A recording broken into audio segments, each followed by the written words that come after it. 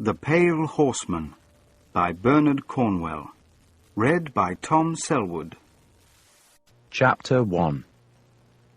These days I look at 20-year-olds and think they are pathetically young, scarcely weaned from their mother's tits. But when I was 20, I considered myself a full-grown man.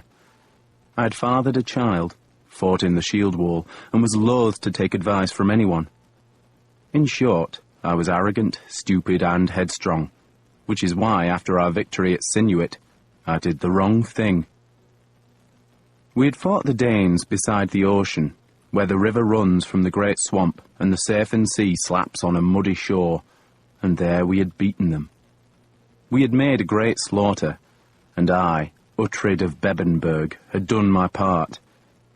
More than my part, for at the battle's end, when the great Ubba Lothbrokson, most feared of all the Danish leaders, had carved into our shield wall with his great war axe, I had faced him, beaten him, and sent him to join the Iron Hairjar, that army of the dead who feast and swive in Odin's corpse hall.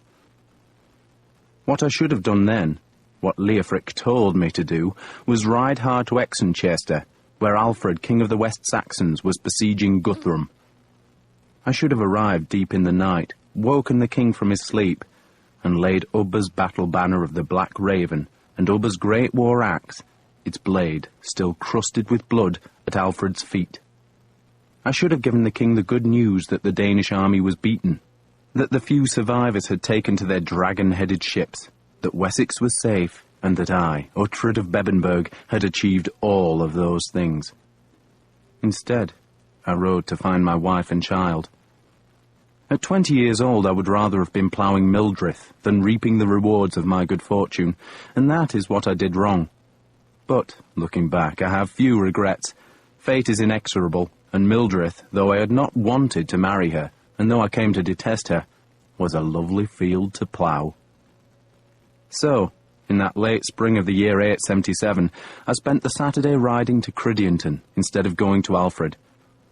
I took 20 men with me, and I promised Leofric that we would be at Exenchester by midday on Sunday, and I would make certain Alfred knew we had won his battle and saved his kingdom. Udda the Younger will be there by now, Leofric warned me. Leofric was almost twice my age, a warrior hardened by years of fighting the Danes. "Did you hear me?" he asked, when I said nothing. "Udda the Younger will be there by now," he said again, "and he's a piece of goose shit who'll take all the credit." "The truth cannot be hidden," I said loftily. Leofric mocked that. He was a bearded, squat brute of a man, who should have been the commander of Alfred's fleet. But he was not well-born, and Alfred had reluctantly given me charge of the 12 ships because I was an ealdorman, a noble, and it was only fitting that a high-born man should command the West Saxon fleet, even though it had been much too puny to confront the massive array of Danish ships that had come to Wessex's south coast. "There are times," Leofric grumbled, "when you are an earthling." An earthling was something that had dropped out of a creature's backside, and was one of Leofric's favourite insults. We were friends. "We'll see Alfred tomorrow," I said.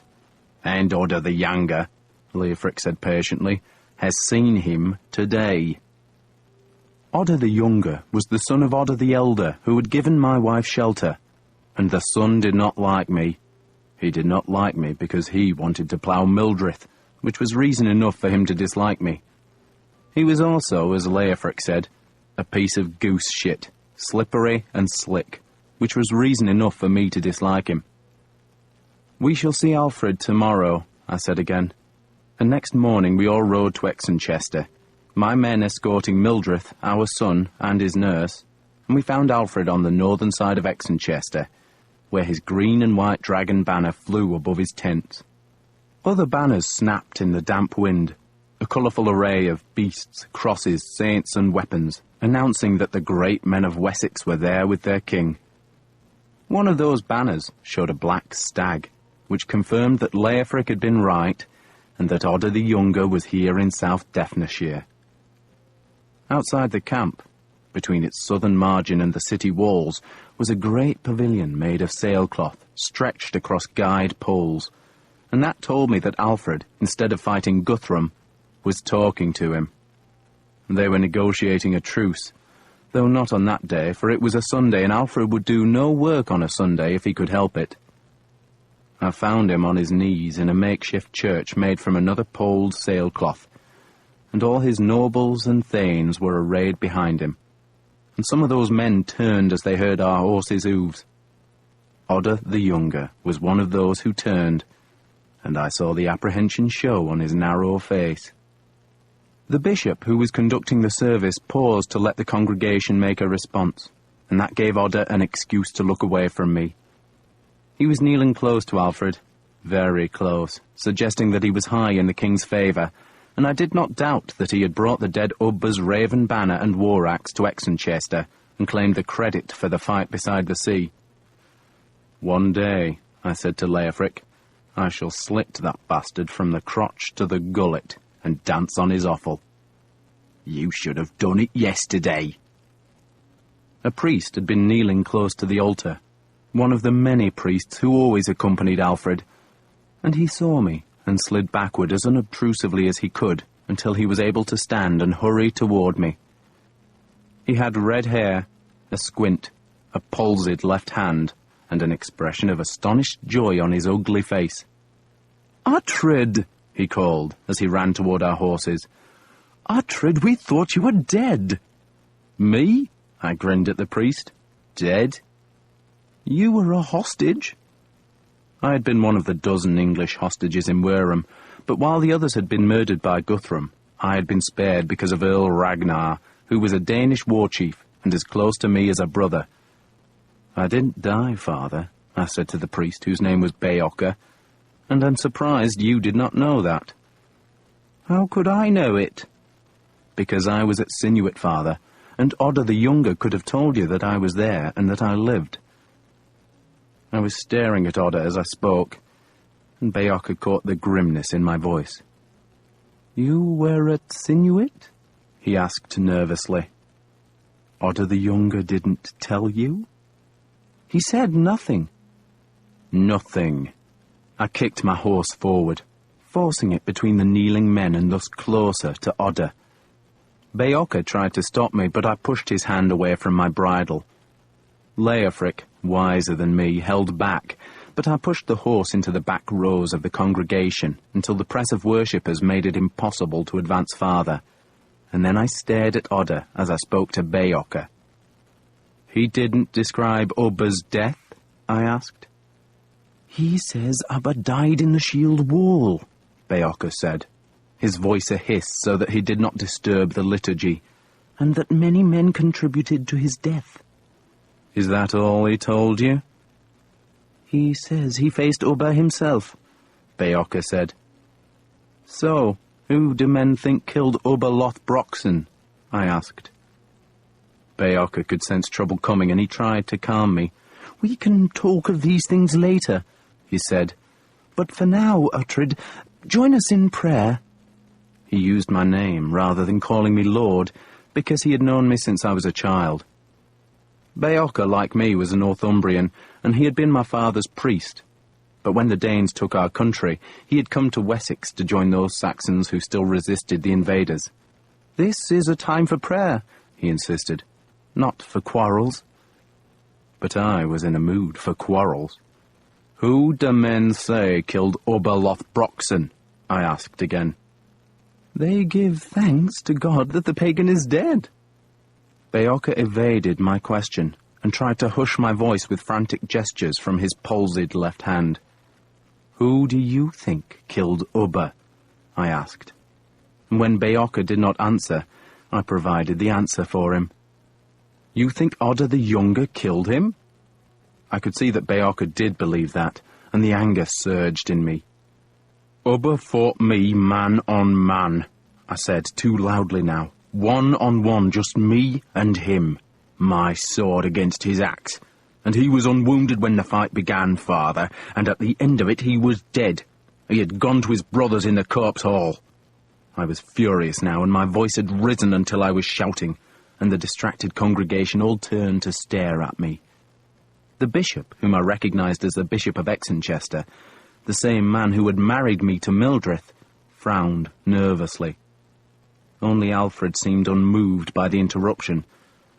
But then, reluctantly, he stood and turned toward me as his wife, the pinch-faced Aelswith, hissed into his ear. "Is there any man here," I was still shouting, "who will deny that I, Uhtred of Bebbanburg, killed Ubba Lothbrokson in single combat?" There was silence.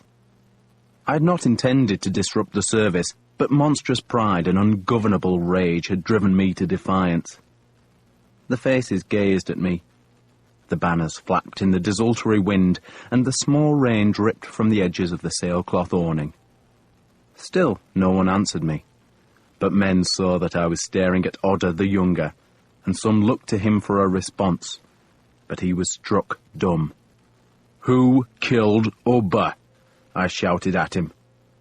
"This is not seemly," Alfred said angrily. "This killed Ubba," I declared, and I drew serpent breath. And that was my next mistake. In the winter, while I was mewed up in Wareham as one of the hostages given to Guthrum, a new law had been passed in Wessex. A law which decreed that no man other than the royal bodyguards was to draw a weapon in the presence of the king. The law was not just to protect Alfred, but also to prevent the quarrels between his great men becoming lethal. And, by drawing serpent breath, I had unwittingly broken the law, so that his household troops were suddenly converging on me with spears and drawn swords, until Alfred, red-cloaked and bare-headed, shouted for every man to be still. Then he walked toward me, and I could see the anger on his face. He had a narrow face, with a long nose and chin, a high forehead, and a thin-lipped mouth. He normally went clean-shaven, but he had grown a short beard that made him look older. He was not lived 30 years yet, but looked closer to 40. He was painfully thin, and his frequent illnesses had given his face a crabbed look. He looked more like a priest than the king of the West Saxons, for he had the irritated, pale face of a man who spends too much time out of the sun and poring over books. But there was an undoubted authority in his eyes. They were very light eyes, as grey as mail, unforgiving. "You have broken my peace," he said, "and offended the peace of Christ." I sheathed serpent breath, mainly because Beocca had muttered at me to stop being a damned fool and to put my sword away, and now the priest was tugging my right leg, trying to make me dismount and kneel to Alfred, whom he adored. Aelswith, Alfred's wife, was staring at me with pure scorn. "He should be punished," she called out. "You will go there," the king said, pointing toward one of his tents, "and wait for my judgment." I had no choice but to obey, for his household troops, all of them in mail and helmets, pressed about me, and so I was taken to the tent, where I dismounted and ducked inside. The air smelled of yellowed, crushed grass. The rain pattered on the linen roof, and some leaked through onto an altar that held a crucifix and 2 empty candle holders. The tent was evidently the king's private chapel, and Alfred made me wait there a long time. The congregation dispersed, the rain ended, and a watery sunlight emerged between the clouds. A harp played somewhere, perhaps serenading Alfred and his wife as they ate. A dog came into the tent, looked at me, lifted its leg against the altar, and went out again. The sun vanished behind cloud, and more rain pattered on the canvas. Then there was a flurry at the tent's opening, and 2 men entered. One was Ethelwald, the king's nephew, and the man who should have inherited Wessex's throne from his father, except he had been reckoned too young, and so the crown had gone to his uncle instead. He gave me a sheepish grin, deferring to the second man, who was heavy-set, full-bearded, and 10 years older than Ethelwald. He introduced himself by sneezing, then blew his nose into his hand and wiped the snot onto his leather coat. "Call it springtime," he grumbled, then stared at me with a truculent expression. "Damned rain never stops. You know who I am?" "Wulfhere," I said, ealdorman of Wiltonskier. He was a cousin to the king and a leading power in Wessex. He nodded. "And you know who this damn fool is?" he asked, gesturing at Ethelwald, who was holding a bundle of white cloth.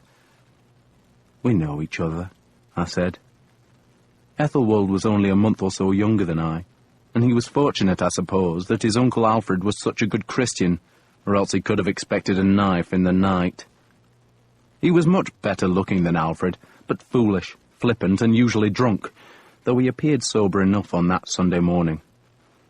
"I'm in charge of Ethelwald now," Wulfhere said, "and of you. And the king sent me to punish you."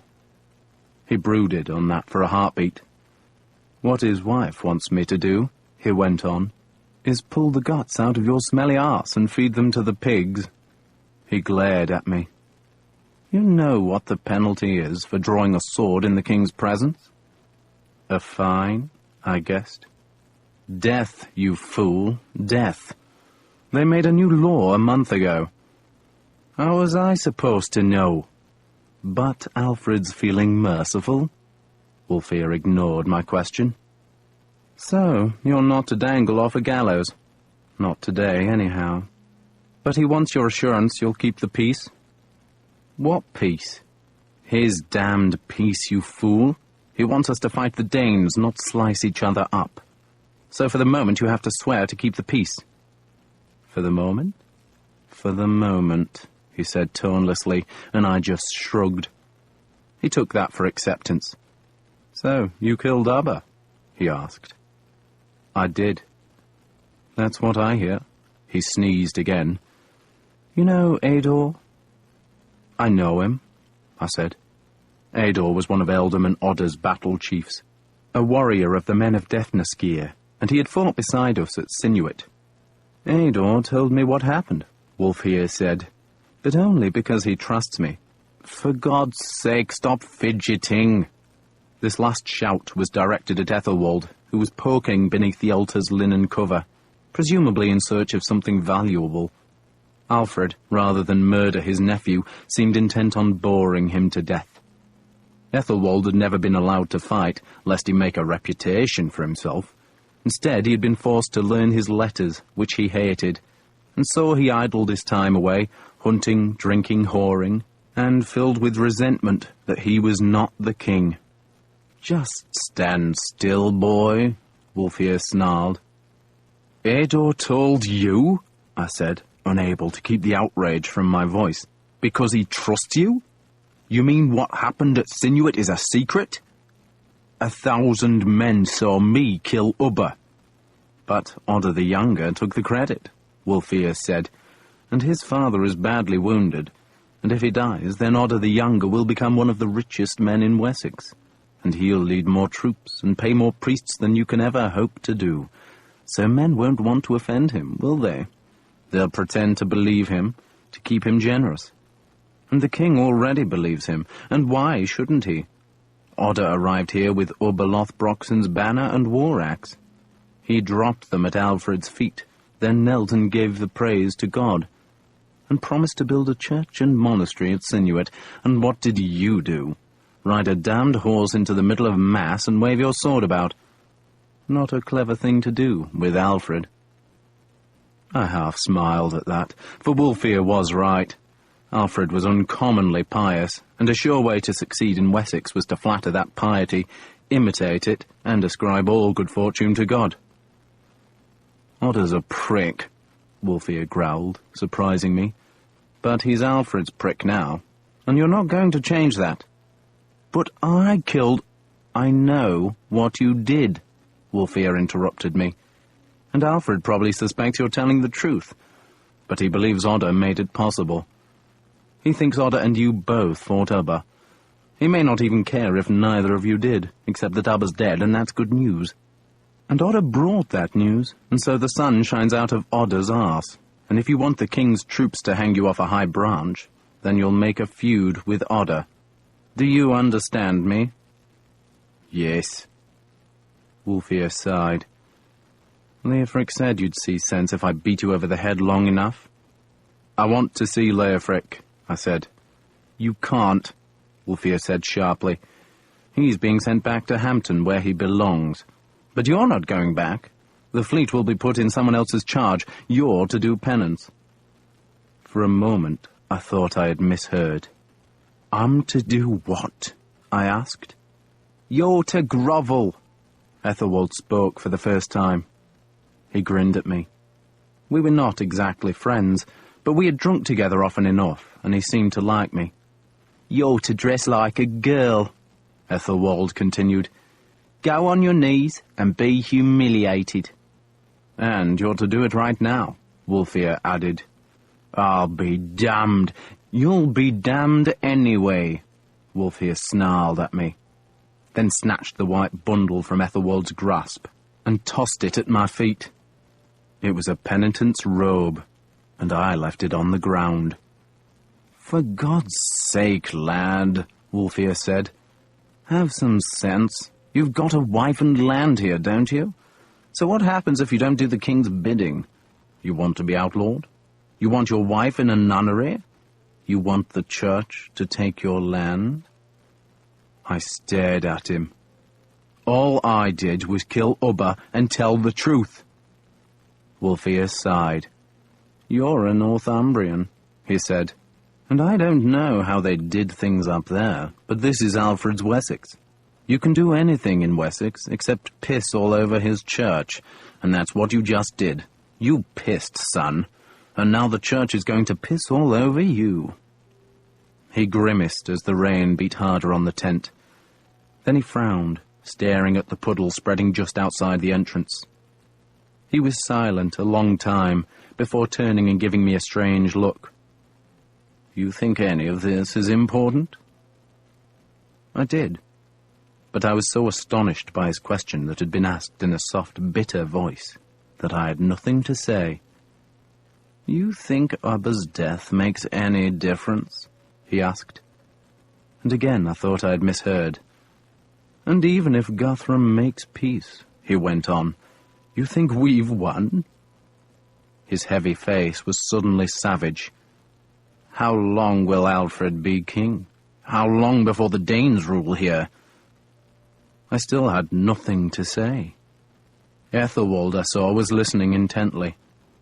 He longed to be king, but he had no following, and Wulfhere had plainly been appointed as his guardian to keep him from making trouble. But Wulfhere's words suggested the trouble would come anyway. "Just do what Alfred wants," the older man advised me, "and afterward find a way to keep living. That's all any of us can do.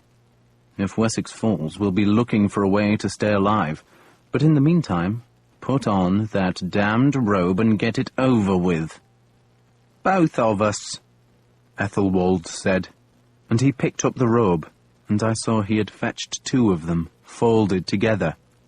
"You?" Wulfhere snarled at him. "Are you drunk?" "I'm penitent for being drunk. Or I was drunk. Now I'm penitent." He grinned at me, then pulled the robe over his head. "I shall go to the altar with Uhtred," he said, his voice muffled by the linen.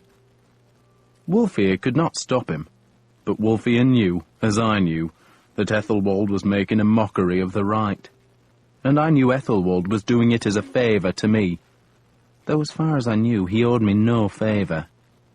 But I was grateful to him, so I put on the damned frock, and side by side with the king's nephew, went to my humiliation. I meant little to Alfred. He had a score of great lords in Wessex, while across the frontier in Mercia there were other lords and thanes who lived under Danish rule, but who would fight for Wessex if Alfred gave them an opportunity. All of those great men could bring him soldiers, could rally swords and spears to the dragon banner of Wessex, while I could bring him nothing except my sword, Serpent Breath. True, I was a lord, but I was from far off Northumbria, and I led no men, and so my only value to him was far in the future. I did not understand that yet. In time, as the rule of Wessex spread northward, my value grew, but back then in 877, when I was an angry 20-year-old, I knew nothing except my own ambitions. And I learned humiliation, Even today, a lifetime later, I remember the bitterness of that penitential grovel. Why did Alfred make me do it? I had won him a great victory, yet he insisted on shaming me. And for what? Because I had disturbed a church service? It was partly that, but only part. He loved his God, loved the church, and passionately believed that the survival of Wessex lay in obedience to the church, and so he would protect the church as fiercely as he would fight for his country. And he loved order. There was a place for everything, and I did not fit, and he genuinely believed that if I could be brought to God's heel, then I would become part of his beloved order. In short, he saw me as an unruly young hound that needed a good whipping before it could join the disciplined pack. So, he made me grovel. And Ethelwald made a fool of himself. Not at first. At first it was all solemnity. Every man in Alfred's army was there to watch, and they made 2 lines in the rain. The lines stretched to the altar under the guide sailcloth, where Alfred and his wife waited with the bishop and a gaggle of priests. "On your knees," Wulfhere said to me. "You have to go on your knees," he insisted tonelessly, "and crawl up to the altar. Kiss the altar cloth, then lie flat." "Then what?" "Then God and the king forgive you," he said, and waited. "Just do it," he snarled. So I did it. I went down on my knees and I shuffled through the mud, and the silent lines of men watched me. And then Ethelwald, close beside me, began to wail that he was a sinner. He threw his arms in the air, fell flat on his face, howled that he was penitent, shrieked that he was a sinner, and at first men were embarrassed, and then they were amused. "I've known women," Ethelwald shouted at the rain, "and they were bad women. Forgive me." Alfred was furious, but he could not stop a man making a fool of himself before God. Perhaps he thought Ethelwald's remorse was genuine. "I've lost count of the women," Ethelwald shouted, then beat his fists in the mud. "Oh, God, I love tits. God, I love naked women. God, forgive me for that." The laughter spread, and every man must have remembered that Alfred, before piety caught him in its clammy grip, had been notorious for the women he had pursued. "You must help me, God," Ethelwald cried as we shuffled a few feet farther. "Send me an angel." "So you can hump her," a voice called from the crowd, and the laughter became a roar. Aelswith was hurried away, lest she hear something unseemly. The priests whispered together, but Ethelwald's penitence, though extravagant, seemed real enough. He was weeping. I knew he was really laughing, but he howled as though his soul was in agony. "No more tits, God," he called. "No more tits." He made a fool of himself, but as men already thought him a fool, he did not mind. "Keep me from tits, God," he shouted. And now Alfred left, knowing that the solemnity of the day was ruined, and most of the priests left with him, so that Ethelwald and I crawled to an abandoned altar, where Ethelwald turned in his mud-spattered robe and leaned against the table.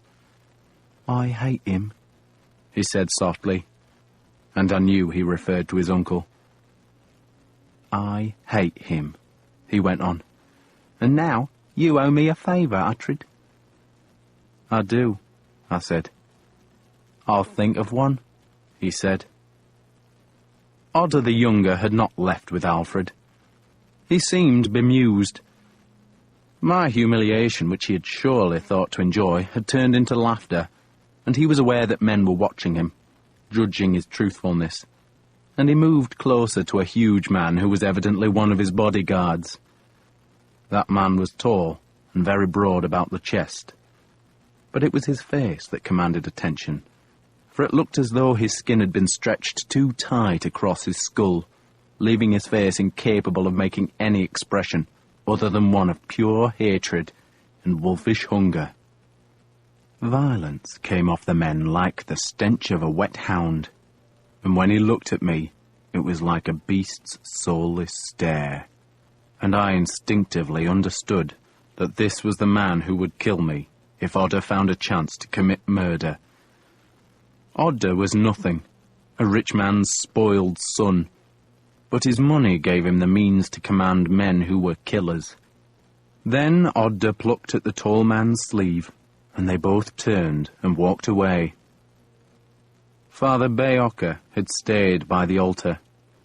"Kiss it," he ordered me, "then lie flat."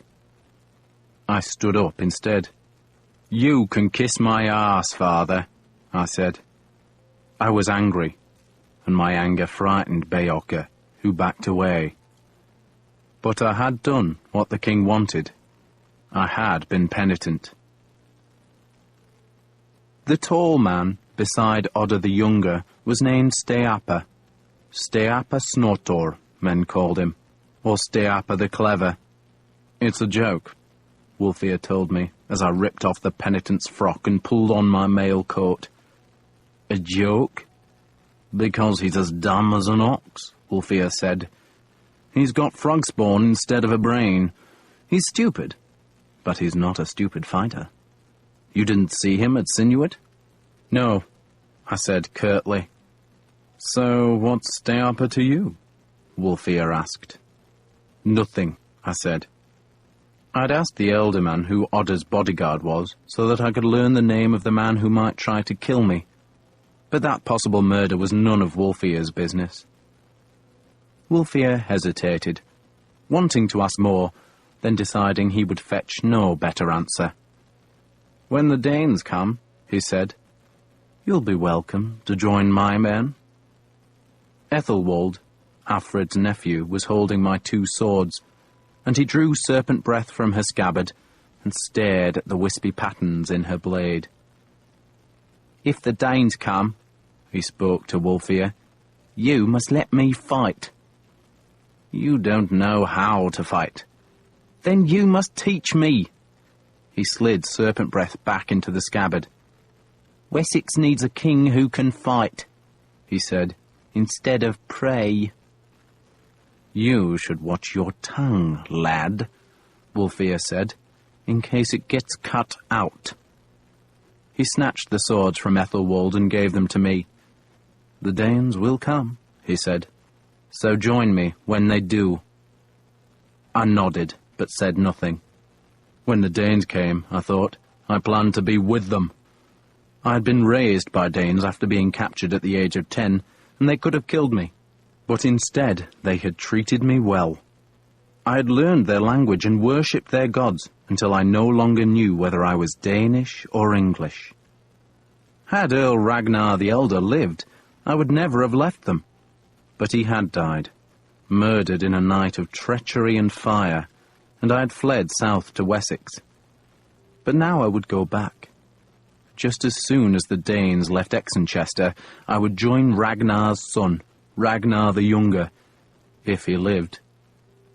Ragnar the Younger's ship had been in the fleet that had been hammered in the great storm.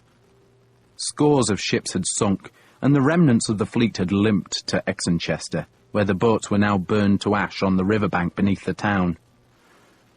I did not know if Ragnar lived. I hoped he lived, and I prayed he would escape Exenchester, and then I would go to him, offer him my sword, and carry that blade against Alfred of Wessex. Then, one day I would dress Alfred in a frock and make him crawl on his knees to an altar of Thor, then kill him. Those were my thoughts as we rode to Oxton. That was the estate Mildred had brought me in marriage, and it was a beautiful place, but so saddled with debt that it was more of a burden than a pleasure. The farmland was on the slopes of hills facing east toward the broad sea reach of the Uisk, and above the house were thick woods of oak and ash, from which flowed small clear streams that cut across the fields where rye, wheat, and barley grew. The house, it was not a hall, was a smoke-filled building made from mud, dung, oak and rye straw, and so long and low that it looked like a green, moss-covered mound from which smoke escaped through the roof's central hole. In the attached yard were pigs, chickens, and mounds of manure as big as the house. Mildred's father had farmed it, helped by a steward named Oswald, who was a weasel, and he caused me still more trouble on that rainy Sunday as we rode back to the farm. I was furious, resentful and vengeful. Alfred had humiliated me, which made it unfortunate for Oswald that he had chosen that Sunday afternoon to drag an oak tree down from the high woods. I was brooding on the pleasures of revenge as I let my horse pick its way up the track through the trees and saw 8 oxen hauling the great trunk toward the river. 3 men were goading the oxen, while a 4th, Oswald, rode the trunk with a whip. He saw me and jumped off, and for a heartbeat it looked as if he wanted to run into the trees. But then he realized he could not evade me, and so he just stood and waited as I rode up to the great oak log.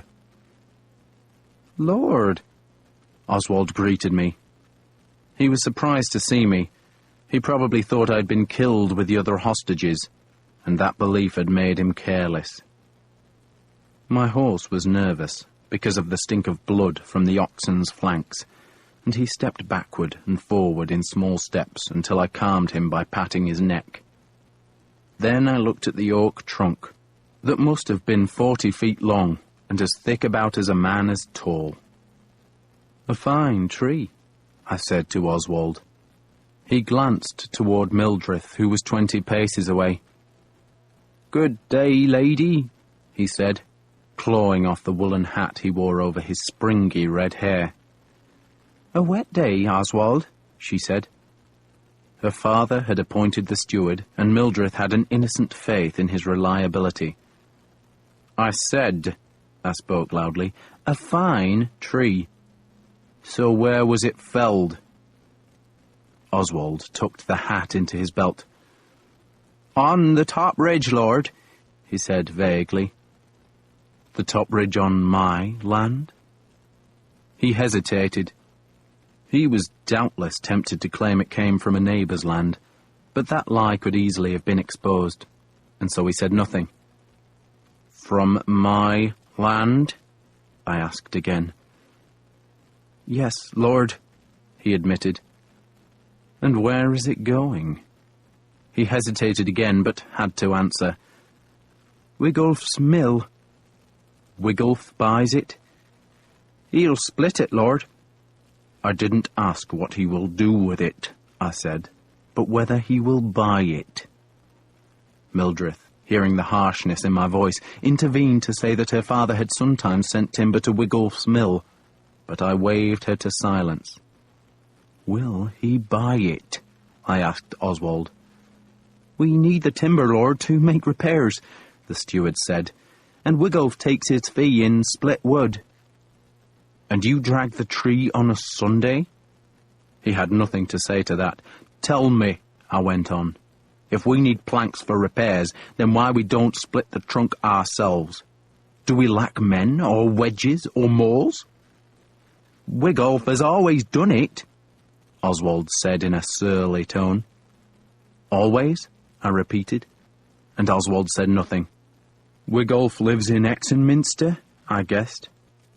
Exonminster lay a mile or so northward, and was the nearest settlement to Oxton. "Yes, lord," Oswald said.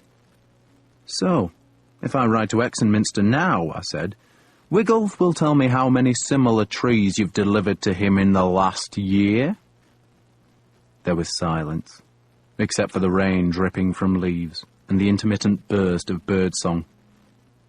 I edged my horse a few steps closer to Oswald, who gripped his whip's handle as if readying it to lash out at me. "How many?" I asked. Oswald said nothing. "How many?" I demanded, louder. "Husband," Mildred called. "Quiet," I shouted at her, and Oswald looked from me to her and back to me. "And how much has Wigolf paid you?" I asked. "What does a tree like this fetch? 8 shillings? 9? The anger that had made me act so impetuously at the King's church service rose again. It was plain that Oswald was stealing the timber and being paid for it, and what I should have done was charge him with theft, and have him arraigned before a court where a jury of men would decide his guilt or innocence. But I was in no mood for such a process. I just drew serpent breath and kicked my horse forward. Mildred screamed a protest, but I ignored her. Oswald ran, and that was a mistake, because I caught him easily, and serpent breath swung once and opened up the back of his skull so I could see brains and blood as he fell. He twisted in the leaf mould, and I wheeled the horse back and stabbed down into his throat. "That was murder!" Mildred shouted at me. "That was justice," I snarled at her. "Something lacking in Wessex." I spat on Oswald's body that was still twitching. "The bastard's been stealing from us." Mildred kicked her horse, leading the nurse who carried our child uphill. I let her go. "Take the trunk up to the house," I ordered the slaves who had been goading the oxen. "If it's too big to drag uphill, then split it here and take the planks to the house." I searched Oswald's house that evening and discovered 53 shillings buried in the floor. I took the silver, confiscated his cooking pots, spit, knives, buckles, and a deerskin cloak, then drove his wife and 3 children off my land. I had come home. Chapter 2. My anger was not slaked by Oswald's killing. The death of a dishonest steward was no consolation for what I perceived as a monstrous injustice. For the moment, Wessex was safe from the Danes, but it was only safe because I had killed Ubba Lothbrokson, and my reward had been humiliation. Poor Mildred. She was a peaceable woman who thought well of everyone she met, and now she found herself married to a resentful, angry warrior. She was frightened of Alfred's wrath, terrified that the church would punish me for disturbing its peace, and worried that Oswald's relatives would demand a weregild from me. And so they would. A weregild was the blood price that every man, woman, and child possessed. Kill a man, and you must pay his price, or else die yourself. And I had no doubt that Oswald's family would go to Odda the Younger, who had been named the Ealdorman of Defnaskeer because his father was too badly wounded to continue as Ealdorman, and Odda would instruct the Shire Reeve to pursue me and place me on trial. But I did not care. I hunted boar and deer. I brooded and waited for news of the negotiations at Exonchester. I was expecting Alfred to do what he always did, which was to make peace with the Danes and so release them. And when he did, I would go to Ragnar. And as I waited, I found my first retainer. He was a slave, and I discovered him in Exonminster on a fine spring day. There was a hiring fair, where men looked for employment through the busy days of haymaking and harvest. And like all fairs, there were jugglers, storytellers, stilt-walkers, musicians, and acrobats. There was also a tall, white-haired man with a lined, serious face, who was selling enchanted leather bags that turned iron into silver.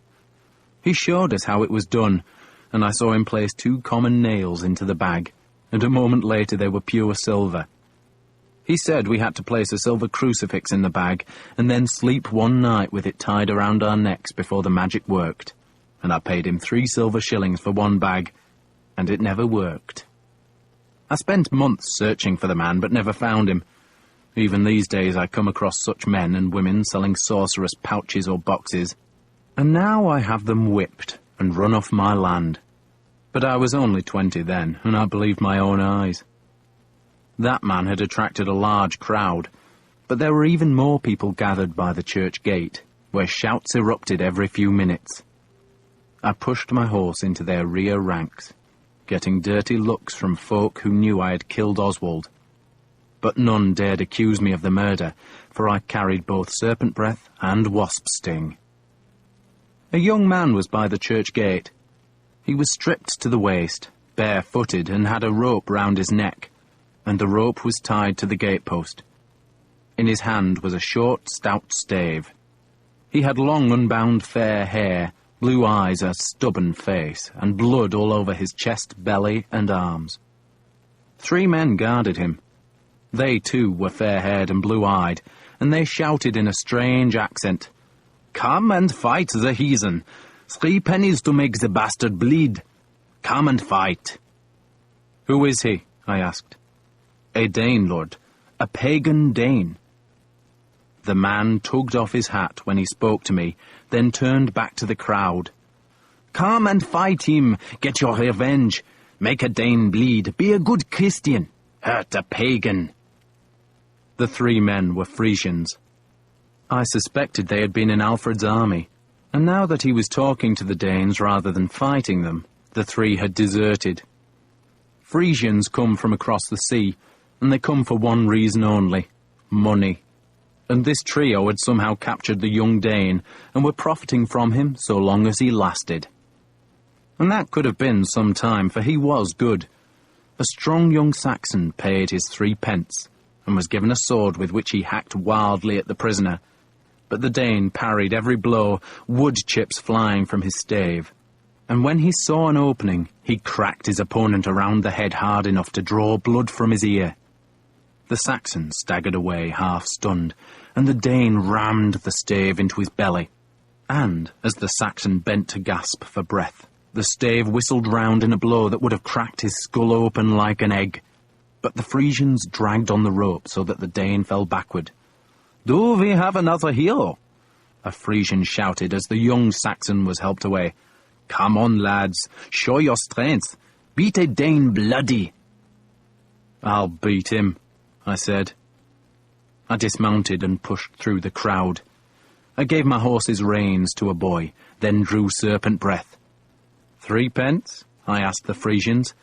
No, lord," one of them said. "Why not? We don't want a dead Dane, do we?" the man answered. "We do," someone shouted from the crowd. The folk in the Uisk Valley did not like me, but they liked the Danes even less, and they relished the prospect of watching a prisoner being slaughtered.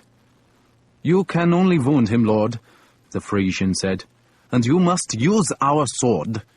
He held out the weapon. I glanced at it, saw its blunt edge, and spat. "Must?" I asked. The Frisian did not want to argue. "You can only draw blood, lord," he said. The Dane flicked hair from his eyes and watched me. He held the stave low. I could see he was nervous, but there was no fear in his eyes. He had probably fought 100 battles since the Frisians captured him, but those fights had been against men who were not soldiers, and he must have known from my 2 swords that I was a warrior. His skin was blotched with bruises and laced by blood and scars, and he surely expected another wound from serpent breath, but he was determined to give me a fight. "What's your name?" I asked in Danish. He blinked at me, surprised. "Your name, boy," I said. I called him boy, though he was not much younger than I. "Hasten," he said. "Hasten who?" "Hasten Storison," he said, giving me his father's name. "Fight him, don't talk to him," a voice shouted from the crowd. I turned to stare at the man who had shouted, and he could not meet my gaze. Then I turned fast, very fast, and whipped serpent breath in a quick sweep that Hasten instinctively parried so that serpent breath cut through the stave as if it was rotten. Hasten was left with a stub of wood, while the rest of his weapon, a yard of thick ash, lay on the ground. "Kill him!" someone shouted. "Just draw blood, lord," a Frisian said. "Please, lord, he's not a bad lad for a Dane. Just make him bleed and we'll pay you." I kicked the ash stave away from Hasten. "Pick it up," I said. He looked at me nervously. To pick it up, he would have to go to the end of his tether, then stoop, and at that moment he would expose his back to serpent breath. He watched me, his eyes bitter beneath the fringe of dirty hair, then decided I would not attack him as he bent over. He went to the stave, and as he leaned down, I kicked it a few inches farther away. "Pick it up," I ordered him again. He still held the stub of ash, and as he took a further step, straining against the rope, he suddenly whipped round and tried to ram the broken end into my belly. He was fast, but I had half expected the move and caught his wrist in my left hand. I squeezed hard, hurting him. "Pick it up," I said a third time.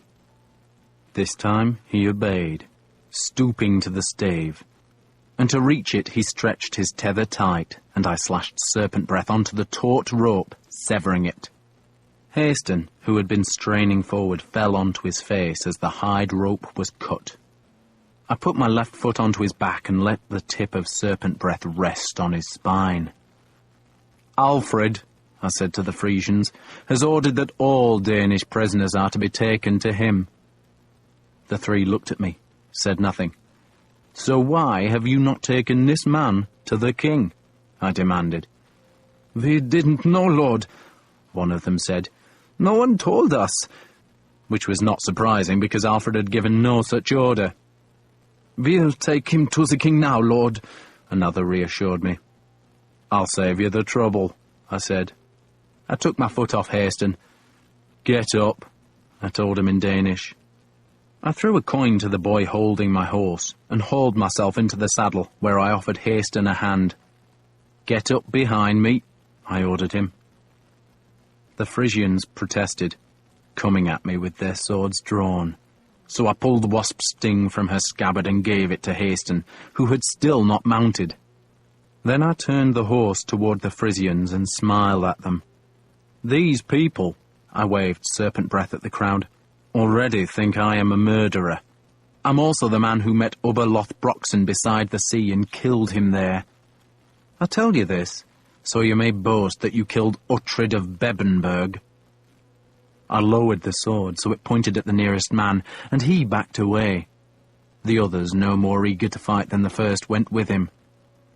Haston then pulled himself up behind me, and I spurred the horse into the crowd that parted reluctantly.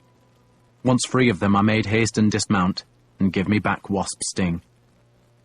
"How did you get captured?" I asked him. He told me he had been on one of Guthrum's ships caught in the storm, and his ship had sunk, but he had clung to some wreckage and been washed ashore where the Frisians had found him. "There were 2 of us, Lord," he said, "but the other died." "You're a free man now," I told him. "Free?" "You're my man," I said, "and you'll give me an oath and I'll give you a sword." "Why?" he wanted to know. "Because a Dane saved me once," I said, "and I like the Danes." I also wanted Haston because I needed men. I did not trust Odda the Younger, and I feared Steapa Snotor, Odda's warrior, and so I would have swords at Oxton. Mildred, of course, did not want sword Danes at her house. She wanted ploughmen and peasants, milkmaids and servants, but I told her I was a lord, and a lord has swords. I am indeed a lord of Northumbria. I am Uhtred of Bebbanburg. My ancestors, who can trace their lineage back to the god Woden, the Danish Odin, were once kings in northern England, and if my uncle had not stolen Bebbanburg from me when I was just 10 years old, I would have lived there still as a Northumbrian lord, safe in his sea-washed fastness. The Danes had captured Northumbria, and their puppet king, Rixig, ruled in Jorferic, but Bebbanburg was too strong for any Dane, and my uncle Aelfric ruled there, calling himself Ealdorman Aelfric, and the Danes left him in peace so long as he did not trouble them, and I often dreamed of going back to Northumbria to claim my birthright. But how? To capture Bebbanburg, I would need an army, and all I had was one young Dane, Haston. And I had other enemies in Northumbria. There was Earl Kjartan and his son Sven, who had lost an eye because of me, and they would kill me gladly, and my uncle would pay them to do it, and so I had no future in Northumbria, not then. But I would go back. That was my soul's wish, and I would go back with Ragnar the Younger, my friend, who still lived because his ship had weathered the storm. I heard that from a priest who had listened to the negotiations outside Exenchester, and he was certain that Earl Ragnar had been one of the Danish lords in Guthrum's delegation. "A big man," the priest told me, "and very loud." That description convinced me that Ragnar lived, and my heart was glad for it, for I knew that my future lay with him, not with Alfred. When the negotiations were finished and a truce made, the Danes would doubtless leave Exenchester, and I would give my sword to Ragnar and carry it against Alfred, who hated me, and I hated him. I told Mildred that we would leave Defnasgeir and go to Ragnar, that I would be his man, and that I would pursue my blood feud against Kjartan and against my uncle under Ragnar's eagle banner. And Mildred responded with tears, and more tears. I cannot bear a woman's crying.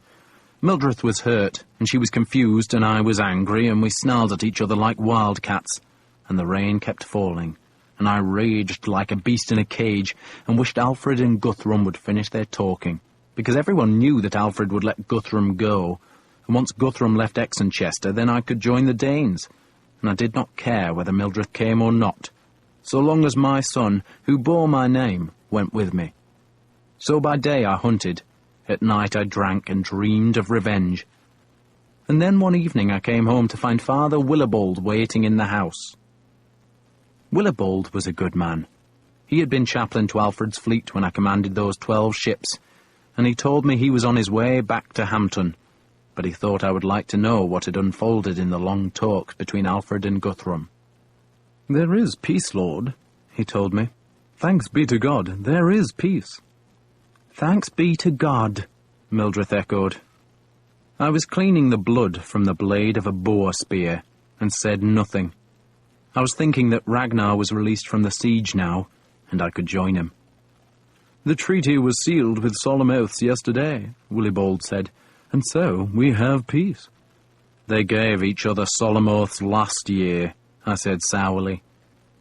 Alfred and Guthrum had made peace at Wareham, but Guthrum had broken the truce and murdered the hostages he had been holding. 11 of the 12 had died, and only I had lived, because Ragnar was there to protect me. "So, what have they agreed?" I asked. "The Danes are to give up all their horses," Willibald said, "and march back into Mercia." Good, I thought, because that was where I would go. I did not say that to Willibald, but instead sneered that Alfred was just letting them march away. "Why doesn't he fight them?" I asked. "Because there are too many, Lord, because too many men would die on both sides." "He should kill them all." "Peace is better than war," Willibald said. "Amen," Mildred said. I began sharpening the spear, stroking the whetstone down the long blade. It seemed to me that Alfred had been absurdly generous. Guthrum, after all, was the one remaining leader of any stature on the Danish side, and he had been trapped. And if I had been Alfred, there would have been no terms, only a siege, and at its end the Danish power in southern England would have been broken. Instead, Guthrum was to be allowed to leave Exenchester. "It is the hand of God," Willibald said.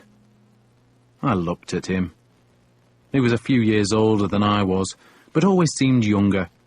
He was earnest, enthusiastic, and kind. He had been a good chaplain to the 12 ships, though the poor man was ever seasick and blanched at the sight of blood. "God made the peace?" I asked sceptically. "Who sent the storm that sank Guthrum's ships?" Willibald retorted fervently. "Who delivered Abba into our hands?" "I did," I said. He ignored that. "We have a godly king, Lord," he said, "and God rewards those who serve him faithfully. Alfred has defeated the Danes, and they see it. Guthrum can recognize divine intervention. He has been making inquiries about Christ." I said nothing. "Our king believes," the priest went on, "that Guthrum is not far from seeing the true light of Christ." He leaned forward and touched my knee. "We have fasted, Lord," he said. "We have prayed, and the king believes that the Danes will be brought to Christ, and when that happens, there will be a permanent peace." He meant every word of that nonsense, and of course it was sweet music to Mildred's ears. She was a good Christian and had great faith in Alfred, and if the king believed that his God would bring victory, then she would believe it too. It seemed madness to me, but I said nothing as a servant brought us barley ale, bread, smoked mackerel and cheese.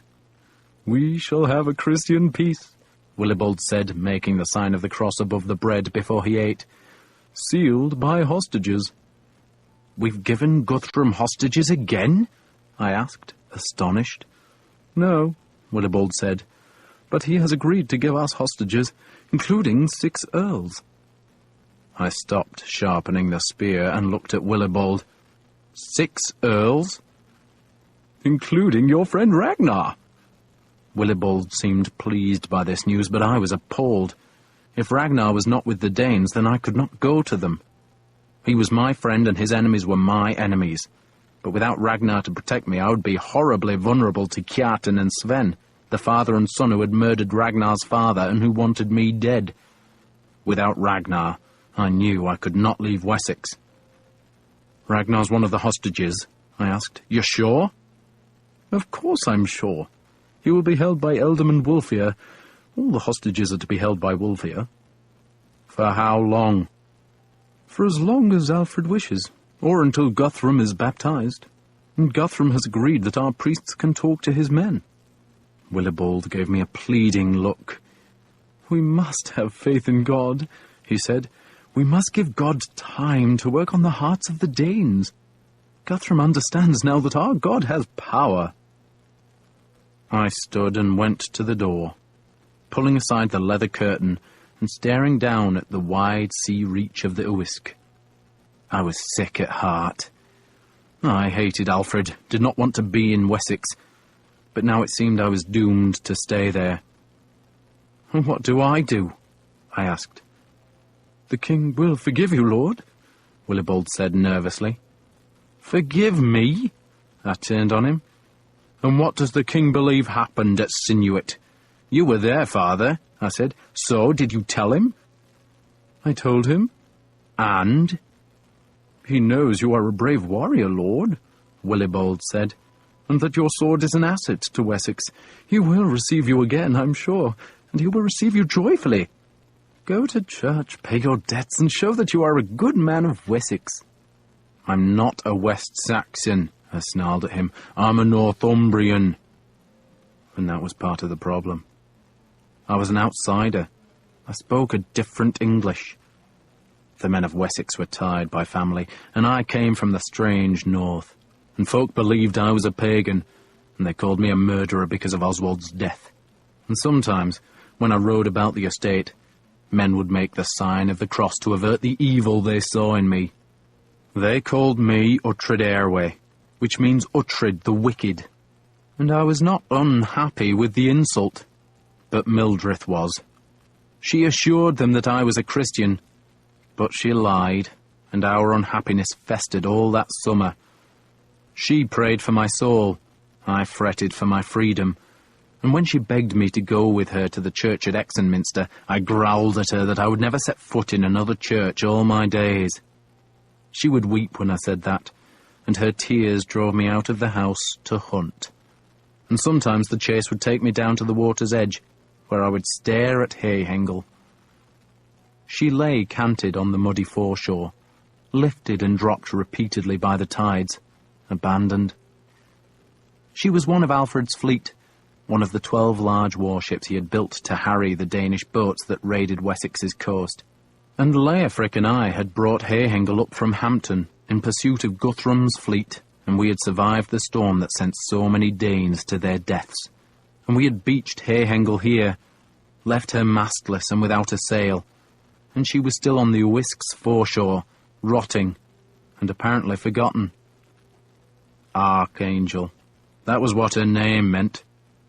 Alfred had named her, and I had always hated the name.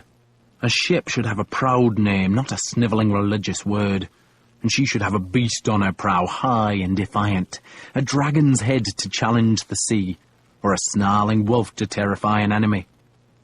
I sometimes climbed on board Hayhengle, and saw how the local villagers had plundered some of her upper strakes, and how there was water in her belly, and I remembered her proud days at sea, and the wind whipping through her seal-hide rigging, and the crash as we had rammed a Danish boat. Now, like me, Hayhengle had been left to decay, and sometimes I dreamed of repairing her, of finding new rigging and a new sail, of finding men and taking her long hull to sea. I wanted to be anywhere but where I was. I wanted to be with the Danes. And every time I said that, Mildred would weep again. "You can't make me live among the Danes." "Why not? I did." "They're pagans. My son won't grow up a pagan." "He's my son too," I said, "and he will worship the gods I worship." There would be more tears then, and I would storm out of the house and take the hounds up to the high woods, and wonder why love soured like milk. After Sinuit, I had so wanted to see Mildred, yet now I could not abide her misery and piety, and she could not endure my anger. All she wanted me to do was till my fields, milk my cows, and gather my harvest to pay the great debt she had brought me in marriage. That debt came from a pledge made by Mildred's father, a pledge to give the church the yield of almost half his land. That pledge was for all time, binding on his heirs. But Danish raids and bad harvests had ruined him. Yet the church, venomous as serpents, still insisted that the debt be paid, and said that if I could not pay, then our land would be taken by monks. And every time I went to Exenchester, I could sense the priests and monks watching me, and enjoying the prospect of their enrichment. Exenchester was English again, for Guthrum had handed over the hostages and gone north, so that peace of a sort had come to Wessex. The Feards, the armies of each shire, had been disbanded and sent back to their farms. Psalms were being sung in all the churches, and Alfred, to mark his victory, was sending gifts to every monastery and nunnery. Oddi the Younger, who was being celebrated as the champion of Wessex, had been given all the land about the place where the battle had been fought at Sinuit, and he had ordered a church to be built there. And it was rumoured that the church would have an altar of gold, as thanks to God for allowing Wessex to survive. Though how long would it survive? Guthrum lived, and I did not share the Christian belief that God had sent Wessex peace. Nor was I the only one, for in midsummer Alfred returned to Exenchester, where he summoned his Witan, a council of the kingdom's leading thanes and churchmen, and Wulfhere of Wiltonskir was one of the men summoned, and I went into the city one evening, and was told the ealdorman and his followers had lodgings in the Swan, a tavern by the east gate. He was not there, but Ethelwald, Alfred's nephew, was doing his best to drain the tavern of ale. "Don't tell me the bastard summoned you to the Witan," he greeted me sourly. The bastard was Alfred, who had snatched the throne from the young Ethelwald. "No," I said. "I came to see Wulfhere." "The ealdorman is in church," Ethelwald said, "and I am not." He grinned and waved to the bench opposite him. "Sit and drink. Get drunk. Then we'll find 2 girls, 3 if you like. 4 if you want." "You forget I'm married," I said. "As if that ever stopped anyone." I sat, and one of the maids brought me ale. "Are you in the Witan?" I asked Ethelwald. "What do you think? You think that bastard wants my advice? Lord King, I'd say, why don't you jump off a high cliff and pray that God gives you wings?" He pushed a plate of pork ribs towards me. "I'm here so they can keep an eye on me. They're making sure I'm not plotting treason." "Are you?" "Of course I am." He grinned. "Are you going to join me? You do owe me a favour." "You want my sword at your service?" I asked. "Yes." He was serious. "So, it's you and me," I said, "against all Wessex. Who else will fight with us?" He frowned, thinking, but came up with no names. He stared down at the table, and I felt sorry for him. I'd always liked Ethelwald, but no one would ever trust him, for he was as careless as he was irresponsible. Alfred, I thought, had judged him right. Let him be free, and he would drink and whore himself into irrelevance. "What I should do," he said, "is go and join Guthrum." "Why don't you?" He looked up at me, but had no answer. Maybe he knew the answer, that Guthrum would welcome him, honour him, use him, and eventually kill him.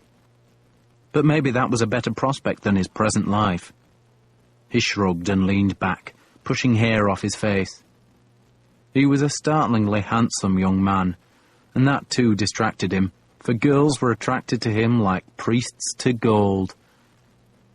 "What Wulfhere thinks," he said, his voice slurring slightly, "is that Guthrum is going to come and kill us all." "Probably," I said. "And if my uncle dies," he said, not bothering to lower his voice even though there were a score of men in the tavern, "his son is much too young to be king." "True." "So, it'll be my turn," he smiled. "Or Guthrum's turn," I said. "So drink, my friend," he said, "because we're all in the cesspit." He grinned at me, his charm suddenly evident. "So, if you won't fight for me," he asked, "how do you propose to pay back the favour?" "How would you like it paid?" "You could kill Abbot Hewald, very nastily. Slowly." "I could do that," I said. Hewald was abbot at Winburnen, and famous for the harshness with which he taught boys to read. "On the other hand," Ethelwald went on, "I'd like to kill that scrawny bastard myself, so don't do it for me. I'll think of something that won't make my uncle happy." "You don't like him, do you?"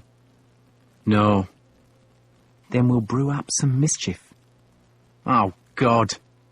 This last imprecation was because Wulfhere's voice was suddenly loud just outside the door. "He's angry at me." "Why?" "One of the dairy maids is pregnant. I think he wanted to do it himself, but I churned her first." He drained his ale. "I'm going to the Three Bells. Want to come?" "I have to speak to Wulfhere." Ethelwald left by the back door, as the ealdorman ducked through the front. Wulfhere was accompanied by a dozen thanes, but he saw me and crossed the room. "They've been reconsecrating the bishop's church," he grumbled. "Hours upon damned hours. Nothing but chanting and prayers, hours of prayers, just to get the taint of the Danes out of the place." He sat heavily. "Did I see Ethelwald here?" "Yes." "Wanted you to join his rebellion, did he?" "Yes." "Damned fool. So, why are you here? Come to offer me your sword?"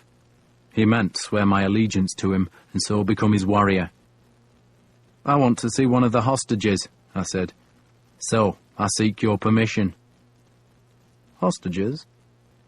He sat down opposite me, and snapped his fingers for ale. "Damned hostages. I've had to make new buildings to house them, and who pays for that? You do?" "Of course I do.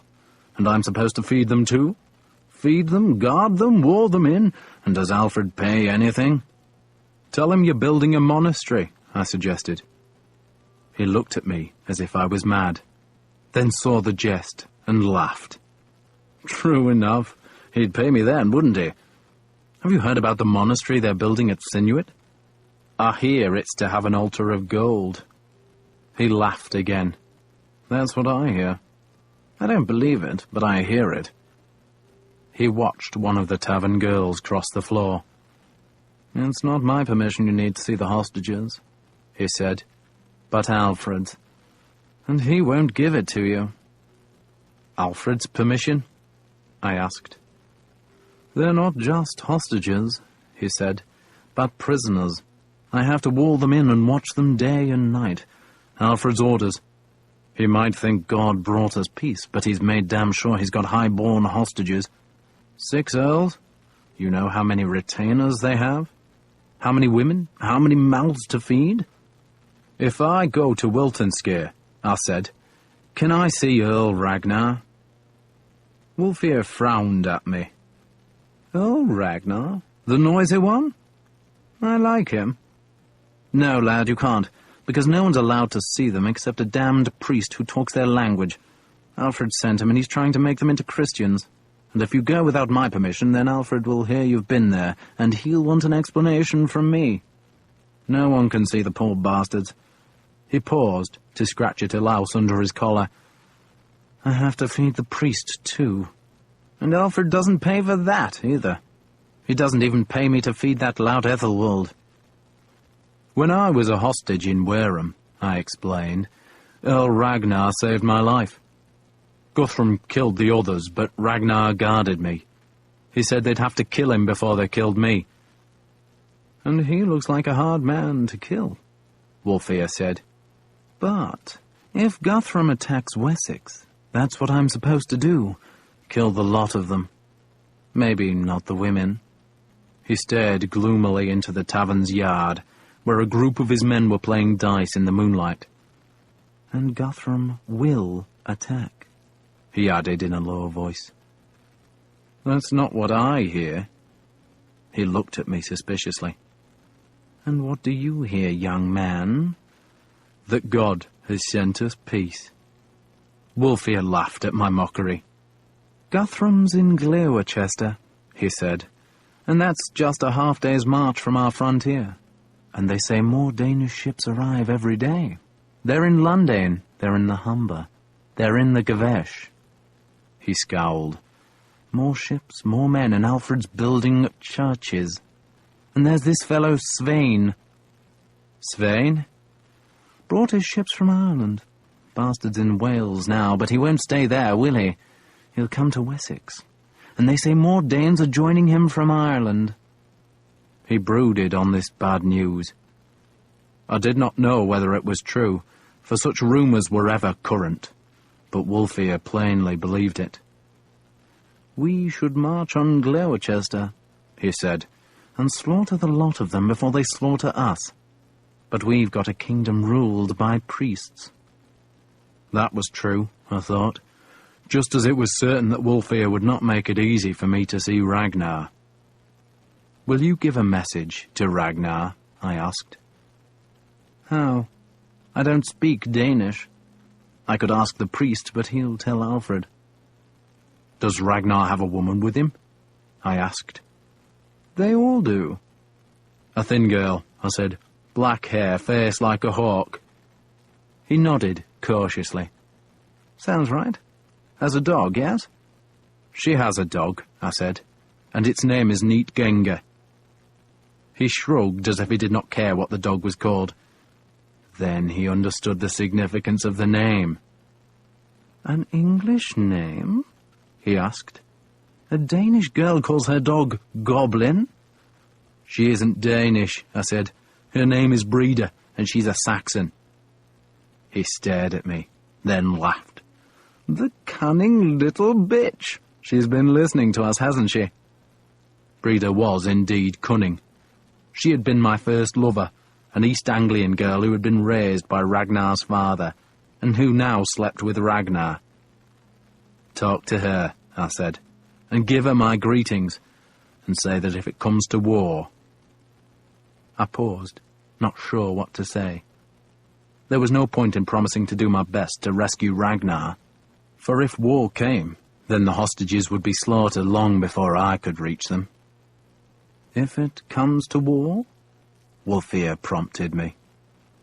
"If it comes to war," I said, repeating the words he had spoken to me before my penance, "we'll all be looking for a way to stay alive." Wulfhere stared at me for a long time, and his silence told me that though I had failed to find a message for Ragnar, I had given a message to Wulfhere. He drank ale. "So, the bitch speaks English, does she?" "She's a Saxon." As was I, but I hated Alfred and I would join Ragnar when I could, if I could, whatever Mildred wanted, or so I thought. But deep under the earth, where the corpse serpent gnaws at the roots of Yggdrasil, the tree of life, there are 3 spinners, 3 women who make our fate. We might believe we make choices, but in truth our lives are in the spinner's fingers. They make our lives, and destiny is everything. The Danes know that, and even the Christians know it. "We're byth full arid," we Saxons say. Fate is inexorable, and the spinners had decided my fate, because a week after the Witan had met, when Exenchester was quiet again, they sent me a ship.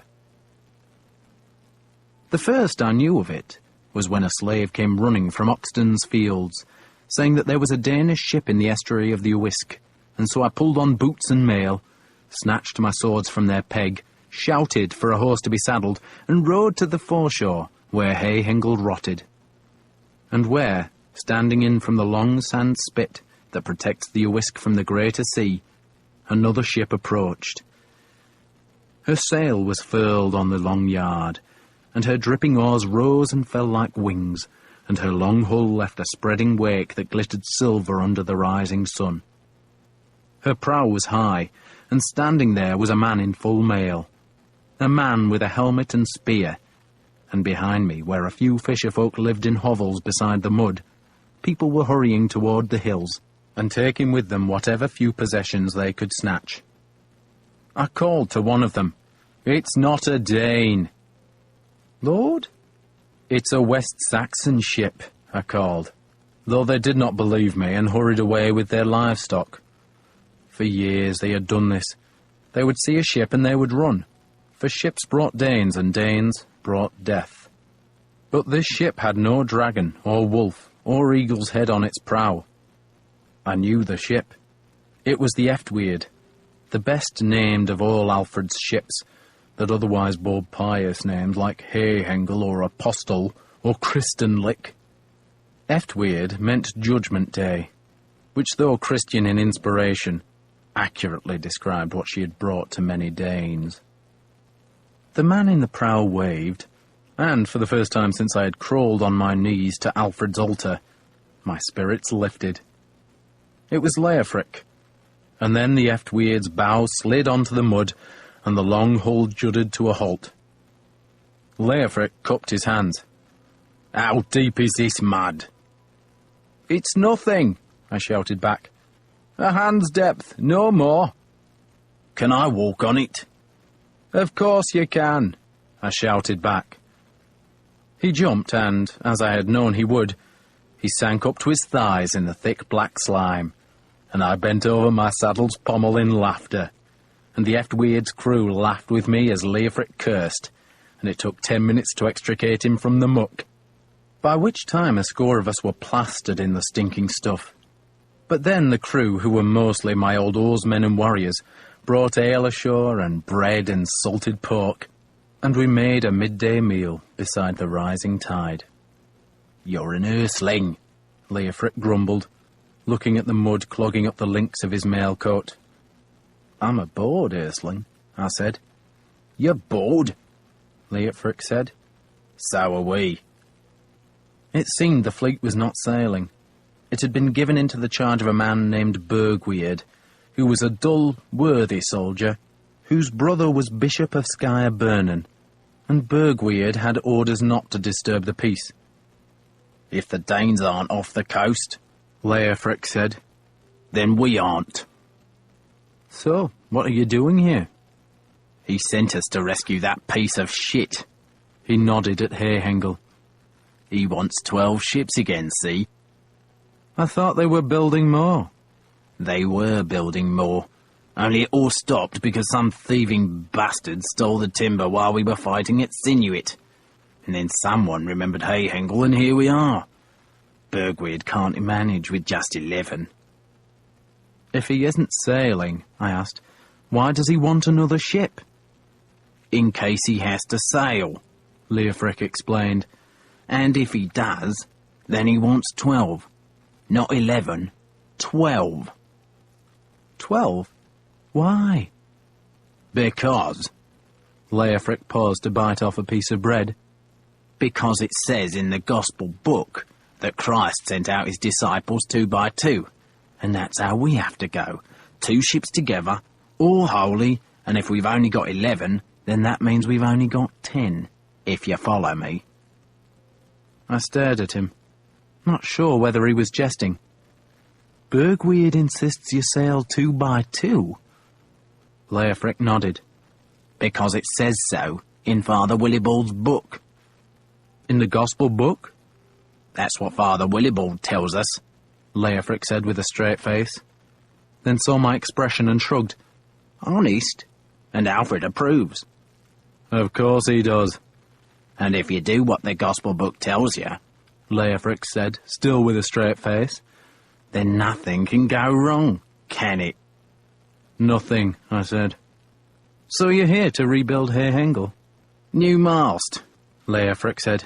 new sail, new rigging, patch up those timbers, caulk her, then tow her back to Hampton. It could take a month. At least. And I never was much good at making things. Good at fighting, I am, and I can drink ale as well as any man. But I was never much good with a mallet and wedge, or with adzes. They are. He nodded at a group of 12 men who were strangers to me. Who are they? Shipwrights. So they do the work? Can't expect me to do it, Leofric protested. I'm in command of the Eftweird. So, I said, you're planning to drink my ale and eat my food for a month while those 12 men do the work. You have any better ideas? I gazed at the Eftweird. She was a well-made ship, longer than most Danish boats and with high sides that made her a good fighting platform. What did Bergweird tell you to do? I asked. Pray, Leofric said sourly. and help repair Hengel. I hear there's a new Danish leader in the Severn Sea, I said, and I'd like to know if it's true. A man called Svein, and I hear more ships are joining him from Ireland. He's in Wales, this Svein. That's what I hear, He'll be coming to Wessex then. Leofric said. If it's true. So, you're thinking... Leofric said, then stopped when he realised just what I was thinking. I'm thinking that it doesn't do a ship or crew any good to sit around for a month, I said, and I'm thinking that there might be plunder to be had in the Severn Sea. And if Alfred hears we've been fighting up there, Leofric said, he'll gut us. I nodded upriver toward Exenchester. They burned 100 Danish ships up there, I said, and their wreckage is still on the riverbank. We should be able to find at least one dragon's head to put on her prow. Leofric stared at the Eftweird. Disguise her? Disguise her, I said, because if I put a dragon head on Eftweird, no one would know she was a Saxon ship. She would be taken for a Danish boat, a sea raider, part of England's nightmare. Leofric smiled. I don't need orders to go on patrol, do I? Of course not. And we haven't fought since Sinuit, he said wistfully. and no fighting means no plunder. What about the crew? I asked. He turned and looked at them. Most of them are evil bastards, he said. They won't mind, and they all need plunder. And between us and the Severn Sea, I said, there are the Britons. And they're all thieving bastards, a lot of them, Leofric said. He looked at me and grinned. So, if Alfred won't go to war, we will. You have any better ideas? I asked. Leofric did not answer for a long time. Instead, idly, as if he was just thinking, he tossed pebbles toward a puddle. I said nothing, just watched the small splashes, watched the pattern the fallen pebbles made, and knew he was seeking guidance from fate. The Danes cast rune sticks. We all watched for the flight of birds. We tried to hear the whispers of the gods. And Leofric was watching the pebbles fall to find his fate. The last one clicked on another and skidded off into the mud, and the trail it left pointed south toward the sea. No, he said, I don't have any better ideas. And I was bored no longer, because we were going to be Vikings. We found a score of carved beasts' heads beside the river, beneath Exenchester's walls, all of them part of the sodden, tangled wreckage that showed where Guthrum's fleet had been burned, and we chose 2 of the least scorched carvings and carried them on board Eftweird. Her prow and stern culminated in simple posts, and we had to cut the posts down until the sockets of the 2 carved heads fitted.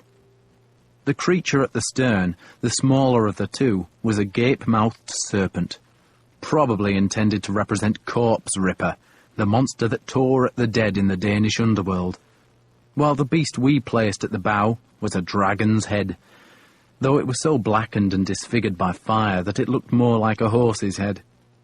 We dug into the scorched eyes until we found unburned wood, and did the same with the open mouth, and when we were finished the thing looked dramatic and fierce.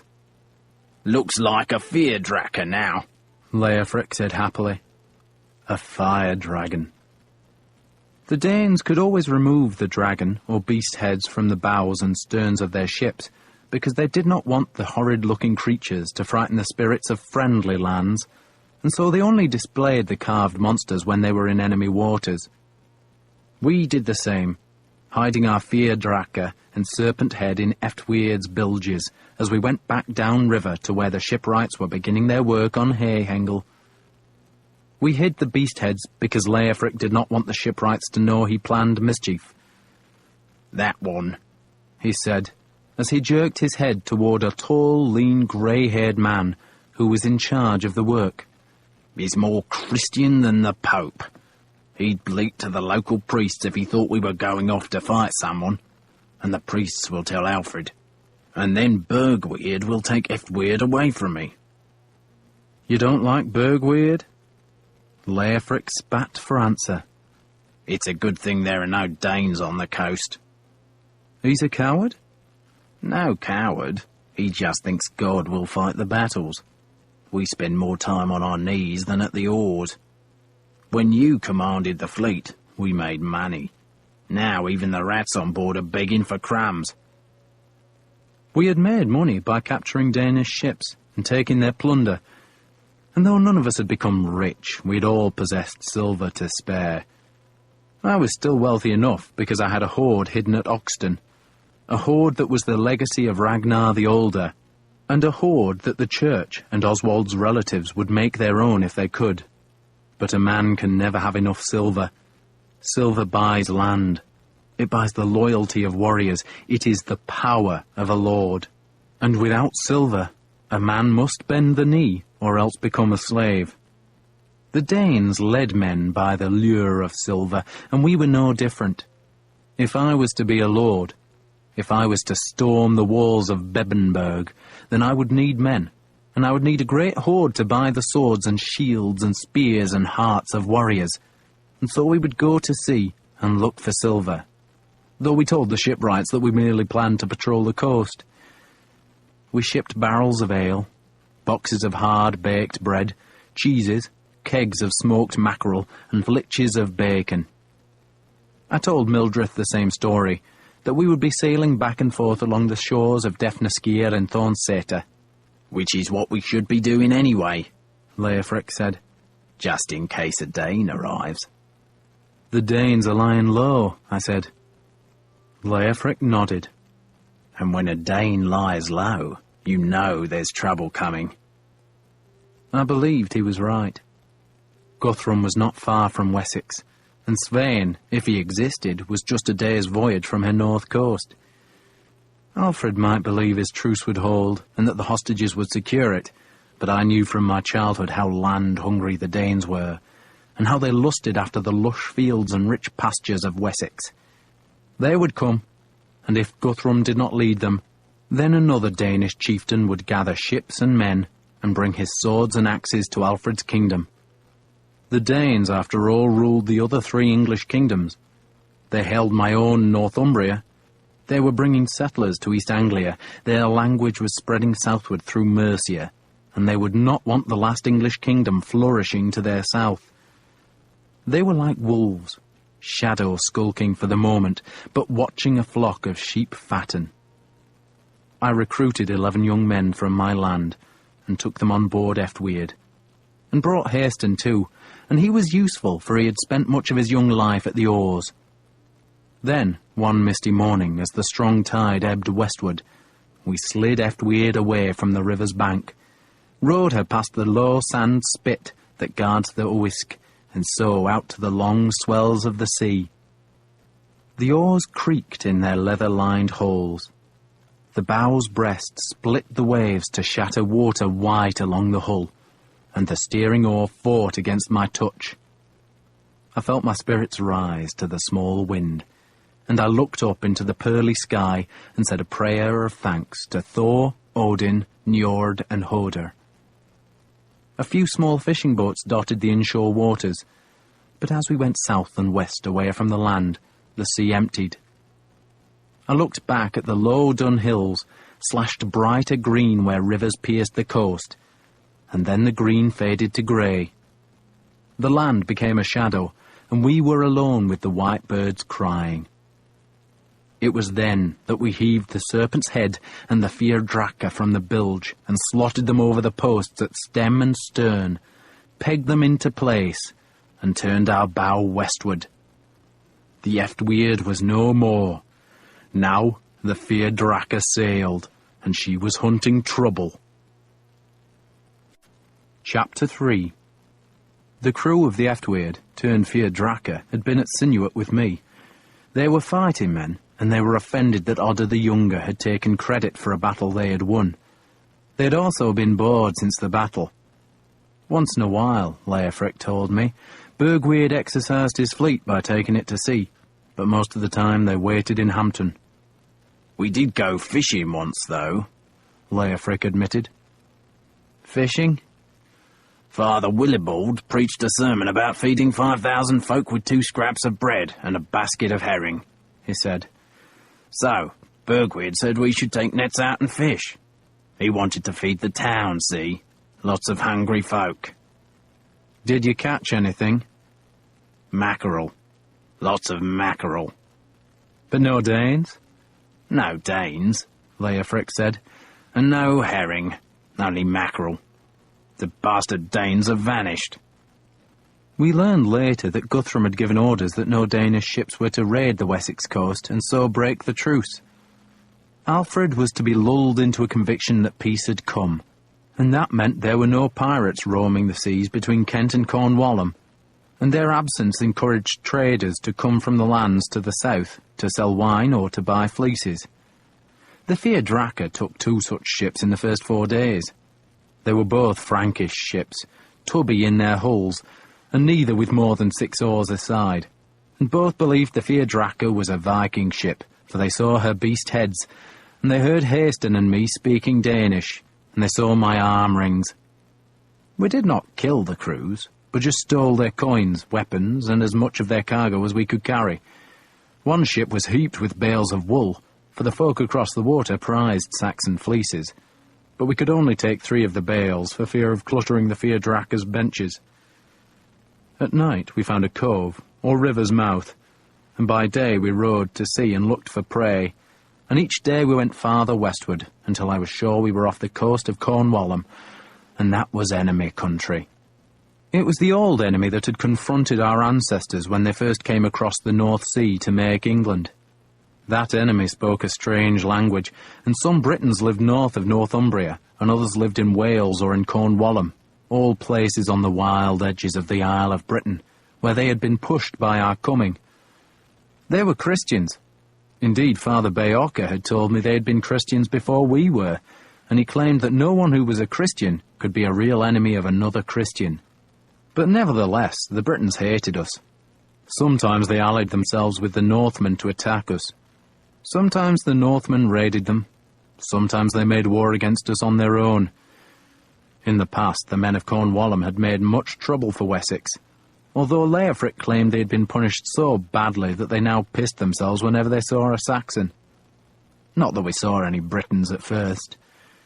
The places we sheltered were deserted, all except one river mouth where a skin boat pushed offshore and a half-naked man paddled out to us and held up some crabs which he wanted to sell to us. We took a basketful of the beasts and paid him 2 pennies. Next night we grounded Fyrdraka on a rising tide and collected fresh water from a stream, and Leofric and I climbed a hill and stayed inland. Smoke rose from distant valleys, but there was no one in sight, not even a shepherd. "What are you expecting?" Leofric asked. "Enemies?" "A monastery," I said. "A monastery?" He was amused. "You want to pray?" Monasteries have silver, I said. Not down here, they don't. They're poor as stoats. Besides... Besides what? He jerked his head toward the crew. You've got a dozen good Christians aboard. Lots of bad ones too, of course, but at least a dozen good ones. They won't raid a monastery with you. He was right. A few of the men had showed some scruples about piracy, but I assured them that the Danes used trading ships to spy on their enemies. That was true enough, though I doubt either of our victims had been serving the Danes. But both ships had been crewed by foreigners, and like all Saxons, the crew of the Fyrdraka had a healthy dislike of foreigners, though they made an exception for Haston, and the dozen crewmen who were Frisians. The Frisians were natural pirates, bad as the Danes, and these 12 had come to Wessex to get rich from war, and so were glad that the Fyrdraka was seeking plunder. As we went west, we began to see coastal settlements, and some were surprisingly large. Senwulf, who had fought with us at Sinuit and was a good man, told us that the Britons of Cornwall dug tin out of the ground and sold it to strangers. We knew that because his father had been a trader and had frequently sailed this coast. If they sell tin, I said, then they must have money. And men to guard it, Senwulf said dryly. Do they have a king? No one knew. It seemed probable, though where the king lived or who he was we could not know. And perhaps, as Haston suggested, there was more than one king. They did have weapons, because one night, as the Fyrdraka crept into a bay, an arrow flew from a cliff top, to be swallowed in the sea beside our oars. We might never have known that arrow had been shot, except I happened to be looking up and saw it, fledged with dirty grey feathers, flickering down from the sky to vanish with a plop. One arrow, and no others followed. So perhaps it was a warning, and that night we let the ship lie at its anchor. And in the dawn we saw 2 cows grazing close to a stream, and Leofric fetched his axe. The cows are there to kill us, Haston warned us in his new and not very good English.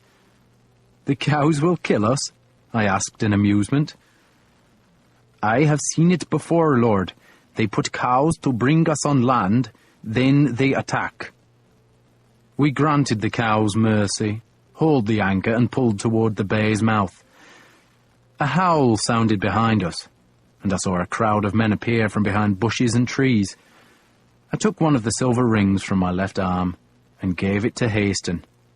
It was his first arm ring, and being a Dane, he was inordinately proud of it. He polished it all morning. The coast became wilder, and refuge more difficult to find, but the weather was placid. We captured a small 8-oared ship that was returning to Ireland and relieved it of 16 pieces of silver, 3 knives, a heap of tin ingots, a sack of goose feathers, and 6 goatskins. We were hardly becoming rich, though Fyrdraka's belly was becoming cluttered with pelts, fleeces, and ingots of tin. We need to sell it all, Leofric said. But to whom? We knew no one who traded here. What I needed to do, I thought, was land close to one of the larger settlements and steal everything. Burn the houses, kill the men, plunder the headman's hall and go back to sea. But the Britons kept lookouts on the headlands, and they always saw us coming. And whenever we were close to one of their towns, we would see armed men waiting. They had learned how to deal with Vikings, which was why, Haston told me, the Northmen now sailed in fleets of 5 or 6 ships. Things will be better, I said, when we turn the coast. I knew Cornwall ended somewhere to the west, and we could then sail up into the Severn Sea, where we might find a Danish ship on its voyage from Ireland. But Cornwall seemed to be without end. Whenever we saw a headland that I thought must mark the end of the land, it turned out to be a false hope. For another cliff would lie beyond, and then another, and sometimes the tide flowed so strongly that even when we sailed due west we were driven back east. Being a Viking was more difficult than I thought. And then one day the wind freshened from the west, and the waves heaved higher, and their tops were torn ragged, and rain squalls hissed dark from a low sky, and we ran northward to seek shelter in the lee of a headland.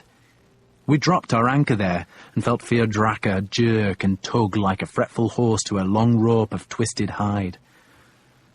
All night and all the next day the weather raged past the headland. Water shattered white on high cliffs. We were safe enough, but our food was getting low, and I had half decided we must abandon our plans to make ourselves rich and sail back to the Wisk, where we could pretend we had only been patrolling the coast. But on our second dawn under the lee of that high cliff, as the wind subsided and the rain dropped to a chill drizzle, a ship appeared about the eastern spit of land. "She holds!" Leofric shouted, and the men, cold and unhappy, found their weapons and lined the ship's side. The ship was smaller than ours, much smaller. She was squat, high-bowed, with a stumpy mast holding a wide yard on which a dirty sail was furled. A half-dozen oarsmen manned her, and the steersman was bringing her directly toward Fierdraka. And then, as she came closer, and as her small bow broke the water white, I saw a green bough had been tied to her short mast. "They want to talk," I said. "Let's hope they want to buy," Leofric grumbled. There was a priest in the small ship. I did not know he was a priest at first, for he looked as ragged as any of the crewmen. But he shouted that he wished to speak with us, and he spoke Danish, though not well. And I let the boat come up on the flank, protected from the wind, where her crewmen gazed up at a row of armed men holding shields. Senwolf and I pulled the priest over our side. 2 other men wanted to follow, but Leofric threatened them with a spear, and they dropped back, and the smaller ship drew away to wait while the priest spoke with us. He was called Father Marduk, and once he was aboard and sitting wetly on one of Fierdraka's rowing benches, I saw the crucifix about his neck. "I hate Christians," I said. "So why should we not feed you to Njord?" He ignored that. Or perhaps he did not know that Njord was one of the sea gods. "I bring you a gift," he said, "from my master." And he produced, from beneath his cloak, 2 battered arm rings. I took them. They were poor things, mere ringlets of copper, old, filthy with verdigris, and of almost no value. And for a moment I was tempted to toss them scornfully into the sea, but reckoned our voyage had made such small profit that even those scabby treasures must be kept. "Who is your master?" I asked. "King Peredur." I almost laughed. King Peredur? A man can expect a king to be famous, but I had never heard of Peredur, which suggested he was little more than a local chieftain with a high-sounding title. "And why does this Peredur," I asked, "send me miserable gifts?" Father Marduk still did not know my name, and was too frightened to ask it. He was surrounded by men in leather, by men in mail, and by shields and swords, axes and spears, and he believed all of us were Danes, for I had ordered any of Fierdraka's crew who wore crosses or crucifixes to hide them beneath their clothes. Only Haston and I spoke, and if Father Marduk thought that strange, he did not say anything of it. Instead, he told me how his lord, King Peredur, had been treacherously attacked by a neighbour called Callan, and Callan's forces had taken a high fort close to the sea, and Peredur would pay us well if we were to help him recapture the fort that was called Drain Dinas. I sent Father Marduk to sit in the Fierdraka's bow while we talked about his request. Some things were obvious. Being paid well did not mean we would become rich, but that Peredur would try to fob us off with as little as possible, and, most likely, having given it to us, he would then try to take it back by killing us all. "What we should do," Leofric advised, "is find this man Callan and see what he'll pay us." Which was good enough advice, except none of us knew how to find Callan, whom we later learned was King Callan, which did not mean much, for any man with a following of more than 50 armed men called himself a king in Cornwall. And so I went to the Fierdraka's bow and talked with Father Marduk again, and he told me that Drain Dinas was a high fort built by the old people, and that it guarded the road eastward, and so long as Callan held the fort, so long were Peredur's people trapped in their lands. "You have ships," I pointed out. "And Callan has ships," he said. and we cannot take cattle in ships." "Cattle? We need to sell cattle to live," he said. So, Callan had surrounded Peredur, and we represented a chance to tip the balance in this little war. "So, how much will your king pay us?" I asked. 100 pieces of silver," he said. I drew serpent breath. "I worship the real gods," I told him, "and I am a particular servant of Hodor, and Hodor likes blood, and I have given him none in many days." Father Marduk looked terrified, which was sensible of him. He was a young man, though it was hard to tell, for his hair and beard were so thick that most of the time he was just a broken nose and pair of eyes surrounded by a greasy black tangle. He told me he had learned to speak Danish when he had been enslaved by a chieftain called Godfred, but that he had managed to escape when Godfred raided the Sillans, islands that lay well out in the western sea wastes. "Is there any wealth in the Sillans?" I asked him. I had heard of the islands, though some men claimed they were mythical, and others said the islands came and went with the moons. But Father Marduk said they existed, and were called the Isles of the Dead. "So no one lives there?" I asked. "Some folk do," he said, "but the dead have their houses there." "Do they have wealth as well?" "Your ships have taken it all," he said. This was after he had promised me that Peredur would be more generous, though he did not know how generous. He said the king was willing to pay far more than 100 silver coins for our help, and so we had him shout to his ship that they were to lead us around the coast to Peredur's settlement. I did not let Father Marduk go back to his ship, for he would serve as a hostage if the tale he had told us was false, and Peredur was merely luring us to an ambush. He was not. Peredur's home was a huddle of buildings built on a steep hill beside a bay, and protected by a wall of thorn bushes. His people lived within the wall. Some were fishermen and some were cattle herders, and none was wealthy. The king himself, however, had a high hall where he welcomed us, though not before we had taken more hostages. 3 young men, all of whom we were assured were Peredur's sons, were delivered to Fierdraka, and I gave the crew orders that the 3 were to be killed if I did not return. And then I went ashore with Haston and Senwulf.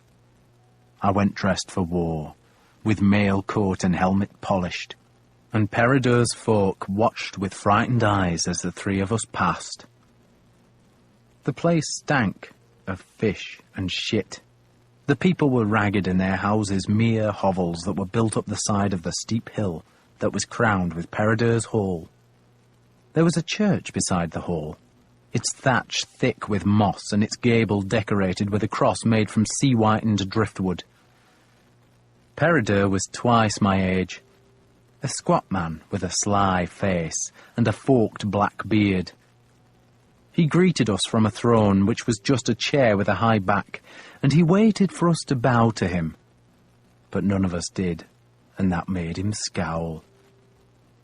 A dozen men were with him, evidently his courtiers, though none looked wealthy, and all were elderly, except for one much younger man who was in the robes of a Christian monk, and he stood out in that smoke-darkened hall like a raven in a clutch of gulls, for his black robes were clean, his face close-shaven, and his hair and tonsure neatly trimmed.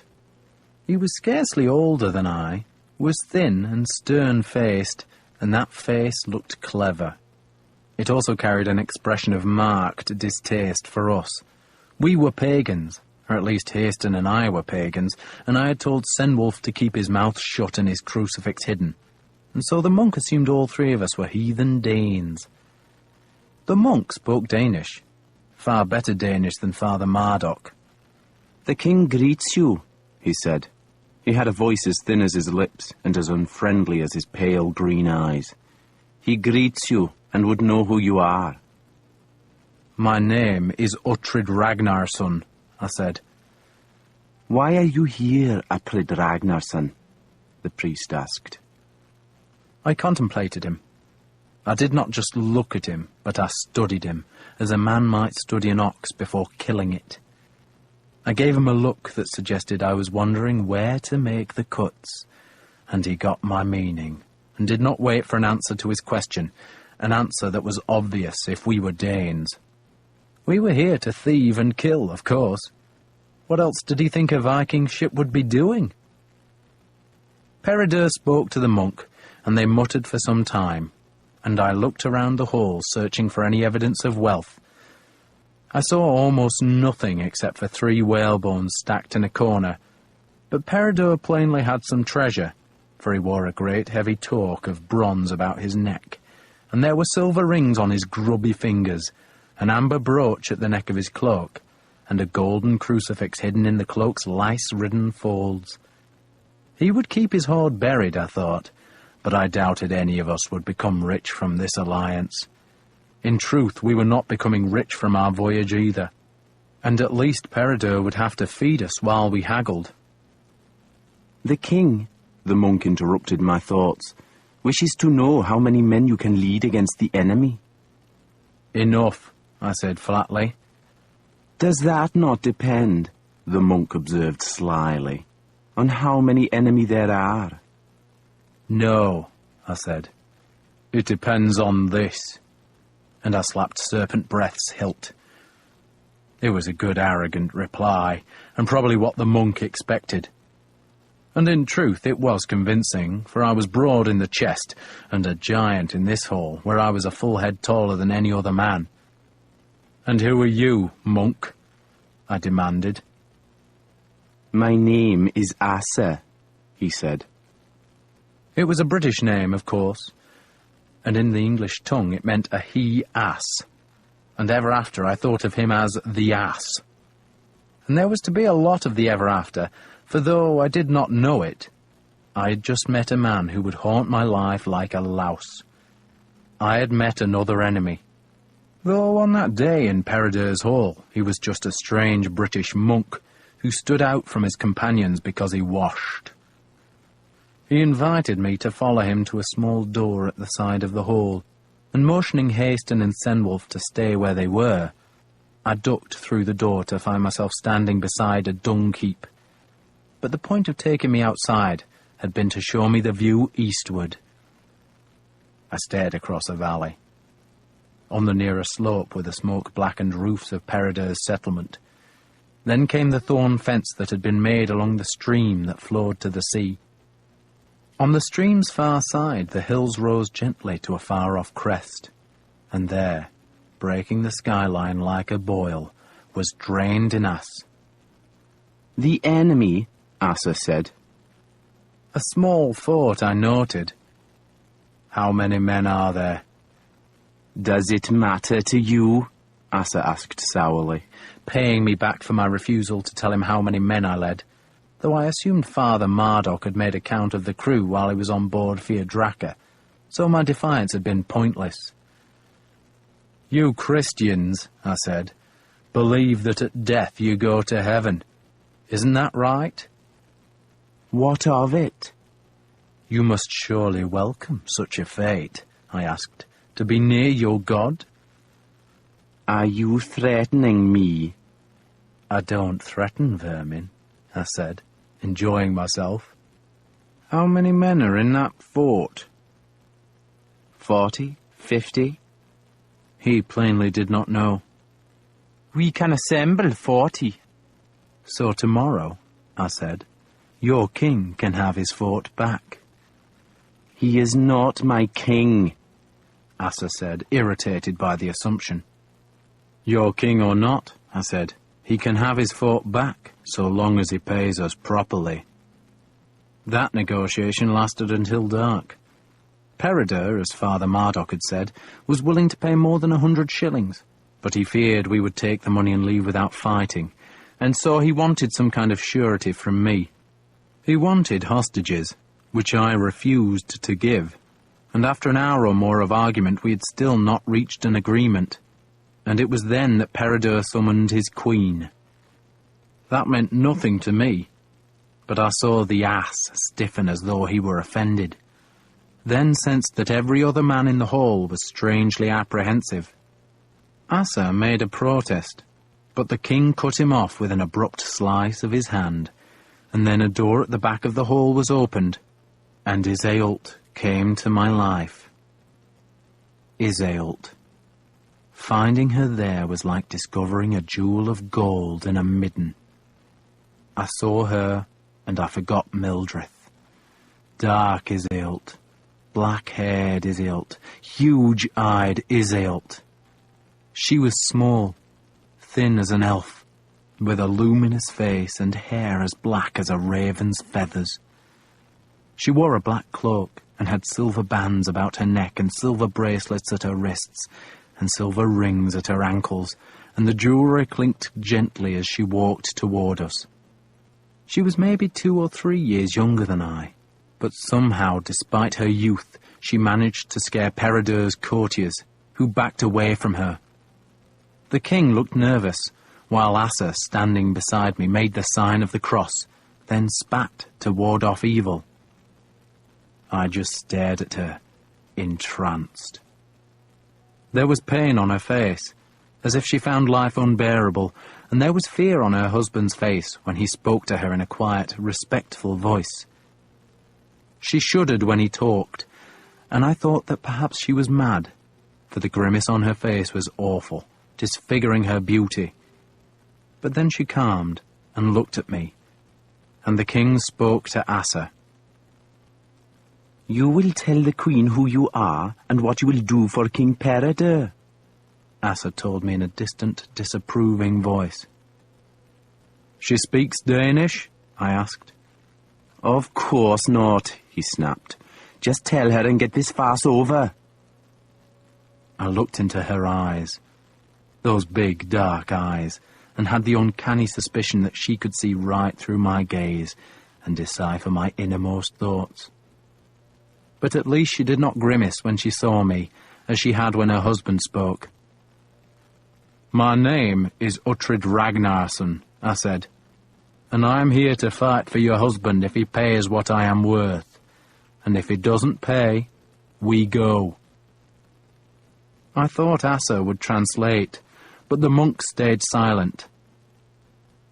Iseult still stared at me, and I stared back. She had a flawless skin, untouched by illness, and a strong face, but sad. Sad and beautiful. Fierce and beautiful. She reminded me of Breda, the East Anglian who had been my lover, and who was now with Ragnar, my friend. Breda was as full of fury as a scabbard is filled with blade, and I sensed the same in this queen who was so young and strange, and dark and lovely. "I am Uhtred Ragnarsson," I heard myself say as I spoke again, though I'd scarcely been aware of any urge to talk. "And I work miracles." Why I said that, I do not know. I later learned that she had no idea what I had said, for at that time the only tongue she spoke was that of the Britons. But nevertheless she seemed to understand me, and she smiled. Asa caught his breath. "Be careful, Dane," he hissed. "She is a queen." "A queen?" I asked, still staring at her. "Or the queen?" "The king is blessed with 3 wives," the monk said disapprovingly. Iseult turned away and spoke to the king. He nodded, then gestured respectfully toward the door through which Iseult had come.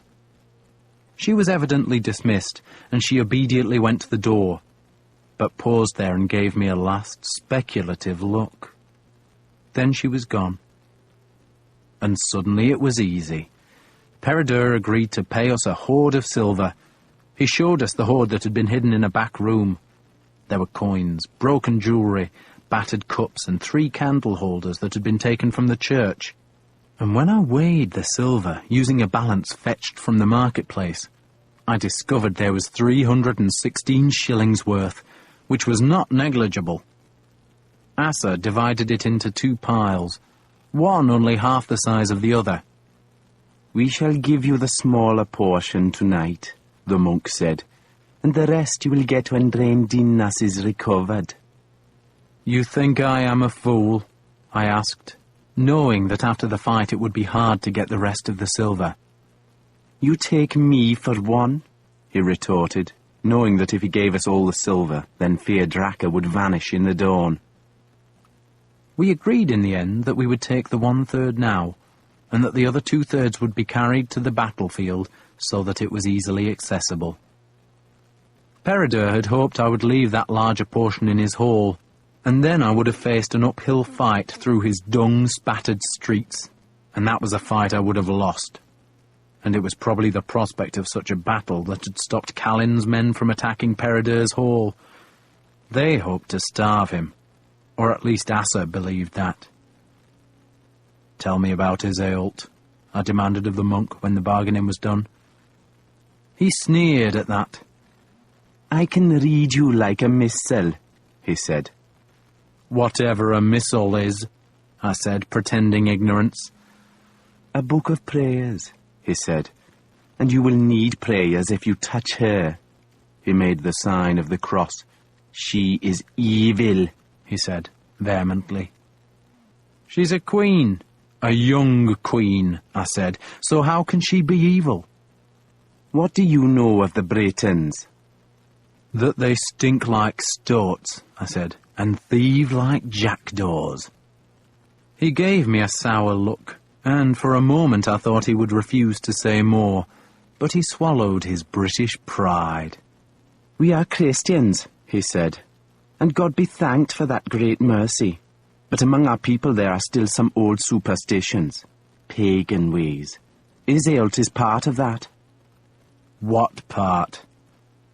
He did not like talking about it, but he had raised the subject of Iseult's evil, and so he reluctantly explained.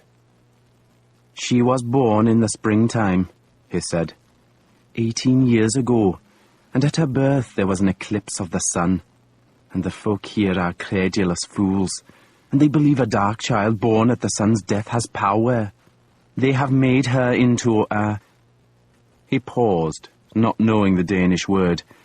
"A gwerach," he said, a word that meant nothing to me. "Dewinnes," he said irritably, and when I still showed incomprehension, he at last found a word. "A sorceress." "A witch?" "And Peredur married her, made her his shadow queen. That is what kings did with such girls. They take them into their household so they may use their power." "What power?" "The skills the devil gives to shadow queens, of course," he said irritably.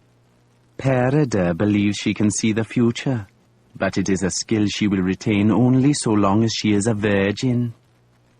I laughed at that. "If you disapprove of her, monk, then I would be doing you a favour if I raped her." He ignored that, or at least he made no reply other than to give me a harsh scowl. "Can she see the future?" I asked. "She saw you victorious," he said, "and told the king he could trust you. So you tell me." "Then assuredly she can see the future," I said. Brother Asa sneered at that answer. "They should have strangled her with her own birth cord," he snarled. "She is a pagan bitch, a devil's thing, evil." There was a feast that night. A feast to celebrate our pact, and I hoped Iseult would be there, but she was not. Peredur's older wife was present, but she was a sullen, grubby creature with 2 weeping boils on her neck, and she hardly spoke. Yet it was a surprisingly good feast.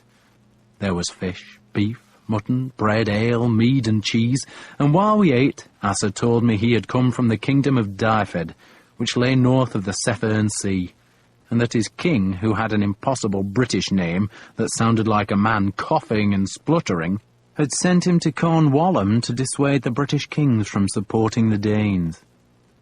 I was surprised by that. So surprised that I looked away from the girls serving the food. A harpist played at the hall's end, and 2 of the girls swayed in time to the music as they walked. "You don't like Danes?" I said. "You are pagans," Asa said scornfully. So, how come you speak the pagan tongue? I asked. Because my abbot would have us send missionaries to the Danes. You should go, I said. It would be a quick route to heaven for you. He ignored that. I learned Danish among many other tongues, he said loftily, and I speak the language of the Saxons too. And you, I think, were not born in Denmark. How do you know? Your voice, he said. You are from Northumbria? I am from the sea, I said. He shrugged. In Northumbria, he said severely, the Danes have corrupted the Saxons so that they think of themselves as Danes. He was wrong, but I was scarcely in a position to correct him. Worse, he went on, they have extinguished the light of Christ. Is the light of Thor too bright for you? The West Saxons are Christians, he said, and it is our duty to support them, not because of a love for them, but because of our fellow love for Christ. You have met Alfred of Wessex? I asked sourly. I look forward to meeting him, he said fervently, for I hear he is a good Christian. I hear the same. And Christ rewards him, Asa went on. Rewards him? Christ sent the storm that destroyed the Danish fleet, Asa said, and Christ's angels destroyed Abba. That is proof of God's power. If we fight against Alfred, then we range ourselves against Christ. So we must not do it. That is my message to the kings of Cornwall. I was impressed that a British monk at the end of the land of Britain knew so much of what happened in Wessex, and I reckoned Alfred would have been pleased to hear Asa's nonsense. Though of course Alfred had sent many messengers to the British. His messengers had all been priests or monks, and they had preached the gospel of their God slaughtering the Danes, and Asa had evidently taken up their message enthusiastically. So why are you fighting Callan? I asked. He would join the Danes, Asa said. And we're going to win, I said. So Callan is sensible. Asa shook his head. God will prevail.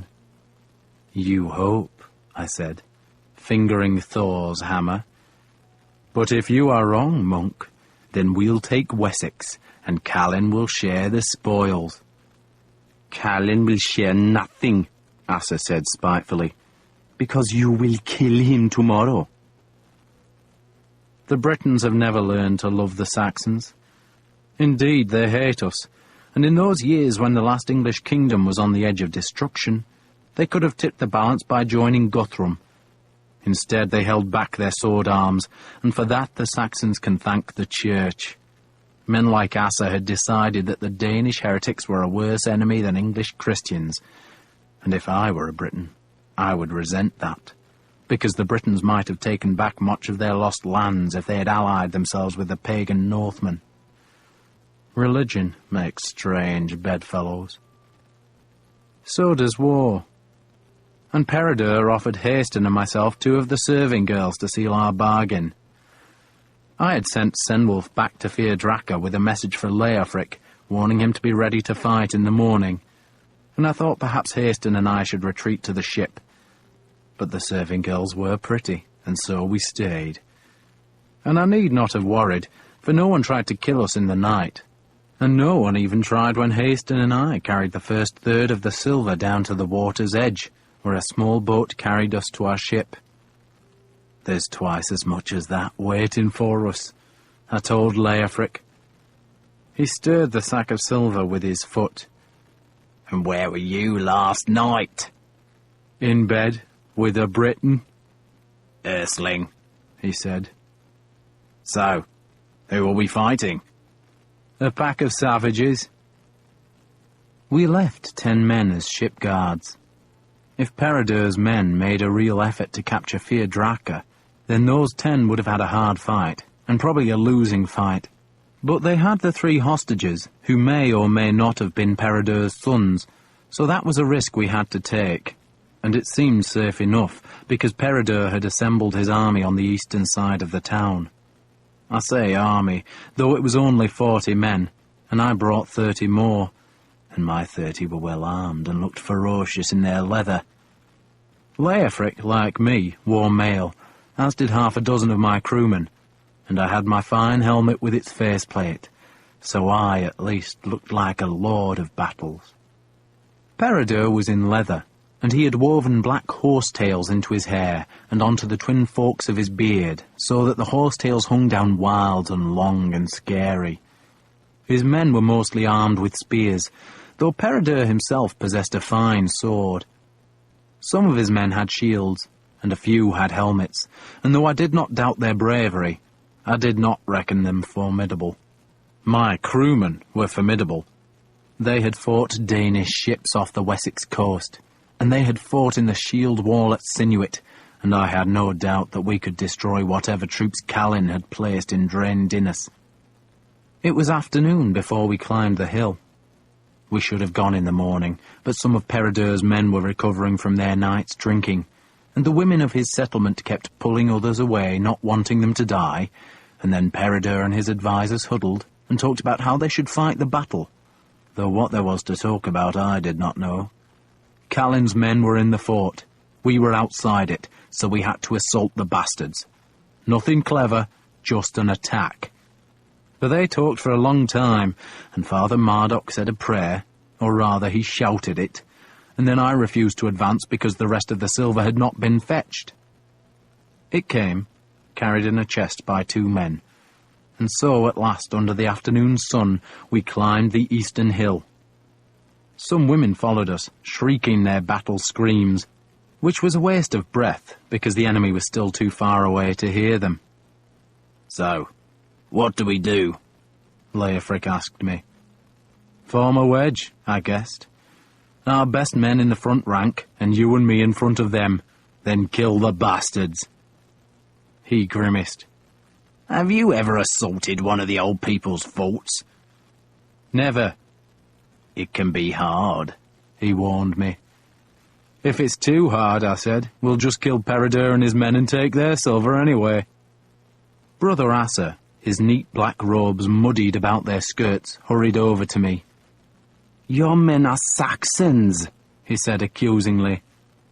"I hate monks," I snarled at him. "I hate them more than I hate priests. I like killing them. I like slitting their bellies. I like watching the bastards die. Now, run off and die before I cut your throat." He ran off to Peredur with his news that we were Saxons. The king stared at us morosely. He had thought he had recruited a crew of Danish Vikings, and now he discovered we were West Saxons and he was not happy. So I drew serpent breath and banged her blade against my lionwood shield. "You want to fight this battle or not?" I asked him through Asa. Peredur decided he wanted to fight, or rather, he wanted us to fight the battle for him, and so we slogged on up the hill, which had a couple of false crests, so it was well into the afternoon before we emerged onto the long, shallow summit and could see Drain Dinas's green turf walls on the skyline. A banner flew there. It was a triangle of cloth, supported on its pole by a small cross staff, and the banner showed a white horse prancing on a green field. I stopped then. Peredur's banner was a wolf's tail hung from a pole. I carried none, though. Like most Saxons, mine would have been a rectangular flag. I only knew one people who flew triangular banners, and I turned on Brother Asa as he sweated up the hill. "They're Danes," I accused him. "So?" he demanded. "I thought you were a Dane, and all the world knows the Danes will fight anyone for silver, even other Danes. But are you frightened of them, Saxon?" "Your mother didn't give birth to you," I told him, "but farted you out of her shriveled arsehole." "You've taken Peredur's silver," Asa said, "so you must fight." "Say one more word, monk," I said, "and I'll cut off your scrawny balls." I was gazing uphill, trying to estimate numbers. Everything had changed since I had seen the White Horse banner, because instead of fighting against half-armed British savages, we would have to take on a crew of lethal Danes. But if I was surprised by that, then the Danes were equally surprised to see us. They were crowding Drain Dinas' wall, which was made of earth fronted with a ditch and topped with a thorn fence. It would be a hard wall to attack, I thought, especially if it was defended by Danes.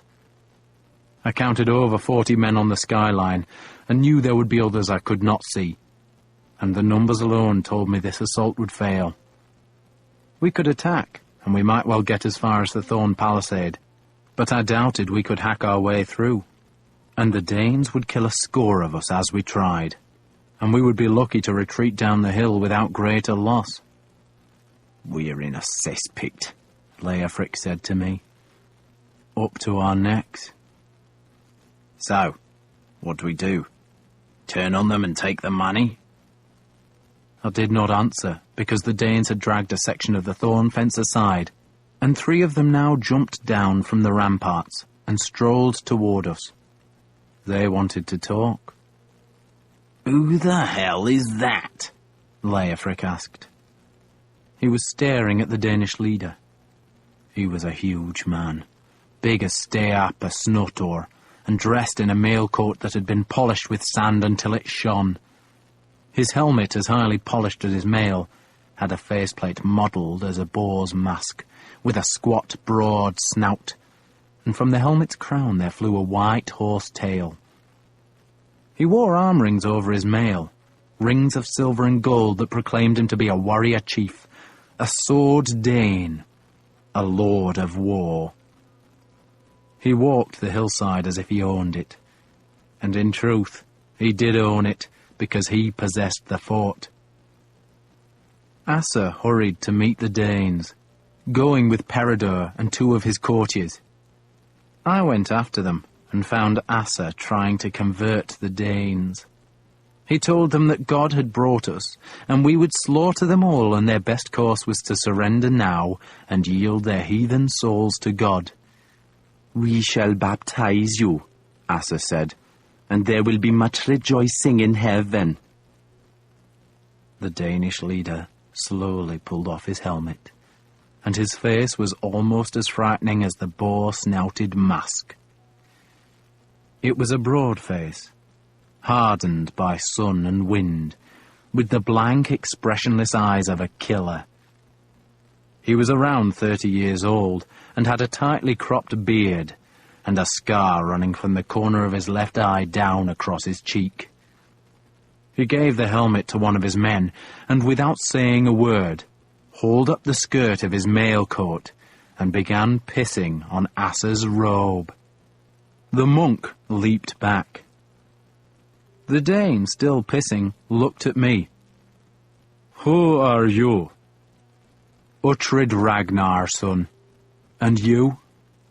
"Svein of the White Horse." He said it defiantly, as though I would know his reputation, and for a heartbeat I said nothing. Was this the same Svein who was said to be gathering troops in Wales? Then what was he doing here? "You're Svein of Ireland?" I asked. "Svein of Denmark," he said. He let the mail coat drop and glared at Asa, who was threatening the Danes with heaven's vengeance. "If you want to live," he told Asa, "shut your filthy mouth." Asa shut his mouth. "Ragnarson." Svein looked back to me. "Earl Ragnar? Ragnar Ravnsson? The Ragnar who served Ivar?" "The same," I said. "Then you are the Saxon son." "I am. And you?" I asked. "You're the Svein who has brought men from Ireland?"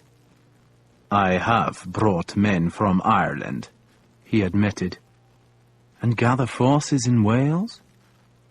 "I do what I do," he said vaguely. He looked at my men, judging how well they would fight. Then he looked me up and down, noting my mail and helmet, and noting especially my arm rings, and when the inspection was done, he jerked his head to indicate that he and I should walk away a few paces and talk privately. Asa objected, saying anything that was spoken should be heard by all, but I ignored him and followed Svein uphill. "You can't take this fort," Svein told me. "True. So, what do you do?" "Go back to Peredur's settlement, of course." He nodded. "And if I attack the settlement?" "You'll take it," I said. "But you'll lose men. Maybe a dozen." "Which will mean a dozen fewer oarsmen," he said, thinking.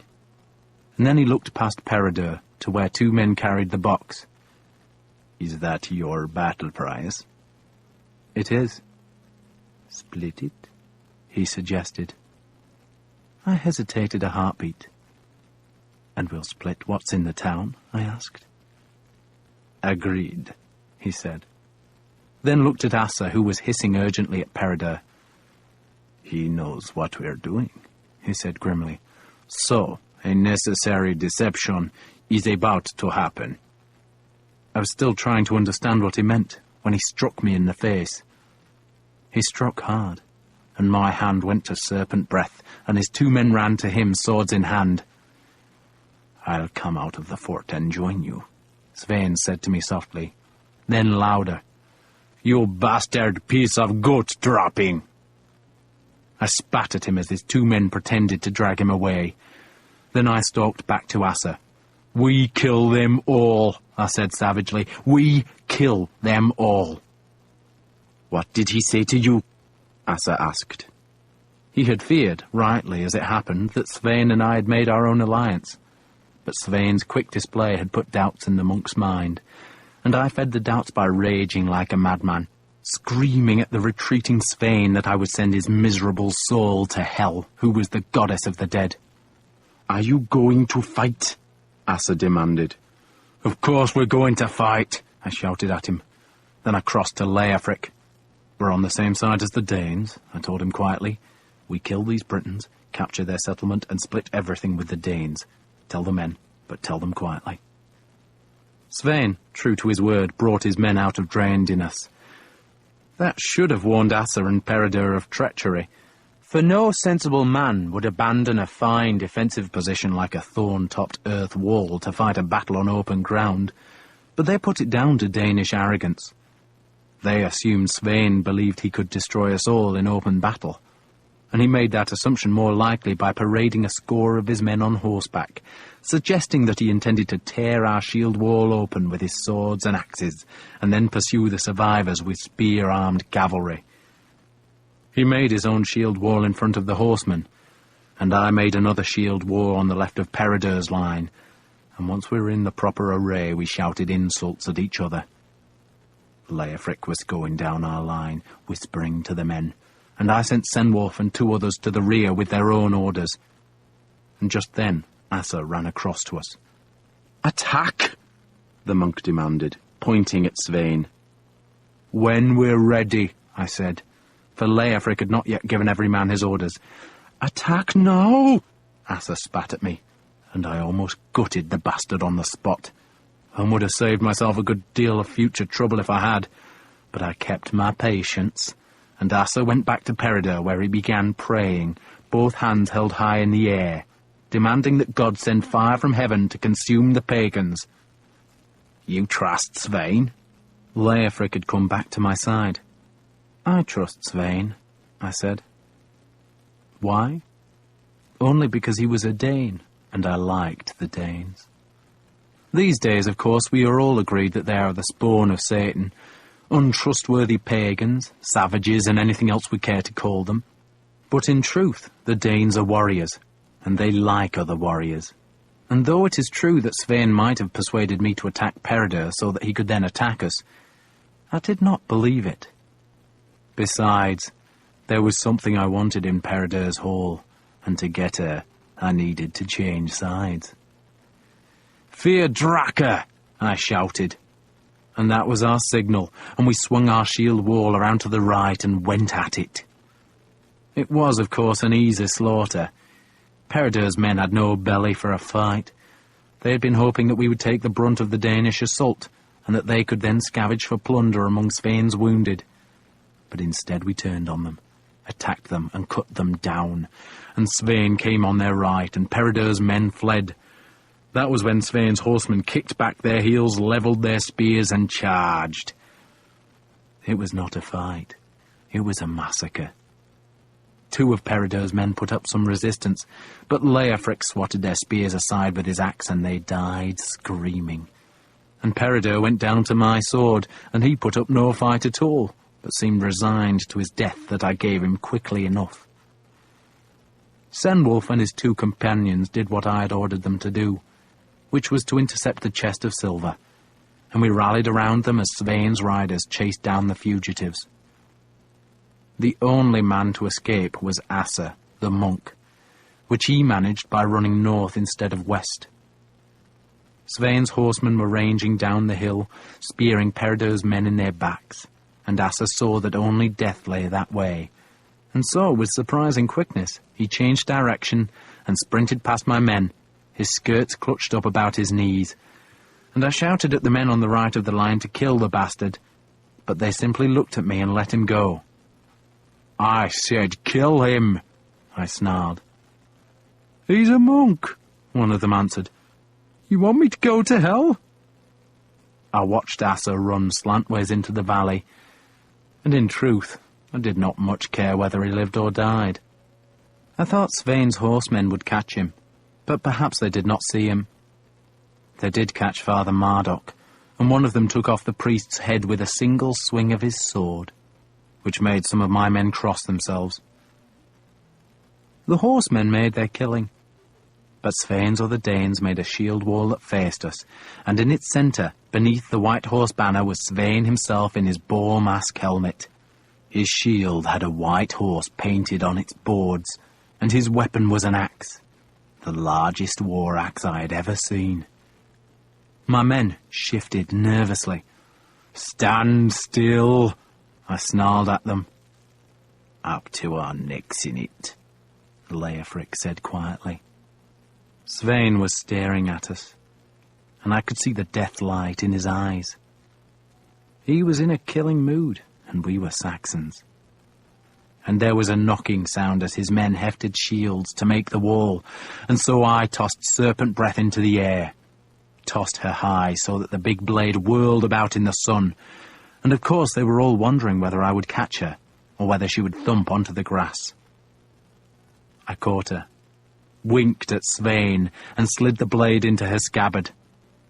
He laughed, and the killing mood passed as he realized he could not afford the casualties he would inevitably take in fighting us. "Did you really think I was going to attack you?" he called across the springy turf. "I was hoping you would attack me," I called back, "so I wouldn't have to split the plunder with you." He dropped the axe and walked toward us, and I walked toward him and we embraced. Men on both sides lowered weapons. "Shall we take the bastard's miserable village?" Svein asked. So we all went back down the hill, past the bodies of Peredur's men, and there was no one defending the thorn wall about the settlement, so it was an easy matter to get inside. And a few men tried to protect their homes, but very few. Most of the folk fled to the beach, but there were not enough boats to take them away, and so Svein's Danes rounded them up and began sorting them into the useful and the dead. The useful were the young women, and those who could be sold as slaves. The dead were the rest. I took no part in that. Instead, with all of my men, I went straight to Peredur's hall. Some Danes, reckoning that that was where the silver would be, were also climbing the hill, but I reached the hall first, pushed open the door, and saw Iseult waiting there. I swear she was expecting me, for her face showed no fear and no surprise. She was sitting in the king's throne, but stood as if welcoming me as I walked up the hall. Then she took the silver from her neck and her wrists and her ankles and held it mutely out as an offering. And I took it all and tossed it to Leofric. "We divide it with Svein," I said. "And her?" He sounded amused. "Do we share her too?" For answer, I took the cloak from about Iseult's neck. Beneath it, she wore a black dress.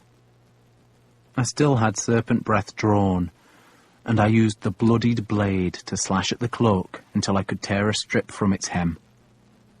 Iseult watched me, her face showing nothing.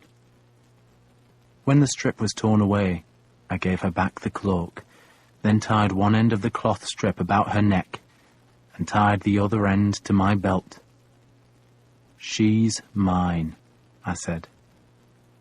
More Danes were coming into the hall, and some stared wolfishly at Iseult. And then Svein arrived and snarled at his men to start digging up the hall floor to search for hidden coins or silver.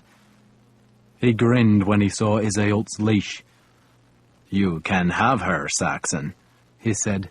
"She's pretty, but I like them with more meat on the bone."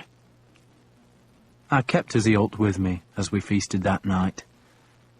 There was a good deal of ale and mead in the settlement, and so I ordered my men not to fight with the Danes, and Svein told his men not to fight with us, and on the whole we were obeyed, though inevitably some men quarrelled over the captured women, and one of the boys I had brought from my estate got a knife in his belly and died in the morning.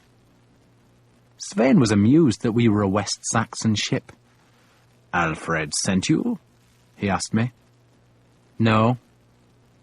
"He doesn't want to fight, does he?" "He'll fight," I said, "except he thinks his god will do the fighting for him." "Then he's an idiot," Svein said. "The gods don't do our bidding. I wish they did." He sucked on a pork bone. "So, what are you doing here?" he asked. "Looking for money," I said. "The same as you." "I'm looking for allies," he said. Allies? He was drunk enough to speak more freely than he had when we first met, and I realized this was indeed the Svein who was said to be gathering men in Wales. He admitted as much, but added that he did not have enough warriors. "Guthrum can lead 2,000 men to battle, maybe more. I have to match that." So, he was a rival to Guthrum. I tucked that knowledge away. "You think the Cornishmen will fight with you?" "They promised they would," he said, spitting out a shred of gristle. "That's why I came here. But the bastards lied. Callan isn't a proper king. He's a village chief. I'm wasting my time here." "Could the two of us beat Callan?" I asked. Svein thought about it, then nodded. "We could." He frowned, suddenly, staring into the hall's shadows, and I saw he was looking at one of his men who had a girl on his lap. He evidently liked the girl, for he slapped the table, pointed to her, beckoned, and the man reluctantly brought her. Svein sat her down, pulled her tunic open so he could see her breasts, then gave her his pot of ale. "I'll think about it," he told me. "Or are you thinking of attacking me?" I asked. He grinned. "You are Uhtred Ragnarson," he said, "and I heard about the fight on the river where you killed Ubba." I evidently had more of a reputation among my enemies than I did among my so-called friends. Svein insisted I tell the tale of Ubba's death, which I did, and I told him the truth, which was that Ubba had slipped and fallen, and that had let me take his life. "But men say you fought well," Svein said. Iseult listened to all this. She did not speak our language, but her big eyes seemed to follow every word. When the feast was over, I took her to the small rooms at the back of the hall, and she used my makeshift leash to pull me into her wood-walled chamber. I made a bed from our cloaks. "When this is done," I told her in words she could not understand, "you'll have lost your power." She touched a finger to my lips to silence me, and she was a queen, so I obeyed her. In the morning, we finished ravaging the town. Iseult showed me which houses might have something of value, and generally she was right, though the search meant demolishing the houses, for folk hide their small treasures in their thatch. So we scattered rats and mice as we hauled down the mouldy straw and sifted through it, and afterward we dug under every hearth, or wherever else a man might bury silver, and we collected every scrap of metal, every cooking pot or fish hook, and the search took all day. That night we divided the hoard on the beach. Svein had evidently thought about Callan, and, being sober by the time he did his thinking, he had decided that the king was too strong. "We can easily beat him," he said, "but we'll lose men." A ship's crew can only endure so many losses. We had lost none in the fight against Peredur, but Callan was a stronger king, and he was bound to be suspicious of Svein, which meant that he would have his household troops ready and armed. "And he's got little enough to take," Svein said scornfully. "He's paying you?" "He's paying me," Svein said, "just as Peredur paid you." "I split that with you," I said. "Not the money he paid you before the fight," Svein said with a grin. "You didn't split that." "What money?" I asked. "So, we're even," he said.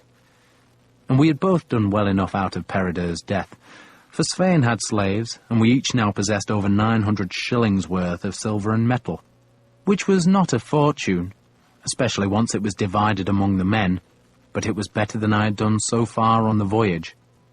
I also had Iseult. She was no longer leashed to me, but she stayed beside me, and I sensed that she was happy about that. She had taken a vicious pleasure in seeing her home destroyed, and I decided she must have hated Peredur. He had feared her and she had hated him, and if it was true that she had been able to see the future, then she had seen me and given her husband bad advice to make that future come true. "So, where do you go now?" Svein asked. We were walking along the beach, past the huddled slaves who watched us with dark, resentful eyes. "I have a mind," I said, "to go into the Severn Sea." "There's nothing left there," he said scornfully. "Nothing?" "It's been scoured," he said, meaning that Danish and Norse ships had bled the coasts dry of any treasure. "All you'll find in the Severn Sea," he went on, "are our ships bringing men from Ireland." "To attack Wessex?" "No," he grinned at me. "I've a mind to start trading with the Welsh kingdoms." "And I have a mind," I said, "to take my ship to the moon and build a feasting hall there." He laughed. "But speaking of Wessex," he said, "I hear they're building a church where you killed Ubba." "I hear the same." "A church with an altar of gold." "I've heard that too," I allowed. I hid my surprise that he knew of Odda the Younger's plans, but I should not have been surprised. A rumour of gold would spread like couch grass. "I've heard it," I said again, "but I don't believe it." "Churches have money," he said thoughtfully, then frowned. "But that's a strange place to build a church." "Strange? Why?" "So close to the sea. An easy place to attack." "Or perhaps they want you to attack," I said, "and have men ready to defend it." "A lure, you mean?" He thought about that. "And hasn't Guthrum given orders that the West Saxons aren't to be provoked?" I said. "Guthrum can order what he wants," Svein said harshly, "but I am Svein of the White Horse, and I don't take orders from Guthrum." He walked on, frowning, as he threaded the fishing nets that men now dead had hung to dry. "Men say Alfred is not a fool." "Nor is he." "If he has put valuables beside the sea," he said, He will not leave them unguarded." He was a warrior, but like the best warriors, he was no madman. When folk speak of the Danes these days, they have an idea that they were all savage pagans, unthinking in their terrible violence, but most were like Svein and feared losing men. That was always the great Danish fear and the Danish weakness. Svein's ship was called the White Horse and had a crew of 53 men. And if a dozen of those men were to be killed or gravely wounded, then the White Horse would be fatally weakened. Once in a fight, of course, he was like all Danes, terrifying, but there was always a good deal of thinking before there was any fighting. He scratched at a louse, then gestured toward the slaves his men had taken. "Besides, I have these." He meant he would not go to Sinuit. The slaves, once they were sold, would bring him silver, and he must have reckoned Sinuit was not worth the casualties. Svein needed my help next morning. His own ship was in Callin's harbour, and he asked me to take him and a score of his men to fetch it. We left the rest of his crew at Peredur's settlement. They guarded the slaves he would take away, and they also burned the place as we carried Svein east up the coast to Callin's settlement. We waited a day there as Svein settled his accounts with Callin, and we used the time to sell fleeces and tin to Callin's traders, and though we received a poor enough price, it was better to travel with silver than with bulky cargo. The Fierdraka was glittering with silver now, and the crewmen, knowing they would receive their proper share, were happy. Hayston wanted to go with Svein, but I refused his request. "I saved your life," I told him, "and you have to serve me longer to pay for that." He accepted that, and was pleased when I gave him a second armouring as a reward for the men he had killed at Drendinas. Svein's White Horse was smaller than Fierdraka. Her prow had a carved horse's head, and her stern a wolf's head, while at her masthead was a wind vane decorated with a white horse. I asked Svein about the horse, and he laughed. "When I was 16, he said, I wagered my father's stallion against our king's white horse. I had to beat the king's champion at wrestling and swordplay. My father beat me for making the wager, but I won. So, the white horse is lucky. I ride only white horses." And so his ship was the White Horse, and I followed her back up the coast to where a thick plume of smoke marked where Peredur had ruled. "Are we staying with him?"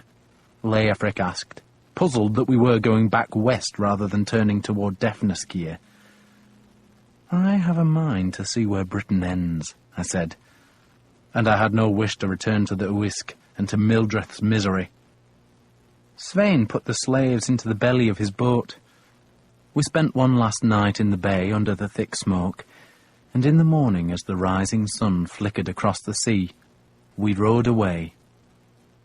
As we passed the western headland, going into the wide ocean, I saw a man watching us from the cliff's top, and I saw he was robed in black, and, though he was a long way off, I thought I recognized Asser.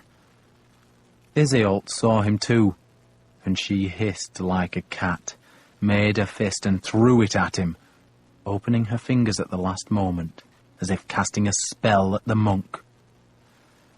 Then I forgot him, because Fierdraka was back in the open sea, and we were going to the place where the world ended, and I had a Shadow Queen for company. Chapter 4. I love the sea. I grew up beside it, though in my memories the seas off Bebbanburg are grey, usually sullen and rarely sunlit.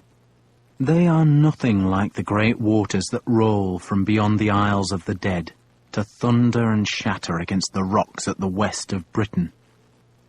The sea heaves there, as if the ocean gods flexed their muscles, and the white birds cry endlessly, and the wind rattles the spray against the cliffs.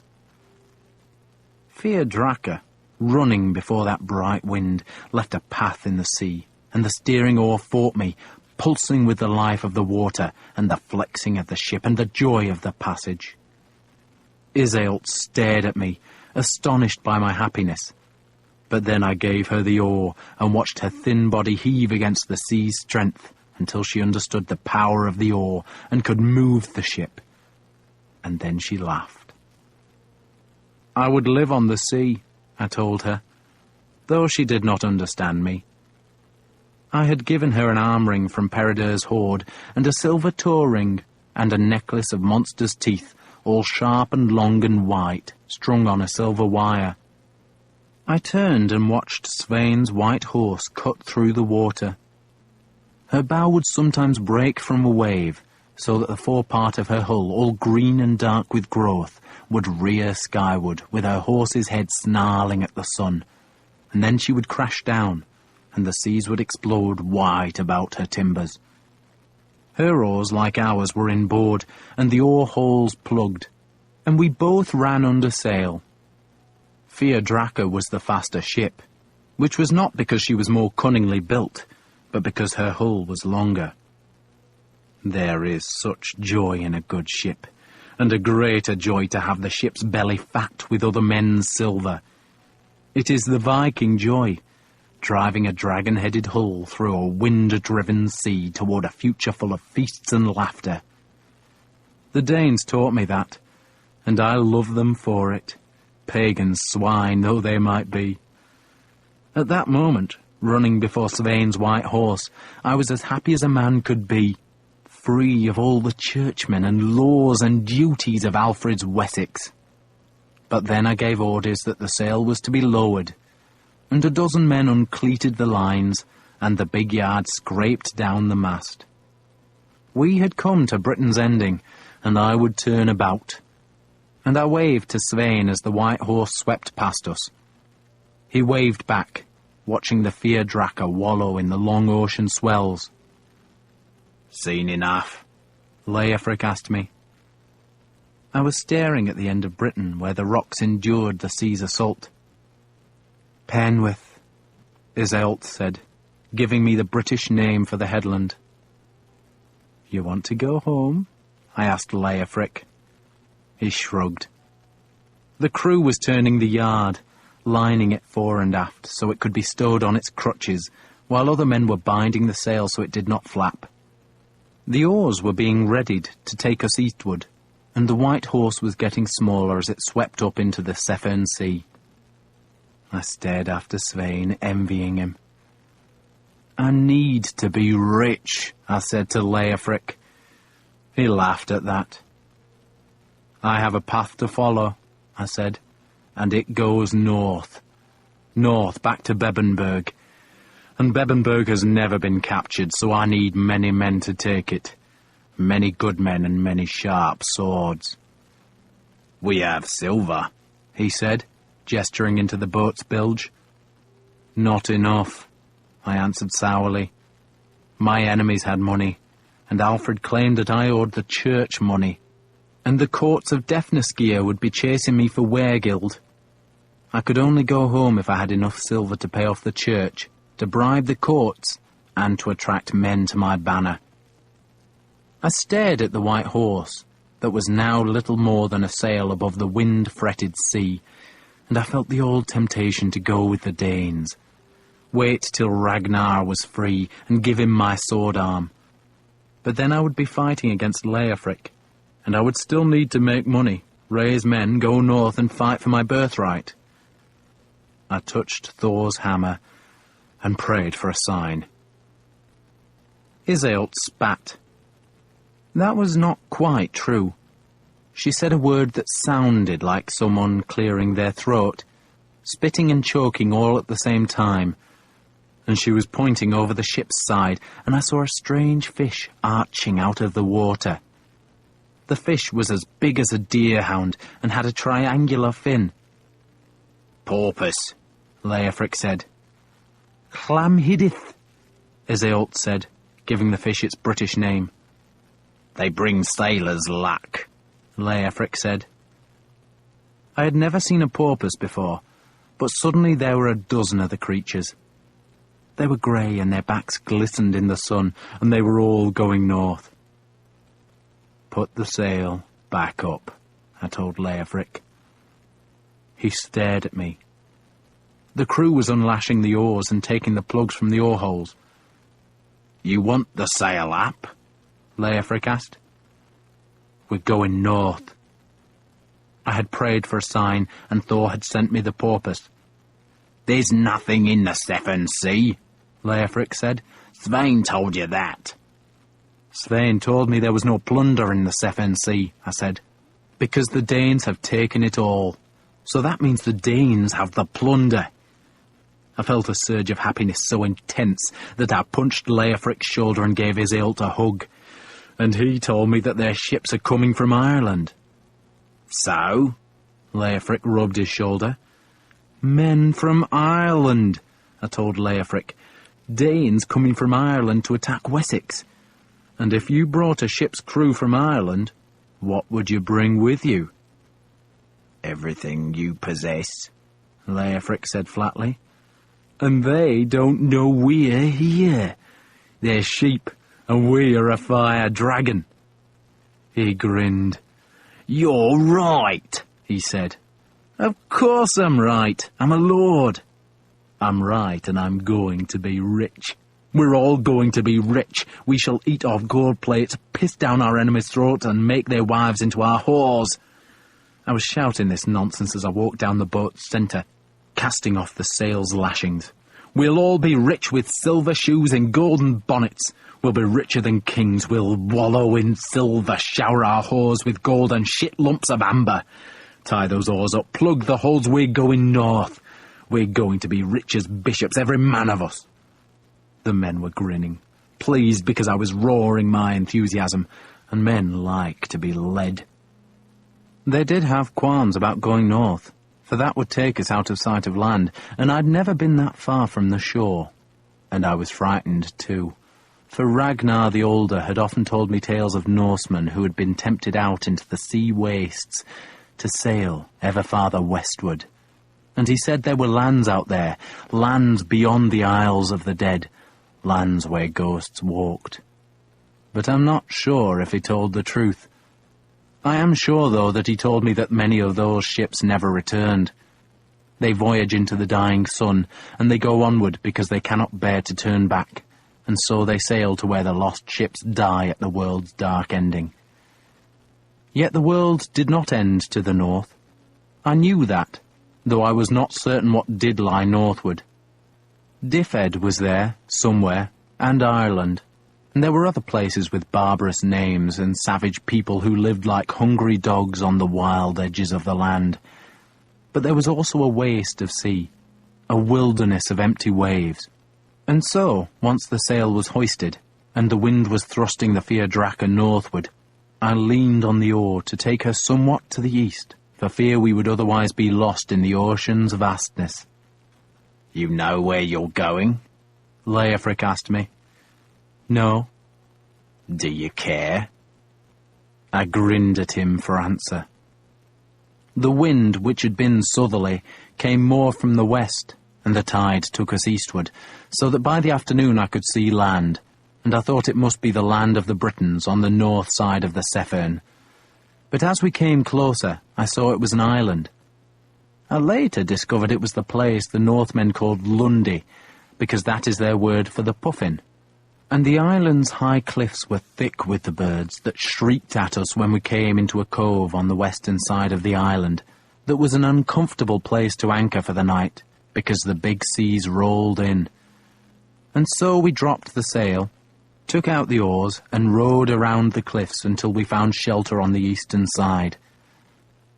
I went ashore with his hilt, and we dug some puffin burrows to find eggs, though all were hatched, so we contented ourselves with killing a pair of goats for the evening meal. There was no one living on the island, though there had been because there were the remains of a small church and a field of graves. The Danes had burned everything, pulled down the church, and dug up the graves in search of gold. We climbed to a high place, and I searched the evening sea for ships, but saw none. Though I wondered if I could see land to the south, it was hard to be sure, for the southern horizon was thick with dark cloud. But a darker strip within the cloud could have been hills, and I assumed I was looking at Cornwall, or the western part of Wessex. Iseult sang to herself. I watched her. She was gutting one of the dead goats, doing it clumsily, for she was not accustomed to such work. She was thin, so thin that she looked like the elf sin, the elf kind, but she was happy. In time I would learn just how much she had hated Peredur. He had valued her and made her a queen, but he had also kept her a prisoner in his hall, so that he alone could profit from her powers. Folk would pay Peredur to hear Iseult's prophecies, and one of the reasons Calin had fought his neighbour was to take Iseult for himself. Shadow queens were valued among the Britons, for they were part of the old mysteries, the powers that had brooded over the land before the monks arrived, and Iseult was one of the last shadow queens. She had been born in the sun's darkness, but now she was free, and I was to find she had a soul as wild as a falcon. Mildred, poor Mildred, wanted order and routine. She wanted the hall swept, the clothes clean, the cows milked, the sun to rise, the sun to set, and for nothing to change. But Iseult was different. She was strange, shadow-born and full of mystery. Nothing she said to me those first days made any sense, for we had no language in common. But on the island, as the sun set, and I took the knife to finish cutting the entrails from the goat, she plucked twigs and wove a small cage. She showed me the cage, broke it, and then with her long white fingers mimed a bird flying free. She pointed to herself, tossed the twig scraps away, and laughed. Next morning, still ashore, I saw boats. There were 2 of them, and they were sailing to the west of the island, going northward. They were small craft, probably traders from Cornwall, and they were running before the southwest wind toward the hidden shore, where I assumed Svein had taken the white horse. We followed the 2 small ships. By the time we had waded out to Fierdracha, raised her anchor and rowed her from the lee of the island, both boats were almost out of sight. But once our sail was hoisted, we began to overhaul them.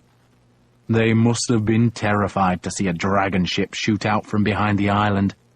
But I lowered the sail a little to slow us down, and so followed them for much of the day, until at last a blue-grey line showed at the sea's edge. Land. We hoisted the sail fully and seethed past the 2 small tubby boats, and so for the first time I came to the shore of Wales. The Britons had another name for it, but we simply called it Wales, which means foreigners.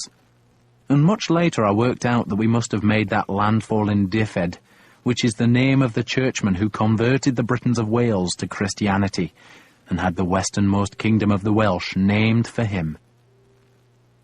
We found a deep inlet for shelter. Rocks guarded the entrance, but once inside we were safe from wind and sea. We turned the ship so that her bows faced the open sea, and the cove was so narrow that our stern scraped stone as we slewed Fierdracha about, and then we slept on board, men and their women sprawled under the rowers' benches. There were a dozen women aboard, all captured from Peredur's tribe, and one of them managed to escape that night, presumably sliding over the side and swimming to shore. It was not Iseult. She and I slept in the small black space beneath the steering platform, a hole screened by a cloak, and Leofric woke me there in the dawn, worried that the missing woman would raise the country against us. I shrugged. We won't be here long. But we stayed in the cove all day. I wanted to ambush ships coming around the coast, and we saw 2, but they travelled together and I could not attack more than 1 ship at a time. Both ships were under sail, riding the southwest wind, and both were Danish, or perhaps Norse, and both were laden with warriors.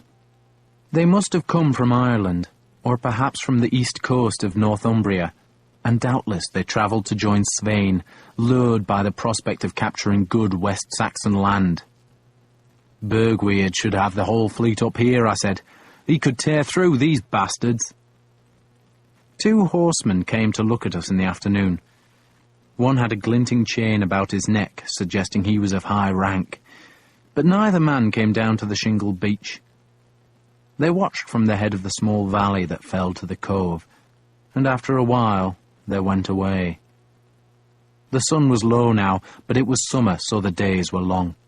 "If they bring men," Leofric said as the 2 horsemen rode away. But he did not finish the thought. I looked up at the high bluffs either side of the cove. Men could rain rocks down from those heights, and the Fiadraca would be crushed like an egg. "We could put sentries up there," I suggested. But just then Eadric, who led the men who occupied the forward starboard benches, shouted that there was a ship in sight. I ran forward, and there she was. The perfect prey. She was a large ship, not so big as Fiadraca, but large all the same, and she was riding low in the water, for she was so heavily laden. Indeed, she carried so many people that her crew had not dared raise the sail, for though the wind was not heavy, it would have bent her leeward side dangerously close to the water. So she was being rowed, and now she was close inshore, evidently looking for a place where she could spend the night, and her crew had plainly been tempted by our cove, and only now realized that we already filled it. I could see a man in her bows pointing farther up the coast, and meanwhile my men were arming themselves, and I shouted at Haston to take the steering oar. He knew what to do, and I was confident he would do it well, even though it might mean the death of fellow Danes. We cut the lines that had tethered us to the shore, as Leofric brought me my mailcoat, helmet and shield. I dressed for battle as the oars were shipped, then pulled on my helmet so that suddenly the edges of my vision were darkened by its faceplate. "Go!" I shouted, and the oars bit, and the Fiadraca surged out. Some of the oar blades struck rock as we pulled, but none broke, and I was staring at the ship ahead, so close now, and her prow was a snarling wolf, and I could see men and women staring at us, not believing what they saw. They thought they saw a Danish ship, one of their own, yet we were armed and we were coming for them. A man shouted a warning, and they scrambled for their weapons, and Leofric yelled at our men to put their hearts into the oars, and the long shafts bent under the strain as Fiadraca leaped across the small waves, and I yelled at the men to leave the oars, to come to the bows, and Cenwulf and the 12 men he commanded were already there, as our big bows slammed through the enemy oars, snapping them. Haston had done well. I had told him to steer for the forward part of the ship, where her freeboard was low, and our bows rode up across her strakes, plunging her low in the water, and we staggered with the impact. But then I jumped down into the wolf-headed ship's belly. Cenwulf and his men were behind me, and there we began the killing. The enemy ship was so loaded with men that they probably outnumbered us, but they were bone-weary from a long day's rowing. They had not expected an attack, and we were hungry for wealth. We had done this before, and the crew was well trained, and they chopped their way down the boat, swords and axes swinging, and the sea was slopping over the side so that we waded through water as we clambered over the rowers' benches. The water about our feet grew red. Some of our victims jumped overboard and clung to shattered oars in an attempt to escape us. One man, big-bearded and wild-eyed, came at us with a great sword, and Eadric drove a spear into his chest, and Leofric struck the man's head with his axe. Struck again, and blood sprayed up to the sail that was furled fore and aft on its long yard. The man sank to his knees, and Eadric ground the spear deeper so that blood spilled down to the water. I half fell as a wave tilted the half-swamped ship. A man screamed and lunged a spear at me. I took it on my shield, knocked it aside, and rammed serpent breath at his face. He half fell, trying to escape the lunge, and I knocked him over the side with my shield's heavy boss. I sensed movement to my right, and swung serpent breath like a reaping scythe, and struck a woman in the head. She went down like a felled calf, a sword in her hand. I kicked the sword away and stamped on the woman's belly. A child screamed and I shoved her aside, lunged at a man in a leather jerkin, raised my shield to block his axe blow and then spitted him on serpent breath. The sword went deep into his belly, so deep that the blade stuck, and I had to stand on him to tug it free. Senwolf went past me, his snarling face covered in blood, sword swinging. The water was up to my knees, and then I staggered and almost fell as the whole ship lurched, and I realised we had drifted ashore and struck rocks. 2 horses were tethered in the ship's belly, and the beasts screamed at the smell of blood. One broke its tether and jumped overboard, swimming white-eyed toward the open sea. "Kill them! Kill them!" I heard myself shouting. It was the only way to take a ship, to empty her of fighting men. But she was now emptying herself as the survivors jumped onto the rocks and clambered away through the sucking backwash of blood-touched water.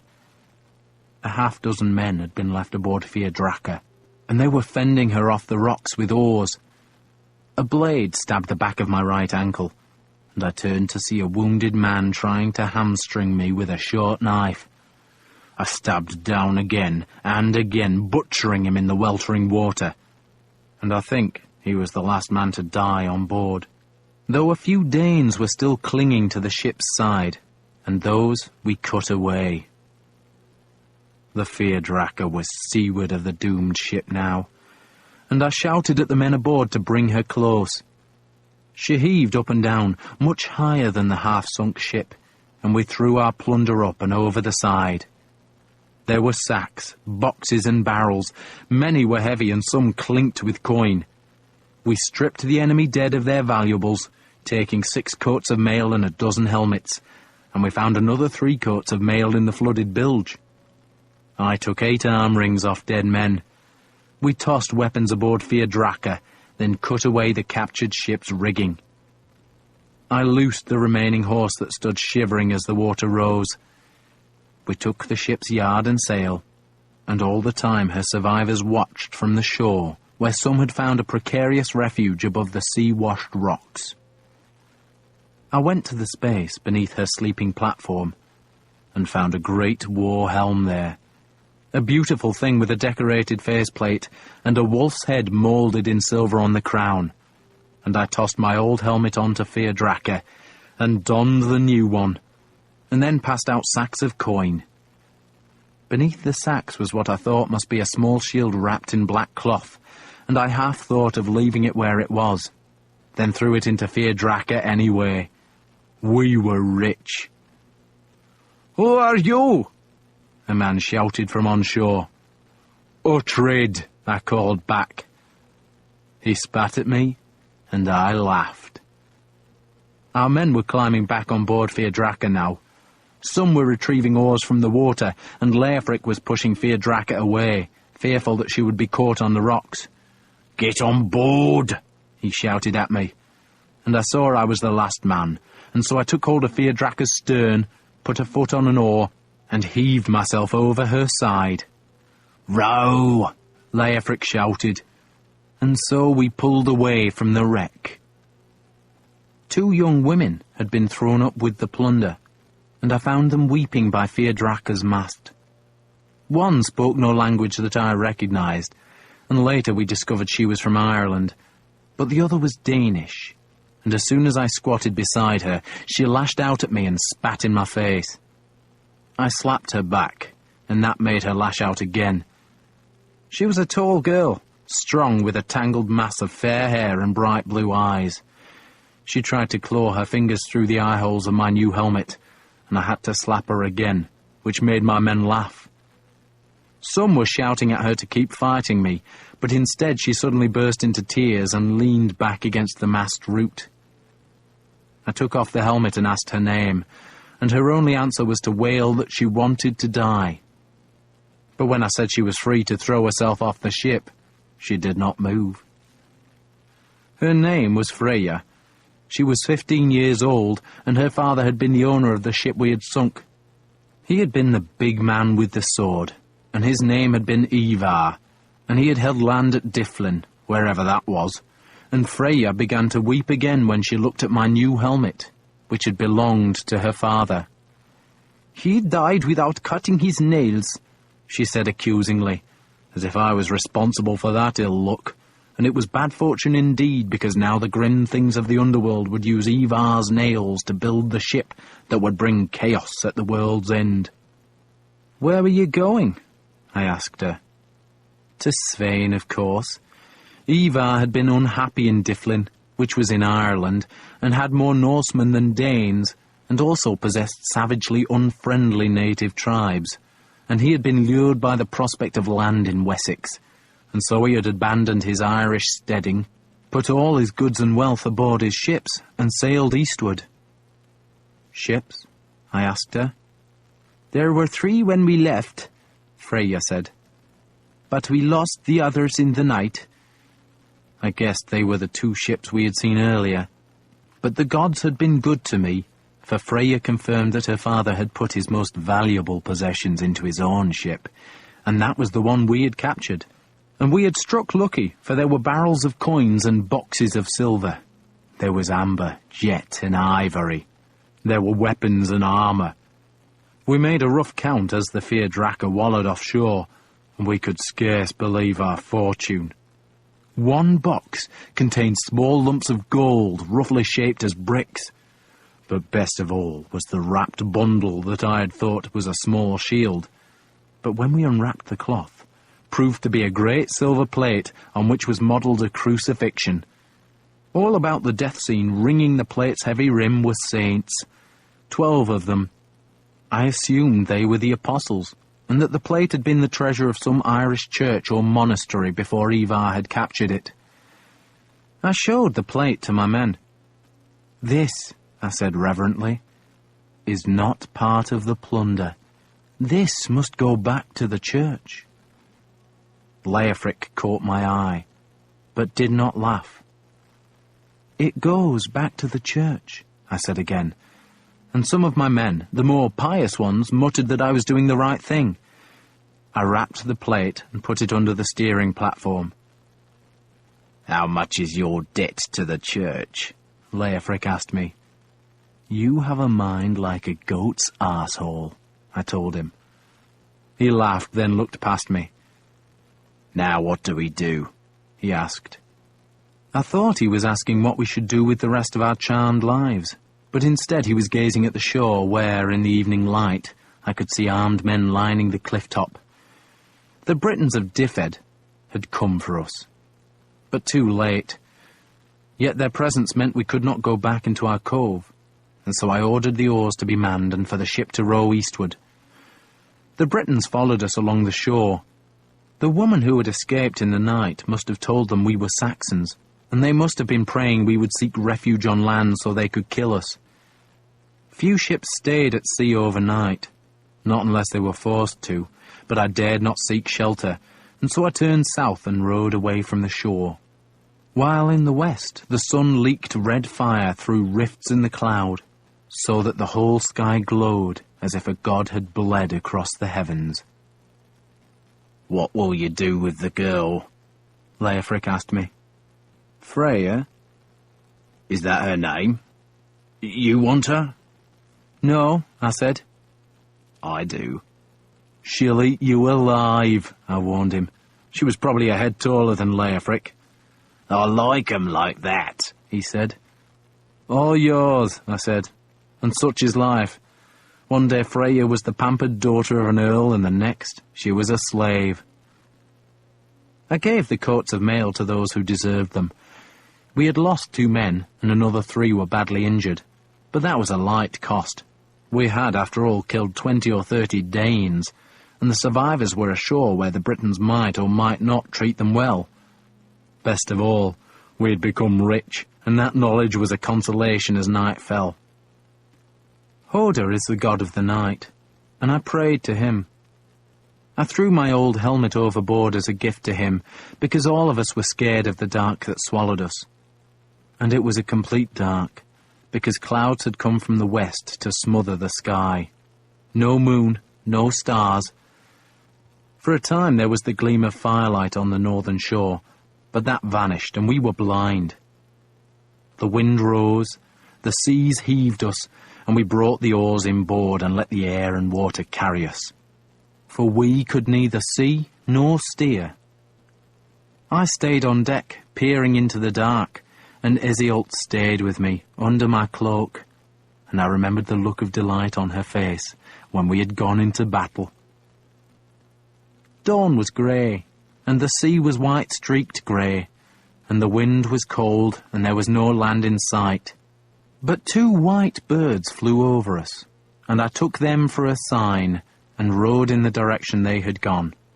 And late that day, in a bitter sea and cold rain, we saw land. And it was the Isle of Puffins again, where we found shelter in the cove and made fires ashore. "When the Danes know what we've done," Leofric said, "they'll look for us." I finished the sentence for him. "Lots of them will look for us." "Then it's time to go home," I said. The gods had been good to us, and next dawn in a calming sea, we rowed south to the land and followed the coast toward the west. We would go around the wild headlands where the porpoises swam, turn east, and so find home. Much later, I discovered what Svein had done after we parted company, and because what he did affected my life and made the enmity between me and Alfred worse. I shall tell it here. I suspect that the thought of a gold altar at Sinuit had gnawed into his heart, for he carried the dream back to Glywysing, where his men gathered. Glywysing was another kingdom of the Britons in the south of Wales, a place where there were good harbours, and where the king welcomed the Danes, for their presence prevented Guthrum's men from raiding across the Mercian border. Svein ordered a second ship and its crew to accompany him, and together they attacked Sinuit. They came in the dawn, hidden by a mist, and I can imagine their beast-headed ships appearing in the early greyness like monsters from nightmare. They went upriver, oars splashing, then grounded the boats, and the crews streamed ashore, men in mail and helmets, spear Danes, sword Danes, and they found the half-built church and monastery. Odda the Younger was making the place, but he knew it was too close to the sea, and so he had decided to make it a fortified building. The church's tower was to be of stone and high enough for men to keep a watch from its summit, and the priests and monks were to be surrounded by a palisade and a flooded ditch. But when Svein came ashore, none of the work was finished, and so was indefensible. And besides, there were scarce 40 troops there, and those all died or fled within minutes of the Danes' landing. The Danes then burned what work had been done, and cut down the high wooden cross that customarily marked a monastery and had been the first thing the builders had made. The builders were monks, many of them novices, and Svein herded them together and demanded they show him where the valuables were hidden, and promised them mercy if they told the truth, which they did. There was not much of value, certainly no altar of gold, but supplies and timber needed to be purchased, and so the monks had a chest of silver pennies, which was reward enough for the Danes, who then pulled down the half-constructed church tower, wrecked the unfinished palisade, and slaughtered some cattle. Then Svein asked the monks where Ubba was buried, and was met by sullen silence. And the swords were drawn again, and the question asked a second time, and the monks were forced to confess that the church was being built directly over the dead chieftain's grave. That grave had been an earth mound, but the monks had dug it up and thrown the body into the river. And when the Danes heard that story, the mercy fled from their souls. The monks were made to wade in the river until some bones were found, and those bones were placed on a funeral pyre made from the timbers of the half-constructed buildings. It was, by all accounts, a huge pyre, and when it was lit, and when the bones were at the heart of a furnace blaze, the monks were thrown onto the flames. While their bodies burned, the Danes selected 2 girls captured from the soldiers' shelters, raped them, and then strangled them, sending their souls to be company for Ubba in Valhalla. We heard all this from 2 children, who survived by hiding in a nettle patch, and some folk from the nearby town who were dragged to see the end of the funeral pyre. Svein of the White Horse did this, they were told, and made to repeat the words. It was a Danish custom to leave some witnesses to their horror, so that the tales would spread fear and make cowards of other folk who might be attacked. And sure enough, the story of the burned monks and murdered girls went through Wessex like a high wind through dry grass. It became exaggerated, as such tales do. The number of dead monks went from 16 to 60, the raped girls from 2 to 20, and the stolen silver from a chest of pennies to a hoard worthy of the gods. Alfred sent a message to Guthrum, demanding to know why he should not slaughter the hostages he held, and Guthrum sent him a present of gold, 2 captured gospel books, and a grovelling letter in which he claimed that the 2 ships had not been from his forces, but were pirates from beyond the sea. Alfred believed him, and so the hostages lived, and the peace prevailed. But Alfred commanded that a curse should be pronounced on Svein in every church of Wessex. The Danish chieftain was to be damned through all eternity. His men were to burn in the fires of hell, and his children and his children's children were all to bear the mark of Cain. I asked a priest what the mark was, and he explained that Cain was the son of Adam and Eve, and the first murderer, but he did not know what mark he had carried. He thought God would recognize it. So Svein's 2 ships sailed away, leaving a pillar of smoke on the Wessex shore, and I knew none of it. In time, I would know all of it. But for now, I was going home.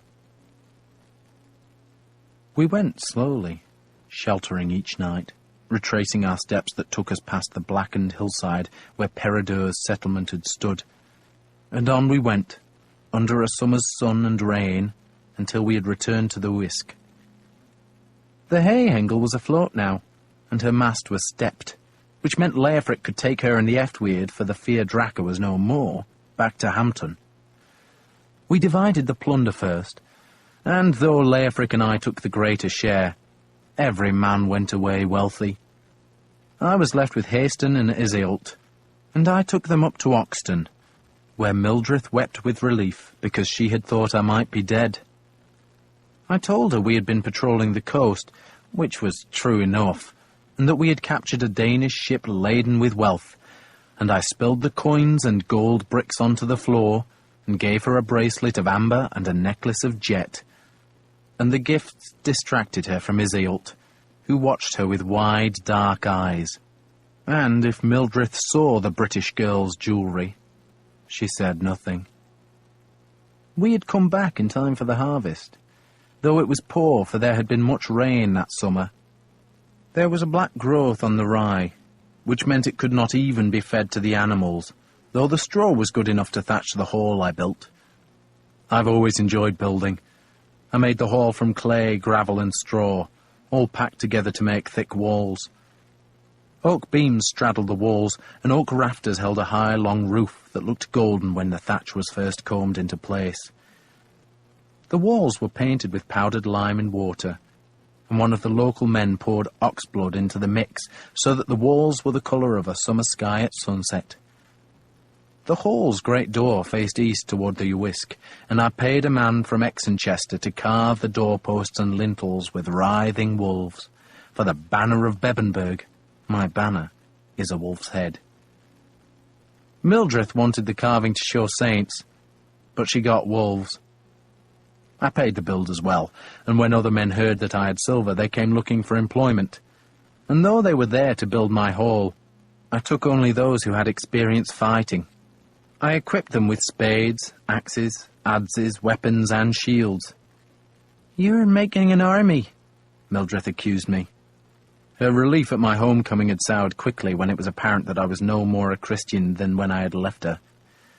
17 men? An army? We are at peace, she said. She believed that because the priests preached it, and the priests only said what they were told to say by the bishops, and the bishops took their orders from Alfred. A travelling priest sought shelter with us one night, and he insisted that the war with the Danes was over. "We still have Danes on the border," I said. "God has calmed their hearts," the priest insisted, and told me that God had killed the Lothbrok brothers, Ubba, Ivar, and Halfdan, and that the rest of the Danes were so shocked by the deaths that they no longer dared to fight against Christians. "It is true, Lord," the priest said earnestly. "I heard it preached in Chippenham, and the king was there, and he praised God for the truth of it. We are to beat our swords into hard points, and our spear blades into reaping hooks." I laughed at the thought of melting serpent breath into a tool to plough Oxton's fields. But then I did not believe the priest's nonsense. The Danes were biding their time, that was all. Yet it did seem peaceful as the summer slid imperceptibly into autumn. No enemies crossed the frontier of Wessex, and no ships harried our coasts. We threshed the corn, netted partridges, hunted deer on the hill, staked nets in the river, and practised with our weapons.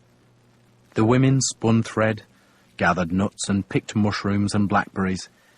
There were apples and pears, for this was the time of plenty, the time when the livestock was fattened before the winter slaughter.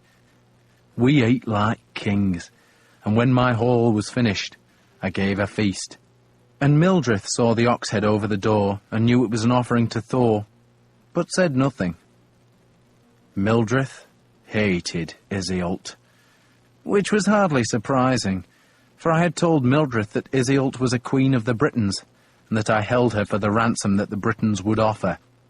I knew no such ransom would ever come, and the story went some way to explaining Iseult's presence, but Mildred resented that the British girl was given her own house.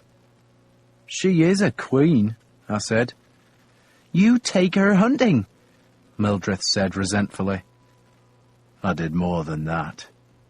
But Mildred chose to be blind to much of it. Mildred wanted little more than her church, her baby, and an unvarying routine.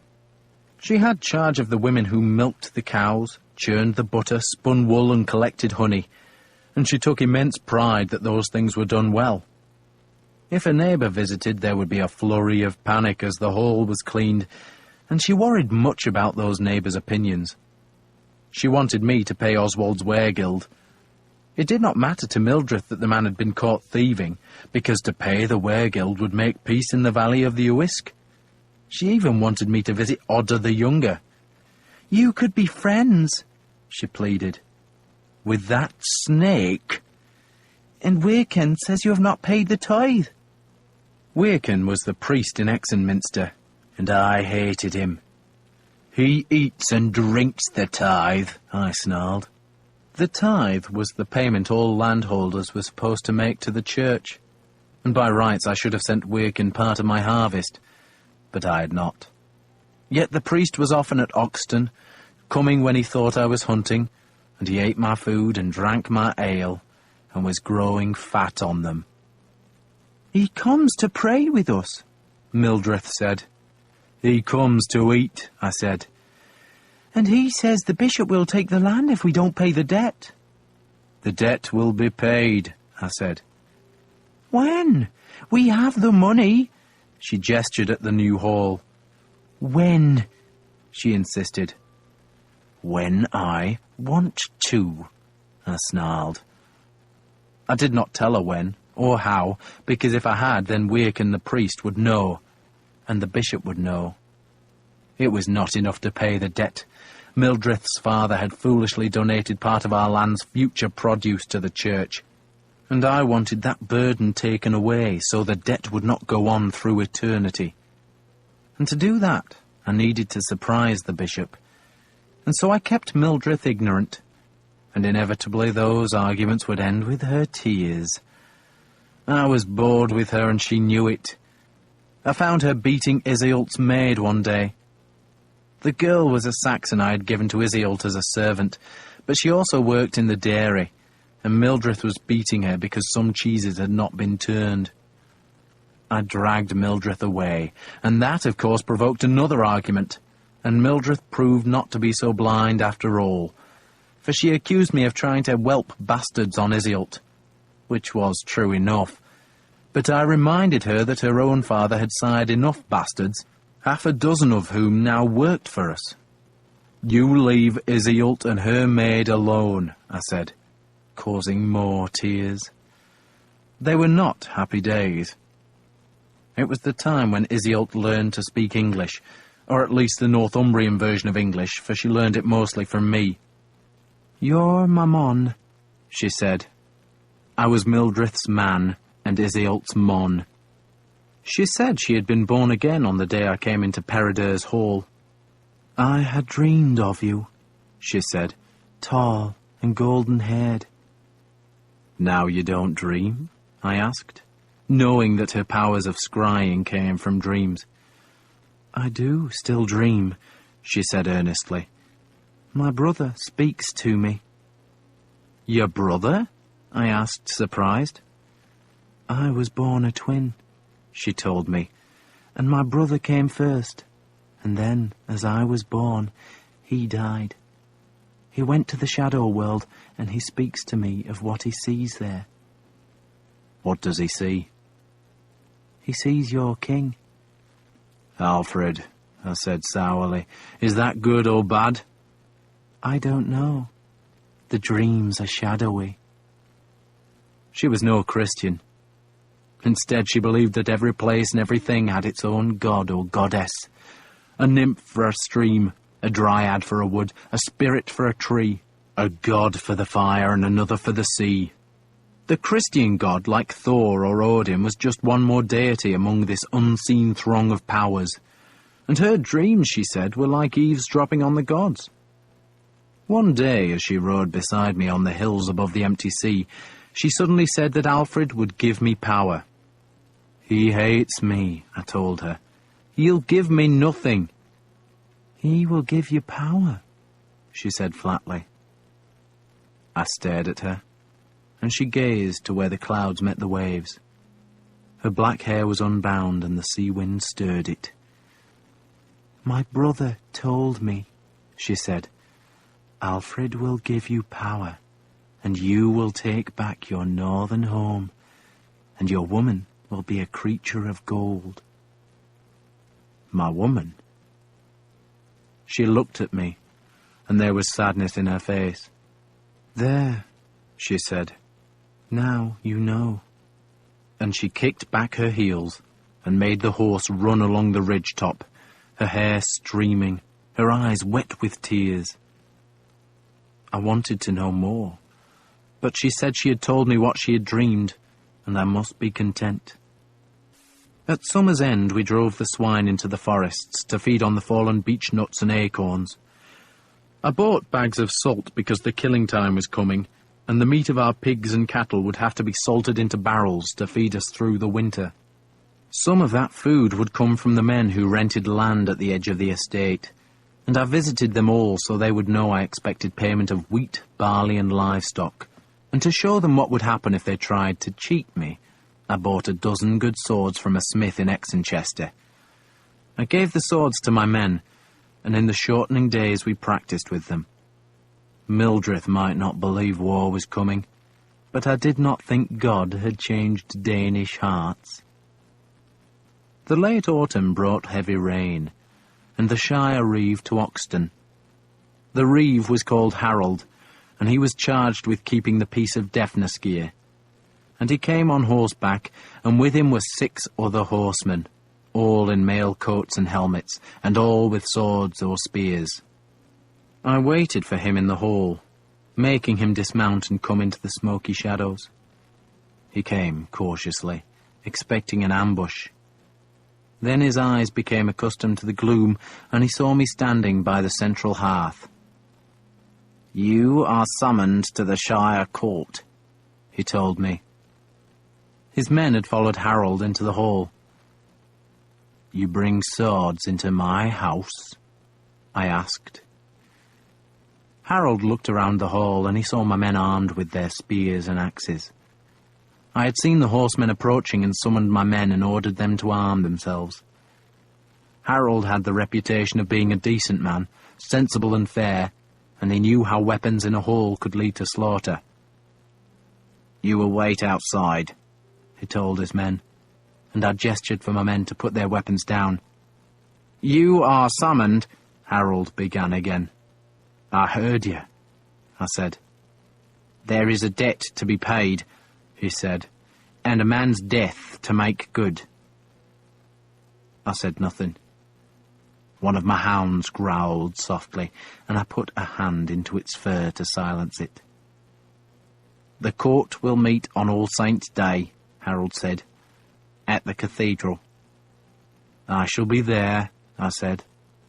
He took off his helmet to reveal a balding pate fringed with brown hair. He was at least 10 years older than I, a big man with 2 fingers missing from his shield hand. He limped slightly as he walked toward me. I calmed the hounds. Waited. I was at Sinuit, he said to me, speaking softly. So was I said, though men pretend I was not. I know what you did, he said. So do I. He ignored my surliness. He was showing me sympathy, though I was too proud to show I appreciated it. The Ealdorman has sent men, he warned me, to take this place once judgment is given. There was a gasp behind me, and I realized Mildred had come into the hall. Harold bowed to her. The hall will be taken? Mildred asked. If the debt is not paid, Harold said, the land will be given to the church. He stared up at the newly hewn rafters, as if wondering why I would build a hall on land doomed to be given to God. Mildred came to stand beside me. She was plainly distressed by Harold's summons, but she made a great effort to compose herself. I am sorry, she said, about your wife. A flicker of pain crossed Harold's face as he made the sign of the cross. She was sick a long time, lady. It was merciful of God, I think, to take her. I had not known he was a widower, nor did I care much. She was a good woman, Mildred said. She was, Harold said. And I pray for her. I thank you for that, Harold said. As I pray for Odda the Elder, Mildred went on. God be praised he lives. Harold made the sign of the cross again. But he is feeble and in pain. He touched his scalp, showing where Odda the Elder had been wounded. So who is the judge? I asked harshly, interrupting the two. The bishop, Harold said, not the Ealdorman. He is at Chippenham. Mildred insisted on giving Harold and his men ale and food. She and Harold talked a long time, sharing news of neighbours and family. They were both from Defnasgeir, and I was not, and so I knew few of the folk they talked about. But I pricked up my ears when Harold said that Odda the Younger was marrying a girl from Mercia. She's in exile here, he said, with her family. Well born? Mildred asked. Exceedingly, Harold said. I wish them much joy, Mildred said, with evident sincerity. She was happy that day, warmed by Harold's company, though when he had gone she chided me for being churlish. Harold is a good man, she insisted. A kind man. He would have given you advice. He would have helped you. I ignored her. But 2 days later, I went into Exenchester with Iseult and all my men.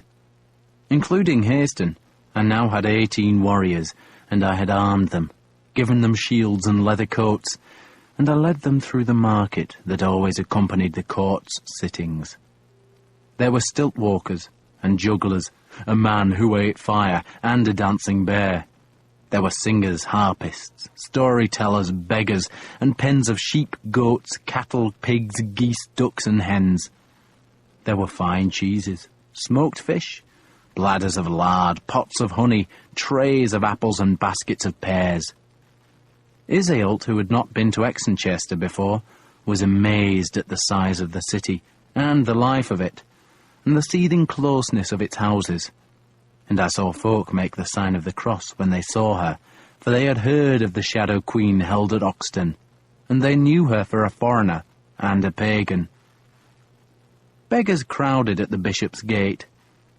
There was a crippled woman with a blind child. Men who had lost arms or legs in the wars, a score of them, and I threw them some pence.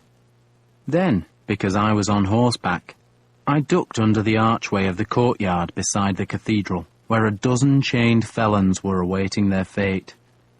A group of young monks, nervous of the chained men, were plating beehives, while a score of armed men were clustered around 3 fires. They eyed my followers suspiciously, as a young priest, his hands flapping, hurried across the puddles. "Weapons are not to be brought into the precinct," he told me sternly. "They've got weapons," I said, nodding at the men warming themselves by the flames. "They are the Reeves men." "Then the sooner you deal with my business," I said, "the sooner my weapons will be gone." He looked up at me, his face anxious. "Your business?" "Is with the bishop." "The bishop is at prayer," the priest said reprovingly, as though I should have known that. "And he cannot see every man who comes here.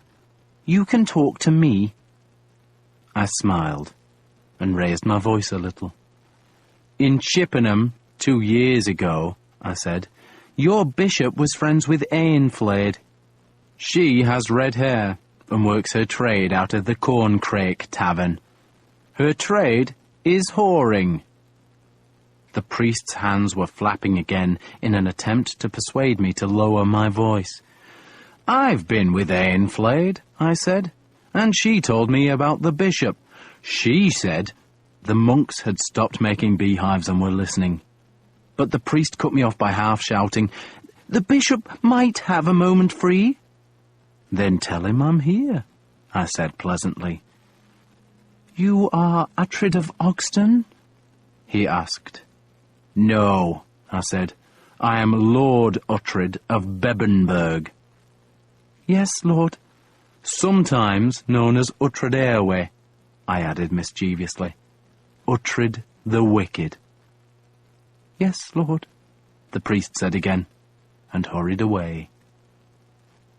The bishop was called Aelwald, and he was really the Bishop of Cridionton, but that place had not been thought as safe as Exenchester, and so for years the bishops of Cridionton had lived in the larger town.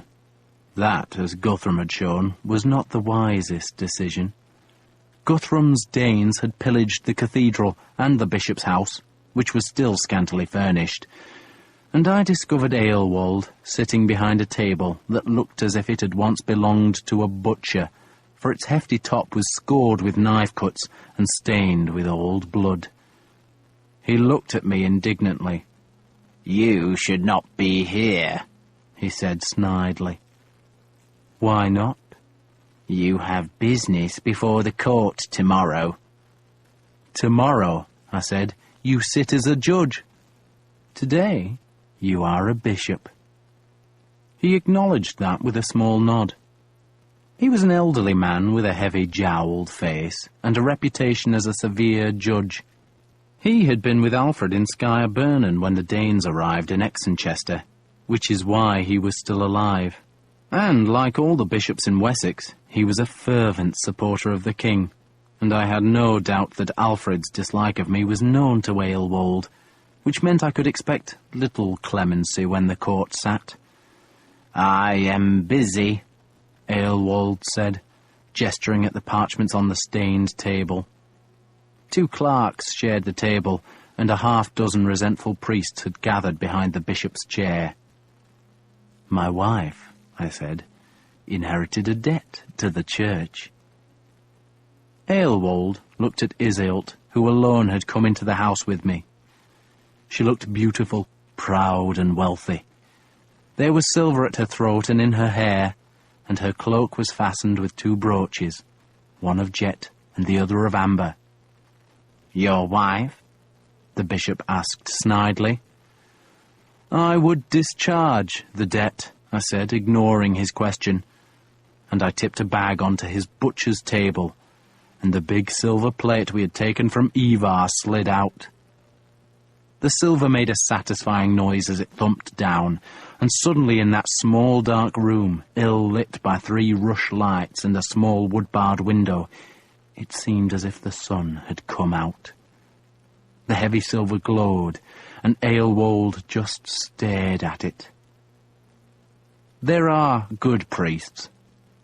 Beocca is one, and Willibald another, but I have discovered in my long life that most churchmen preach the merits of poverty while they lust after wealth.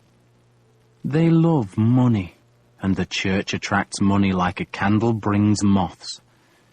I knew Aelwold was a greedy man, as greedy for wealth as he was for the delights of a red-haired whore in Chippenham, and he could not take his eyes from that plate. He reached out and caressed the thick rim as if he scarce believed what he was seeing. And then he pulled the plate toward him and examined the 12 apostles. "A pyx," he said reverently. "A plate," I said casually. One of the other priests leaned over a clerk's shoulder. "Irish work," he said. "It looks Irish," Aelwold agreed, then looked suspiciously at me. "You are returning it to the church?" "Returning it?" I asked innocently. "The plate was plainly stolen," Aelwold said, "and you do well, Uhtred, to bring it back." "I had the plate made for you," I said. He turned the plate over, which took some effort, for it was heavy, and once it was inverted he pointed to the scratches in the silver. "It is old," he said. "I had it made in Ireland," I said grandly, "and doubtless it was handled roughly by the men who brought it across the sea." He knew I was lying. I did not care. "There are silversmiths in Wessex who could have made you a pyx," one of the priests snapped. "I thought you might want it," I said, then leaned forward and pulled the plate out of the bishop's hands. "But if you prefer West Saxon work," I went on, "then I can—" "Give it back," Aelwold said. And when I made no move to obey, his voice became pleading. "It is a beautiful thing." He could see it in his church, or perhaps in his hall, and he wanted it. There was silence as he stared at it. If he had known that the plate existed, if I had told Mildred of it, then he would have had a response ready. But as it was, he was overwhelmed by desire for the heavy silver. A maid brought in a flagon, and he waved her out of the room. She was, I noted, red-haired. "You had the plate made?" Aelwold said sceptically. "In Dyflin," I said. "Is that where you went in the king's ship?" the priest who had snapped at me asked. "We patrolled the coast," I said. "Nothing more." "The value of the plate," Aelwold began, then stopped. "Is far and above the debt Mildred inherited," I said. That was probably not true, but it was close to the amount, and I could see Aelwold did not care. I was going to get what I wanted. The debt was discharged. I insisted on having that written down, and written 3 times, and I surprised them by being able to read, and so discovering that the first scrap of parchment made no mention of the church yielding their rights to the future produce of my estate. But that was corrected, and I let the bishop keep 1 copy while I took 2. "You will not be arraigned for debt," the bishop said, as he pressed his seal into the wax of the last copy. "But there is still the matter of Oswald's weregild." "I rely on your good and wise judgment, Bishop," I said. And I opened the purse hanging at my waist and took out a small lump of gold, making sure he could see there was more gold inside as I placed the small lump on the plate. Oswald was a thief. "His family will make oaths that he was not," the priest said. "And I will bring men who will swear he was," I said. A trial relied heavily on oaths, but both sides would bring as many liars as they could muster, and judgment usually went to the better liars, or, if both sides were equally convincing, to the side who had the sympathy of the onlookers. It was better, though, to have the sympathy of the judge. Oswald's family would have many supporters around Exeter, but gold is much the best argument in a law court. And so it proved. To Mildred's astonishment, the debt was paid, and Oswald's family denied 200 shillings of weregild. I did not even bother to go to the court, relying on the persuasive power of gold.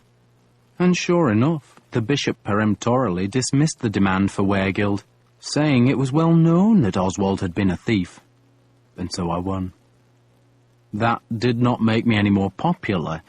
To the folk who lived in the Usk Valley, I was a Northumbrian interloper. And worse, it was known I was a pagan. But none dared confront me, for I went nowhere beyond the estate without my men, and my men went nowhere without their swords. The harvest was in the storehouses. Now was the time for the Danes to come, when they could be sure to find food for their armies. But neither Guthrum nor Svein crossed the frontier. The winter came instead, and we slaughtered the livestock, salted the meat, scraped hides, and made calves' foot jelly. I listened for the sound of church bells ringing at an unusual time, for that would have been a sign that the Danes had attacked. But the bells did not ring. Mildred prayed that the peace would continue, and I, being young and bored, prayed it would not. She prayed to the Christian God, and I took Iseult to the high woods and made a sacrifice to Hoder, Odin, and Thor. And the gods were listening, for in the dark beneath the gallows tree, where the three spinners make our lives, a red thread was woven into my life. Fate is everything, and just after Yule the spinners brought a royal messenger to Oxton, and he, in turn, brought me a summons. It seemed possible that Iseult's dream was true, and that Alfred would give me power, for I was ordered to Chippenham to see the king. I was summoned to the Witan. Chapter 5. Mildred was excited by the summons. The Witan gave the king advice, and her father had never been wealthy or important enough to receive such a summons, and she was overjoyed that the king wanted my presence. The Witangmot, as the meeting was called, was always held on the feast of St. Stephen, the day after Christmas. But my summons required me to be there on the 12th day of Christmas, and that gave Mildred time to wash clothes for me. They had to be boiled and scrubbed and dried and brushed, and 3 women did the work, and it took 3 days before Mildred was satisfied that I would not disgrace her by appearing at Chippenham looking like a vagabond. She was not summoned, nor did she expect to accompany me, but she made a point of telling all our neighbours that I was to give counsel to the king. "You mustn't wear that," she told me, pointing to my Thor's hammer amulet. "I always wear it," I said. "Then hide it," she said, "and don't be belligerent." "Belligerent?" "Listen to what others say," she said. "Be humble, and remember to congratulate Odda the Younger." "For what?" "He's to be married. Tell him I pray for them both." She was happy again, sure that by paying the church its debt I had regained Alfred's favour, and her good mood was not even spoiled when I announced I would take Iseult with me. She bridled slightly at the news, then said that it was only right that Iseult should be taken to Alfred. "If she is a queen," Mildred said, "then she belongs in Alfred's court. This isn't a fit place for her." She insisted on taking silver coins to the church in Exeter, where she donated the money to the poor, and gave thanks that I had been restored to Alfred's favour. She also thanked God for the good health of our son Uhtred. I saw little of him, for he was still a baby, and I've never had much patience for babies.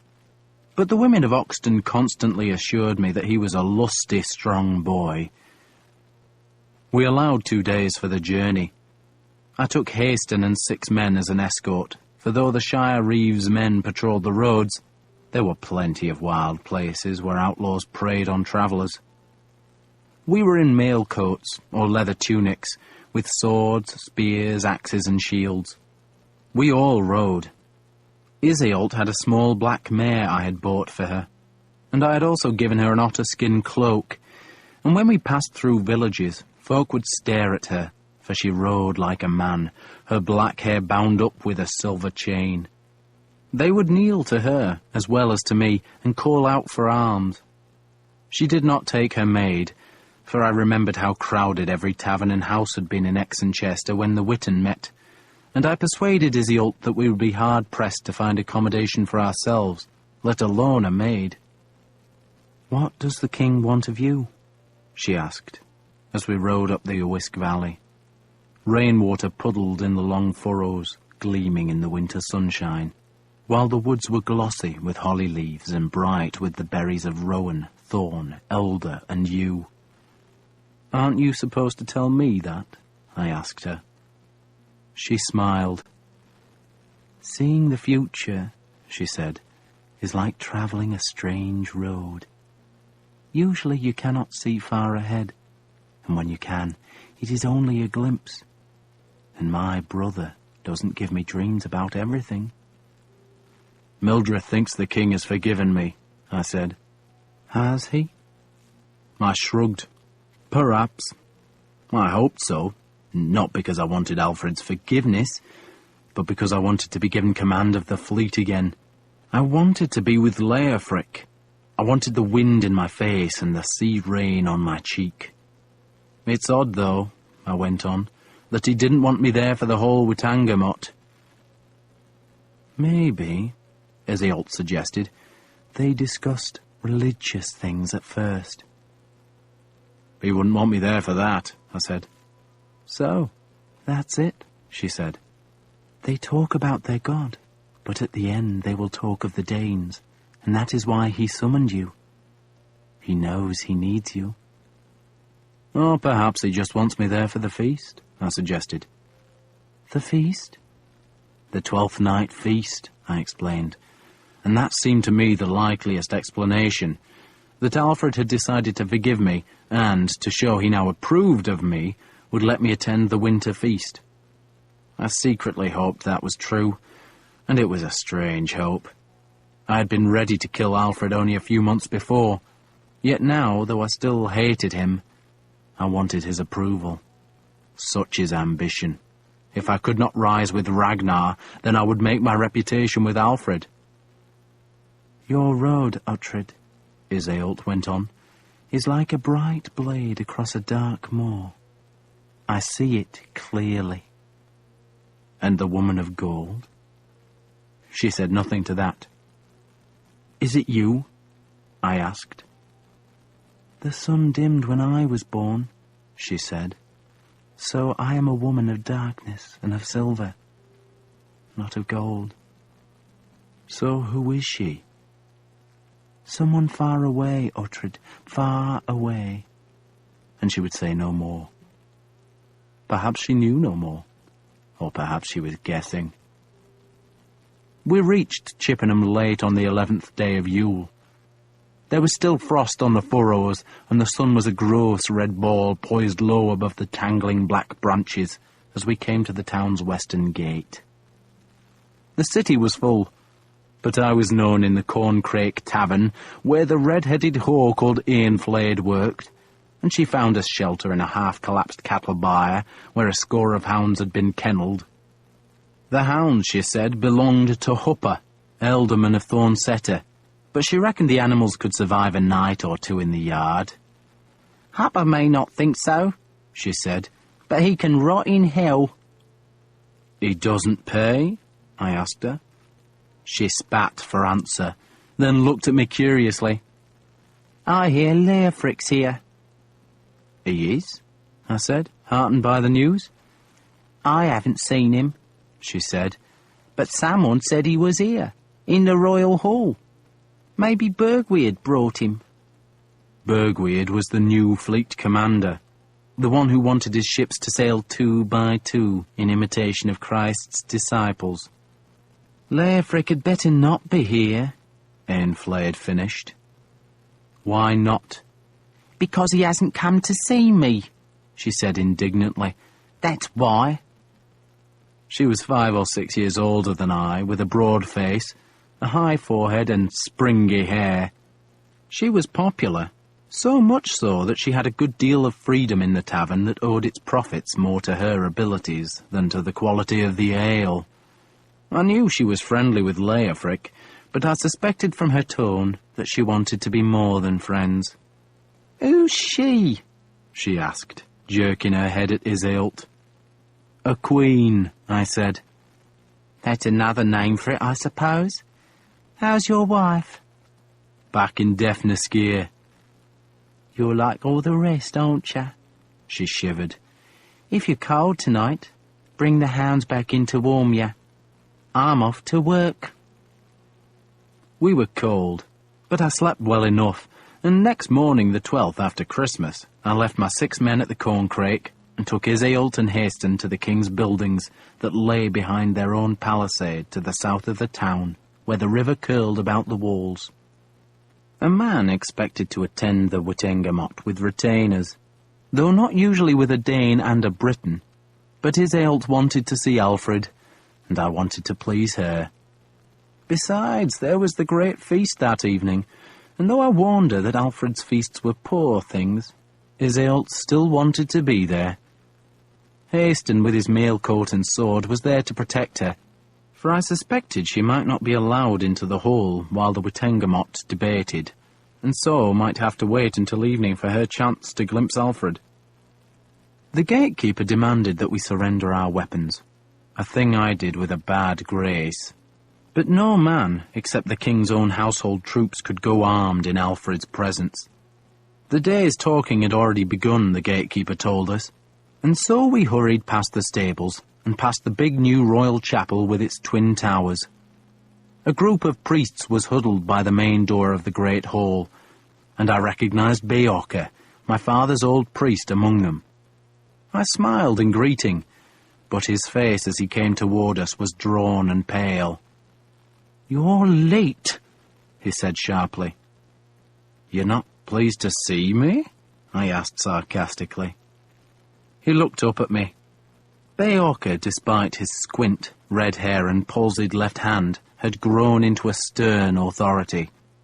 He was now a royal chaplain, confessor and a confidant to the king, and the responsibilities had carved deep lines on his face. "I prayed," he said, "never to see this day." He made the sign of the cross. "Who's that?" he asked, staring at Iseult. "A queen of the Britons," I said. "She's what?" "A queen. She's with me. She wants to see Alfred." I don't know whether he believed me, but he seemed not to care. Instead, he was distracted, worried, and, because he lived in a strange world of kingly privilege and obsessive piety, I assumed his misery had been caused by some petty theological dispute. He had been Bebbanburg's mass priest when I was a child, and after my father's death he had fled Northumberland because he could not abide living among the pagan Danes. He had found refuge in Alfred's court, where he had become a friend of the king. He was also a friend to me, a man who had preserved the parchments that proved my claim to the lordship of Bebbanburg, but on that 12th day of Yule he was anything but pleased to see me. He plucked my arm, drawing me toward the door. "We must go in," he said, "and may God in his mercy protect you." "Protect me?" "God is merciful," Beorca said, "and you must pray for that mercy." And then the guards opened the door, and we walked into the great hall. No one stopped Iseult, and indeed there were a score of other women watching the proceedings from the edge of the hall. There were also more than 100 men there, though only 40 or 50 comprised the Wittengemot, and those thanes and senior churchmen were on chairs, and benches set in a half-circle in front of the dais, where Alfred sat with 2 priests, and with Ealhswith, his wife, who was pregnant. Behind them, draped with a red cloth, was an altar on which stood thick candles and a heavy silver cross, while all about the walls were platforms where, in normal times, folk slept, or ate to be out of the fierce draughts. This day, though, the platforms were crammed with the followers of the Thanes and noblemen of the Witan, and among them, of course, were a lot of priests and monks, for Alfred's court was more like a monastery than a royal hall. Beocca gestured that Iseult and Haston should join those spectators. Then he drew me toward the half-circle of privileged advisers. No one noticed my arrival. It was dark in the hall, for little of the wintry sunshine penetrated the small, high windows. Braziers tried to give some warmth, but failed, succeeding only in thickening the smoke in the high rafters. There was a large central hearth, but the fire had been taken away to make room for the Witengamot's circle of stools, chairs, and benches. A tall man in a blue cloak was on his feet as I approached. He was talking of the necessity of repairing bridges, and how local thanes were skimping the duty, and he suggested that the king appoint an official to survey the kingdom's roads. Another man interrupted to complain that such an appointment would encroach on the privileges of the Shire Alderman, and that started a chorus of voices, some for the proposal, most against, and two priests, seated at a small table beside Alfred's dais, tried to write down all the comments. I recognized Wulfhere, the Ealdorman of Wiltonskere, who yawned prodigiously. Close to him was Aelwold, the Bishop of Extonchester, who was swathed in furs. Still, no one noticed me. Beocca had held me back, as if waiting for a lull in the proceedings, before finding me a seat. Two servants brought in baskets of logs to feed the braziers, and it was then that Aelswith saw me, and she leaned across and whispered in Alfred's ear. He had been paying close attention to the discussion, but now looked past his counsel to stare at me. And a silence fell on that great hall. There had been a murmur of voices when men saw the king being distracted from the argument about bridges, and they had all turned to look at me. And then there was the silence that was broken by a priest's sneeze, and a sudden odd scramble as the men closest to me, those sitting beside the cold stones of the hearth, moved to one side. They were not making way for me, but avoiding me. Aelswith was smiling, and I knew I was in trouble then. My hand instinctively went to my left side, but of course I had no sword, so could not touch her hilt for luck. "We shall talk of bridges later," Alfred said. He stood. He wore a bronze circlet as a crown, and had a fur-trimmed blue robe matching the gown worn by his wife. "What is happening?" I asked Beocca. "You will be silent." It was Odda the Younger who spoke. He was dressed in his war glory, in shining mail covered by a black cloak, in high boots and with a red leather sword belt from which hung his weapons, for Odda, as commander of the king's troops, was permitted to go armed into the royal hall. I looked into his eyes and saw triumph there. The same triumph that was on the Lady Aelswith's pinched face, and I knew I had not been brought to receive the king's favour, but summoned to face my enemies. I was right. A priest was called from the dark gaggle beside the door. He was a young man with a pouchy, scowling face. He moved briskly, as if the day did not have enough hours to complete his work. He bowed to the king, then took a parchment from the table where the two clerks sat, and came to stand in the centre of the Witan's circle. "There is an urgent matter," Alfred said, "which, with the Witan's permission, we shall deal with now." No one there was likely to disagree, so a low murmur offered approval of interrupting the more mundane discussions. Alfred nodded.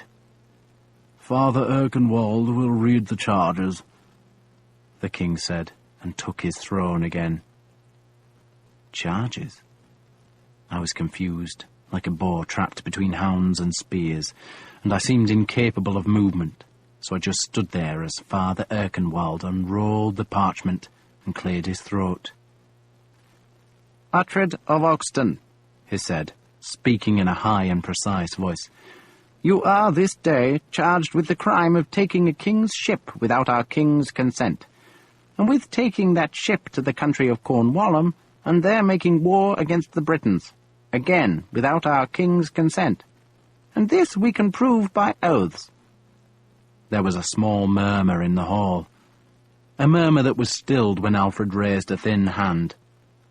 You are further charged, Erkenwald went on, with making an alliance with the pagan called Svein, and with his help you murdered Christian folk in Cornwall, despite those folk living in peace with our king, and this also we can prove by oaths. He paused, and now there was complete silence in the hall. And you are charged?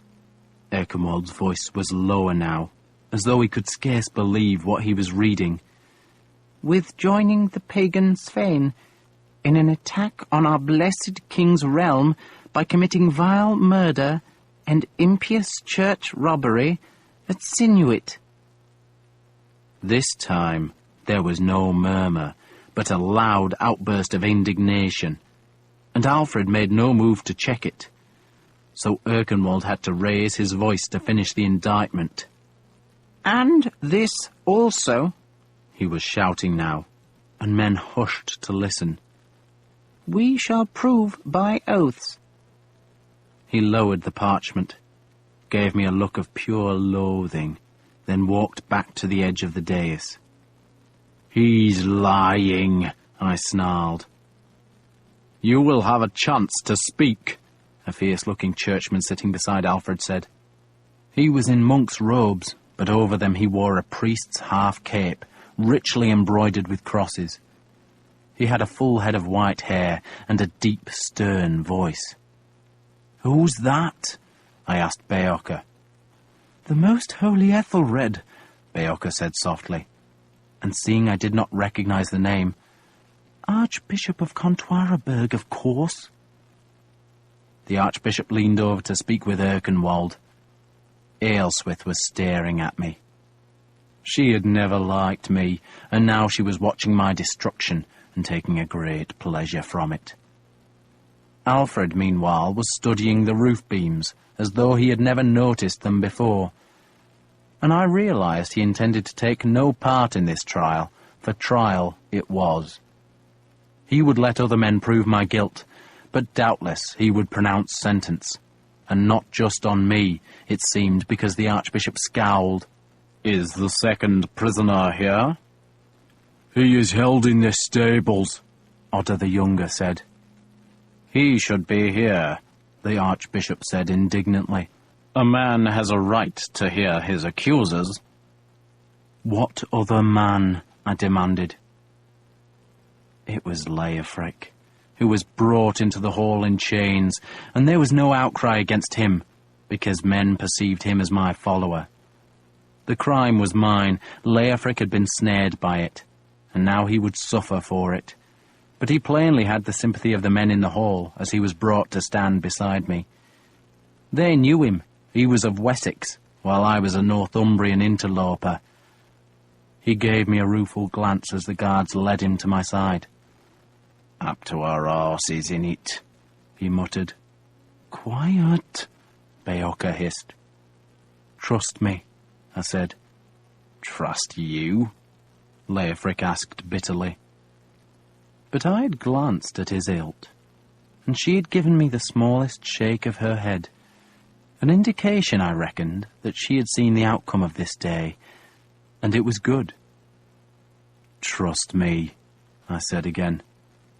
"The prisoners will be silent," the Archbishop said. "Up to our royal arses," Leofric said quietly. The Archbishop gestured at Father Erkenwald. "You have oath-takers?" he asked. "I do, Lord." "Then let us hear the first." Erkenwald gestured to another priest who was standing by the door leading to the passage at the back of the hall.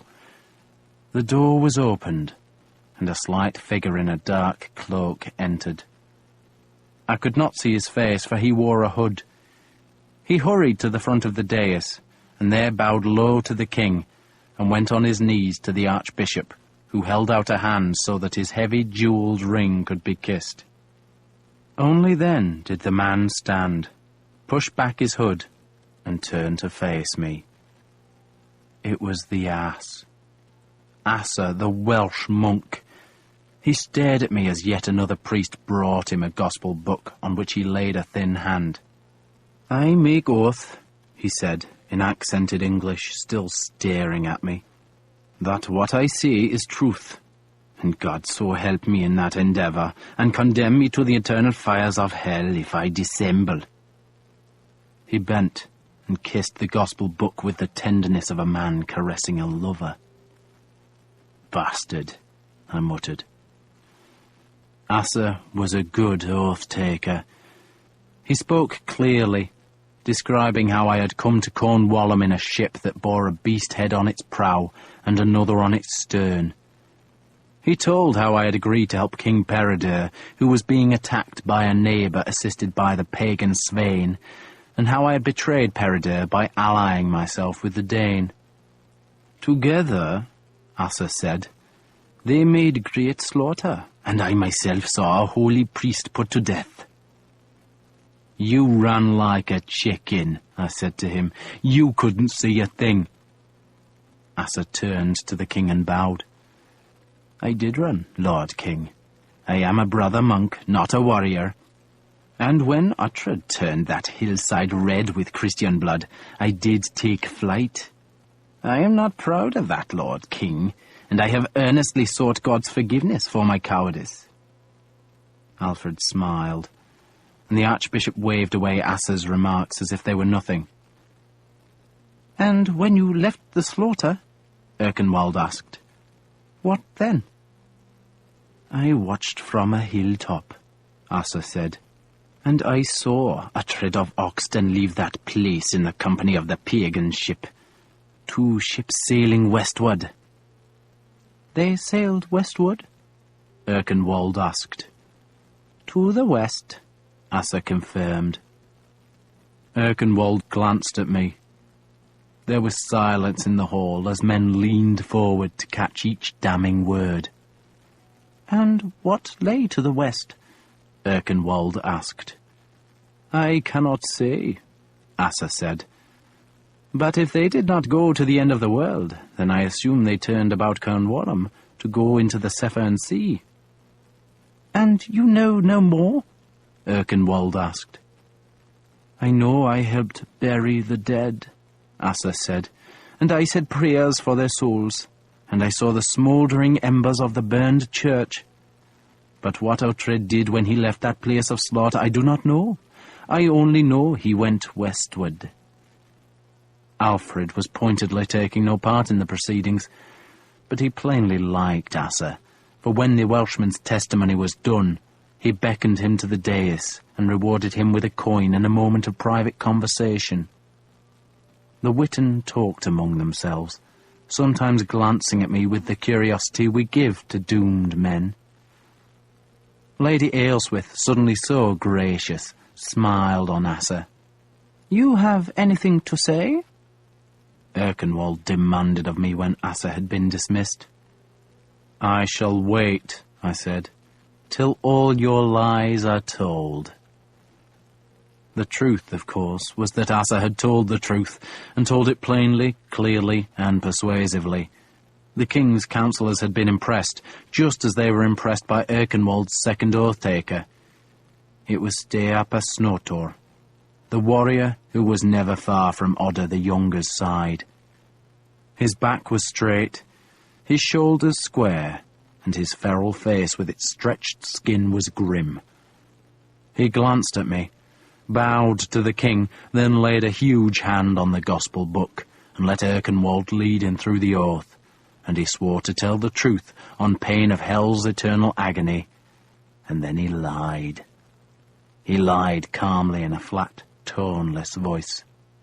He said he had been in charge of the soldiers who guarded the place at Sinuit, where the new church was being built, and how 2 ships had come in the dawn, and how warriors streamed from the ships, and how he had fought against them and killed 6 of them, but there were too many, far too many, and he had been forced to retreat.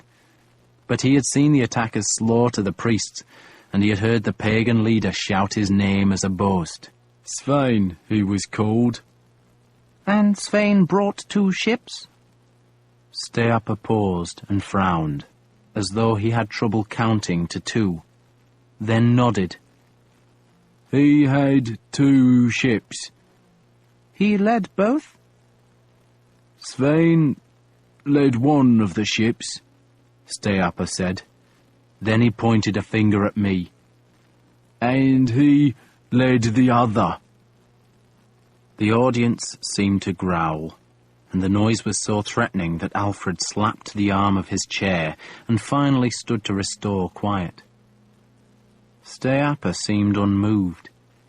He stood solid as an oak, and though he had not told his tale as convincingly as brother Asa, there was something very damning in his testimony. It was so matter-of-fact, so unemotionally told, so straightforward, and none of it was true. Uhtred led the 2nd ship, Erkenwald said. But did Uhtred join in the killing? Join it? Steapa asked. He led it. He snarled those words, and the men in the hall growled their anger. Erkenwald turned to the king. Lord King, he said, he must die. And his land and property must be forfeited, Bishop Aelwald shouted in such excitement that a whirl of his spittle landed and hissed in the nearest brazier. Forfeited to the church. The men in the hall thumped their feet on the ground to show their approbation. Aylesworth nodded vigorously, but the Archbishop clapped his hands for silence. He has not spoken, he reminded Erkenwald, then nodded at me. Say your piece, he ordered curtly. Beg for mercy, Beocca advised me quietly. When you are up to your arse in shit, there's only one thing to do. Attack. And so I admitted I had been at Sinuit, and that admission provoked some gasps in the hall. But I was not there this summer, I went on. I was there in the spring, at which time I killed Ubba Lothbrokson, and there are men in this hall who saw me do it. Yet Odda the Younger claimed the credit. He took Ubba's banner, which I laid low, and he took it to his king, and he claimed to have killed Ubba. Now, lest I spread the truth, which is that he is a coward and a liar, he would have me murdered by lies. I pointed to Steapa. His lies. Steapa spat to show his scorn. Odda the Younger was looking furious, but he said nothing, and some men noted it. To be called a coward and a liar is to be invited to do battle, but Odda stayed still as a stump. You cannot prove what you say, Erkenwald said. I can prove I killed Ubba, I said.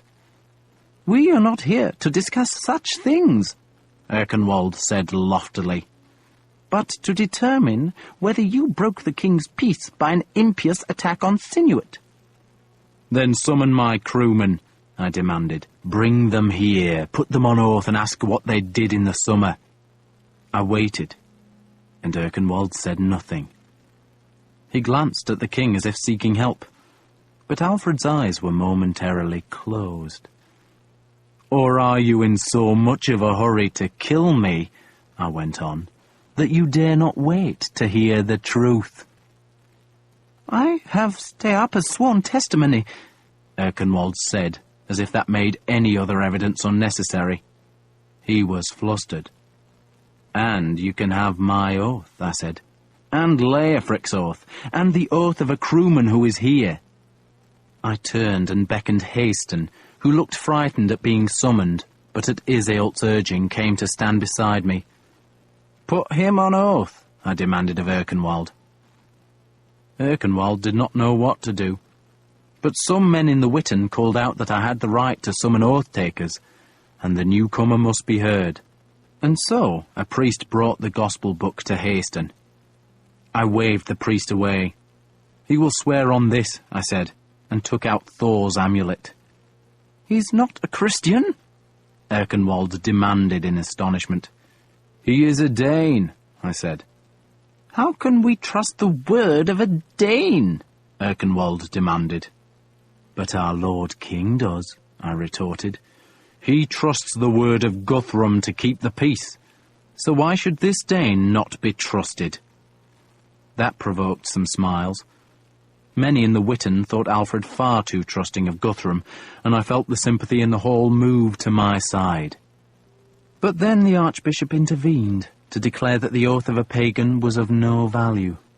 "None whatsoever," he snapped. "He must stand down." "Then put Leofric under oath," I demanded, "and then bring our crew here and listen to their testimony."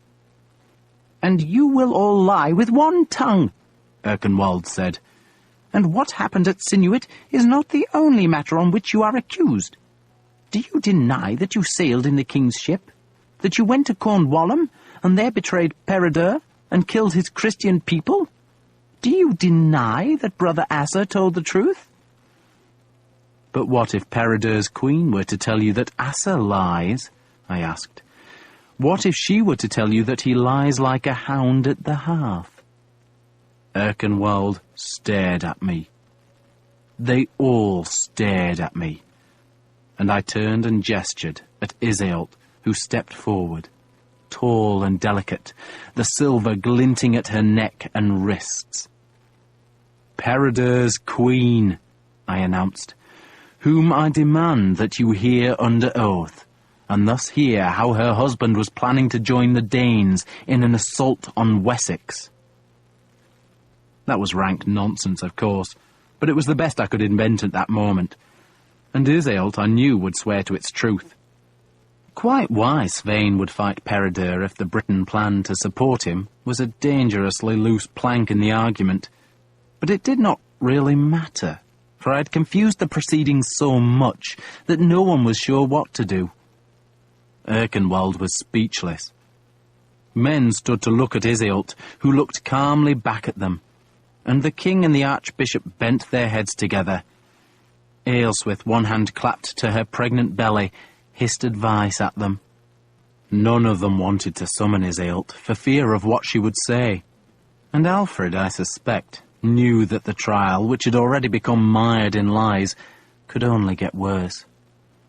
"You're good, Earthling," Leofric muttered. "You're very good." Odda the Younger looked at the king, then at his fellow members of the Witan, and he must have known I was slithering out of his snare, for he pulled Steapa to his side. He spoke to him urgently. The king was frowning. The archbishop looked perplexed. Ailswith's blotched face showed fury, while Erkenwald seemed helpless. Then Steapa rescued them. "I do not lie," he shouted. He seemed uncertain what to say next, but he had the hall's attention. The king gestured to him, as if inviting him to continue, and Odda the Younger whispered in the big man's ear. "He says I lie," Steapa said, pointing at me, "and I say I do not. And my sword says I do not." He stopped, abruptly, having made what was probably the longest speech of his life, but it was enough. Feet drummed on the floor, and men shouted that Steapa was right, which he was not, but he had reduced the whole tangled morass of lies and accusations to a trial by combat, and they all liked that. The archbishop still looked troubled, but Alfred gestured for silence. He looked at me. "Well?" he asked. "Steapa says his sword will support his truth. Does yours?" I could have said no. I could have insisted on letting Iseult speak, and then allowing the Witan to advise the king which side had spoken the greater truth. But I was ever rash, ever impetuous, and the invitation to fight cut through the whole entanglement. If I fought and won, then Leofric and I were innocent of every charge. I did not even think about losing. I just looked at Steapa. "My sword," I told him, "says I tell the truth, and that you are a stinking bag of wind, a liar from hell, a cheat and a perjurer who deserves death." "Up to our arses again," Leofric said. Men cheered. They liked a fight to the death, which was much better entertainment than listening to Alfred's harpist chant the psalms.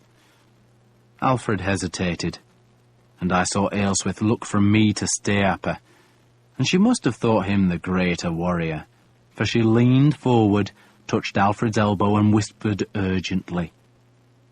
And the king nodded. "Granted," he said. He sounded weary, as if he was dispirited by the lies and the insults. "You will fight tomorrow. Swords and shields, nothing else." He held up a hand to stop the cheering. "My lord Wulfhere?" "Sire?" Wulfhere struggled to his feet. "You will arrange the fight, and may God grant victory to the truth." Alfred stood, pulled his robe about him, and left. And Steapa, for the first time since I had seen him, smiled. "You're a damned fool," Leofric told me. He had been released from his chains and allowed to spend the evening with me. Haston was there, as was his Ilt and my men who had been brought from the town. We were lodged in the king's compound, in a cattle byre that stank of dung, but I did not notice the smell. It was 12th night, so there was the great feast in the king's hall, but we were left out in the cold, watched there by 2 of the royal guards. "Steapa's good," Leofric warned me. "I'm good." "He's better," Leofric said bluntly. "He'll slaughter you." "He won't," Iseult said calmly. "Damn it, he's good," Leofric insisted, and I believed him. "It's that goddamned monk's fault," I said bitterly. "He went bleating to Alfred, didn't he?" In truth, Asa had been sent by the King of Dyfed to assure the West Saxons that Dyfed was not planning war. But Asa had taken the opportunity of his embassy to recount the tale of the Eftweird, and from that it was a small jump to conclude that we had stayed with Svein while he attacked Sinuit. Alfred had no proof of our guilt, but Odda the Younger had seen a chance to destroy me, and so persuaded Steapa to lie. "Now Steapa will kill you," Leofric grumbled, "whatever she says." Iseult did not bother to answer him. She was using handfuls of grubby straw to clean my mail coat. The armour had been fetched from the Corncrake Tavern and given to me, but I would have to wait till morning to get my weapons, which meant they would not be newly sharpened. Steapa, because he served Odda the Younger, was one of the king's bodyguards, so he would have all night to put an edge on his sword. The royal kitchens had sent us food, though I had no appetite. "Just take it slow in the morning," Leofric told me. "Slow?" "You fight in a rage," he said, "and Steapa's always calm." "So, better to get in a rage," I said. "That's what he wants. He'll fend you off, and wait till you're tired. Then he'll finish you off. It's how he fights." Harold told us the same thing. Harold was the Shire Reeve of Defnaskeer, the widower who had summoned me to the court in Exenchester, but he had also fought alongside us at Sinuit, and that makes a bond. And sometime in the dark he splashed through the rain and mud and came into the light of the small fire that lit the cattle shed without warming it. He stopped in the doorway and gazed at me reproachfully. "Were you with Svein at Sinuit?" he asked. "No," I said. "I didn't think so." Harold came into the byre and sat by the fire. The 2 royal guards were at the door, and he ignored them, and that was interesting. All of them served Odda, and the young ealdorman would not be pleased to hear that Harold had come to us. Yet plainly Harold trusted the two guards not to tell, which suggested that there was unhappiness in Odda's ranks. Harold put a pot of ale on the floor. "Steapa's sitting at the king's table," he said. "So, is eating badly?" I said. Harold nodded, but did not smile. "It's not much of a feast," he admitted. He stared into the fire for a moment, then looked at me. "How's Mildred?" "Well." "She is a dear girl," he said, then glanced at Iseult's dark beauty before staring into the fire again. "There will be a church service at dawn," he said, "and after that, you and Steapa will fight." "Where?" "In a field on the other side of the river," he said, then pushed the pot of ale toward me. "He's left-handed." I could not remember fighting against a man who held his sword in his left hand, but nor could I see a disadvantage in it. We would both have our shields facing the other man's shield instead of his weapon, but that would be a problem to both of us. I shrugged. "He's used to it," Harold explained, "and you're not. And he wears mail down to here." He touched his calf. "And he has an iron strip on his left boot." "Because that's his vulnerable foot?" "He plants it forward," Harold said, "inviting attack, then chops at your sword arm." "So he's a hard man to kill," I said mildly. "No one's done it yet," Harold said gloomily. "You don't like him?" He did not answer at first, but drank ale, then passed the pot to Leofric. "I like the old man," he said, meaning Odda the elder. "He's foul-tempered, but he's fair enough. But the son?" He shook his head sadly. "I think the son is untested. Steapa? I don't dislike him, but he's like a hound. He only knows how to kill."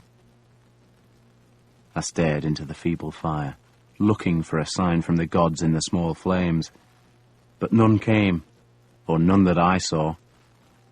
"He must be worried, though," Leofric said. "Steapa?" Harold asked. "Why should he be worried?"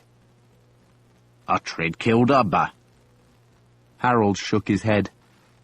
"Steapa doesn't think enough to be worried. He just knows he'll kill Uhtred tomorrow." I thought back to the fight with Ubba. He had been a great warrior, with a reputation that glowed wherever Norsemen sailed, and I had killed him. But the truth was that he had put a foot into the spilled guts of a dying man and slipped. His leg had shot sideways, he had lost his balance, and I had managed to cut the tendons in his arm. I touched the hammer amulet and thought that the gods had sent me a sign after all.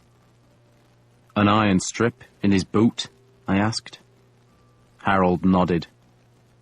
"He doesn't care how much you attack him. He knows you're coming from his left, and he'll block most of your attacks with his sword. Big sword, heavy thing. But some blows will get by, and he won't care. You'll waste them on iron. Heavy mail, helmet, boot, doesn't matter. It'll be like hitting an oak tree.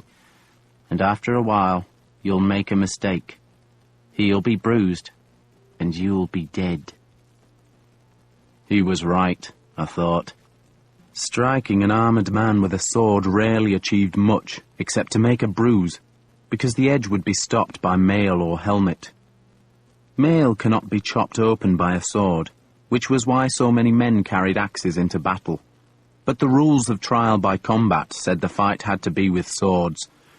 A sword lunge would pierce mail, but Steapa was not going to make himself an easy target for a lunge.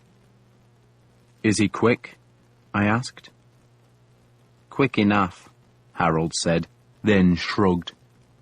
"Not as quick as you," he added grudgingly, "but he isn't slow."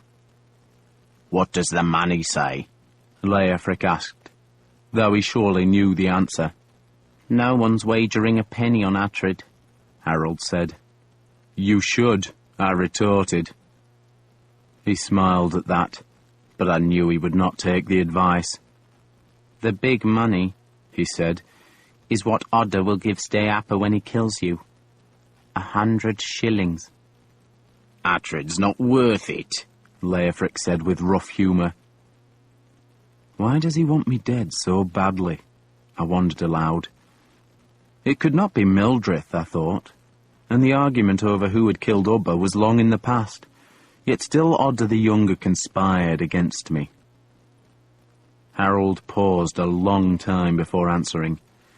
He had his bald head bowed, and I thought he was in prayer, but then he looked up.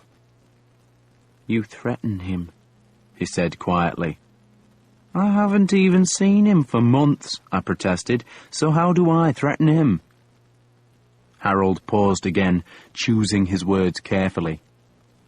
The king is frequently ill, he said after the pause, and who can say how long he will live?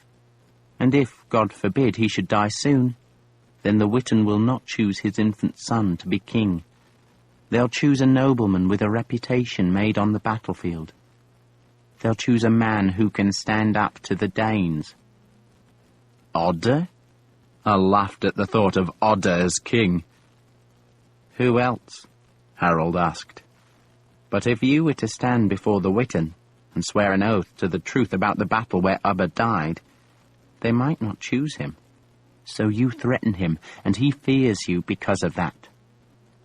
So now he's paying Steapa to chop you to bits, Leofric added gloomily. Harold left. He was a decent man, honest and hard-working, and he had taken a risk by coming to see me. And I had been poor company, for I did not appreciate the gesture he made. It was plain he thought I must die in the morning, and he had done his best to prepare me for the fight.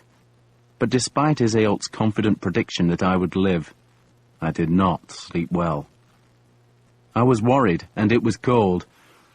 The rain turned to sleet in the night, and the wind whipped into the byre. By dawn the wind and sleet had stopped, and instead there was a mist shrouding the buildings, and icy water dripping from the mossy thatch. I made a poor breakfast of damp bread, and it was while I was eating that Father Beocca came and said Alfred wished to speak with me. I was sour. You mean he wants to pray with me? He wants to speak with you, Beocca insisted, and when I did not move, he stamped his lamed foot. It is not a request, Uhtred. It is a royal order. I put on my mail. Not because it was time to arm for the fight, but because its leather lining offered some warmth on a cold morning. The mail was not very clean despite Iseult's efforts. Most men wore their hair short, but I liked the Danish way of leaving it long, and so I tied it behind with a lace, and Iseult plucked the straw scraps from it. We must hurry, Beocca said, and I followed him through the mud, past the great hall and the newly built church to some smaller buildings made of timber that had still not weathered grey. Alfred's father had used Chippenham as a hunting lodge, but Alfred was expanding it. The church had been his first new building, and he had built that even before he repaired and extended the palisade, and that was an indication of his priorities. Even now, when the nobility of Wessex was gathered just a day's march from the Danes, there seemed to be more churchmen than soldiers in the place, and that was another indication of how Alfred thought to protect his realm. The king is gracious, Beocca hissed at me as we went through a door. So be humble. Beocca knocked on another door, did not wait for an answer, but pushed it open and indicated I should step inside. He did not follow me, but closed the door, leaving me in a gloomy half-darkness. A pair of beeswax candles flickered on an altar, and by their light I saw two men kneeling in front of the plain wooden cross that stood between the candles. The men had their backs to me, but I recognized Alfred by his fur-trimmed blue cloak. The second man was a monk. They were both praying silently, and I waited. The room was small, evidently a private chapel. and its only furniture was the draped altar and a kneeling stool on which was a closed book. "In the name of the Father," Alfred broke the silence. "And of the Son," the monk said, and he spoke English with an accent, and I recognized the voice of the ass. "And of the Holy Ghost," Alfred concluded. "Amen." "Amen," Asa echoed, and both men stood, their faces suffused with the joy of devout Christians who have said their prayers well. And Alfred blinked, as though he were surprised to see me, though he must have heard Beocca's knocking and the sound of the door opening and closing.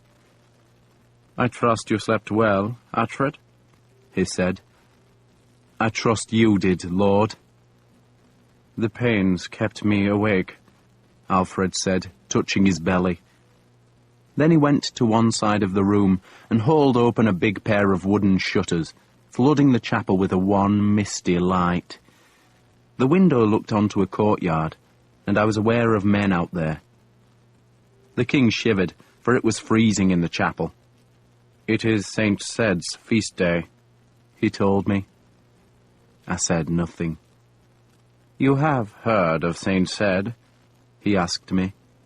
And when my silence betrayed ignorance, he smiled indulgently. "He was an East Anglian. Am I not right, brother?" "The most blessed Sed was indeed an East Angler, Lord," Asa confirmed. "And his mission was in Londane," Alfred went on, "but he concluded his days at Lindisfarina. You must know that house, Uhtred." "I know it, Lord," I said.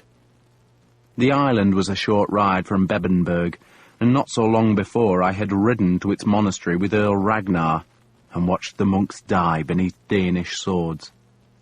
"I know it well," I added. "So Sed is famous in your homeland?" "I've not heard of him, Lord." "I think of him as a symbol," Alfred said. "A man who was born in East Anglia, did his life's work in Mercia, and died in Northumbria." He brought his long pale hands together so that the fingers embraced. "The Saxons of England, Uhtred, gathered together before God." "And united in joyful prayer with the Britons," Asa added piously. "I beseech Almighty God for that happy outcome," the king said, smiling at me. And by now I recognized what he was saying. He stood there, looking so humble, with no crown, no great necklace, no arm rings, nothing but a small garnet brooch holding the cloak at his neck, and he spoke of a happy outcome. But what he was really seeing was the Saxon people gathered under one king, a king of Wessex. Alfred's piety hid a monstrous ambition. "We must learn from the saints," Alfred told me. "Their lives are a guide to the darkness that surrounds us, and St. Sed's holy example teaches that we must be united, so I am loath to shed Saxon blood on St. Sed's feast day." "There need be no bloodshed, Lord," I said. "I am pleased to hear it," Alfred interjected, "if the charges against me are retracted." The smile went from his face, and he walked to the window and stared into the misty courtyard, and I looked where he looked and saw that a small display was being mounted for my benefit. Steapa was being armoured.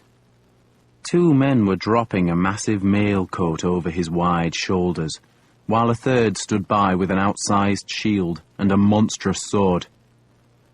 "I talked with Steapa last night," the king said, turning from the window, "and he told me there was a mist when Svein attacked at Sinuit. A morning mist like this one." He waved at the whiteness sifting into the chapel. "I wouldn't know, Lord," I said. "So it is possible," the king went on, "that Steapa was mistaken when he thought he saw you." I almost smiled.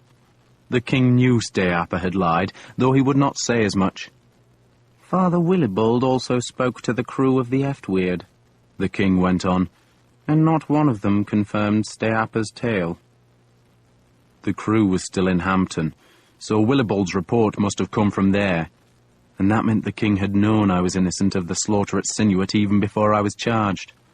So, I was falsely arraigned, I said harshly. You were accused, the king corrected me, and accusations must be proven or refuted. Or withdrawn.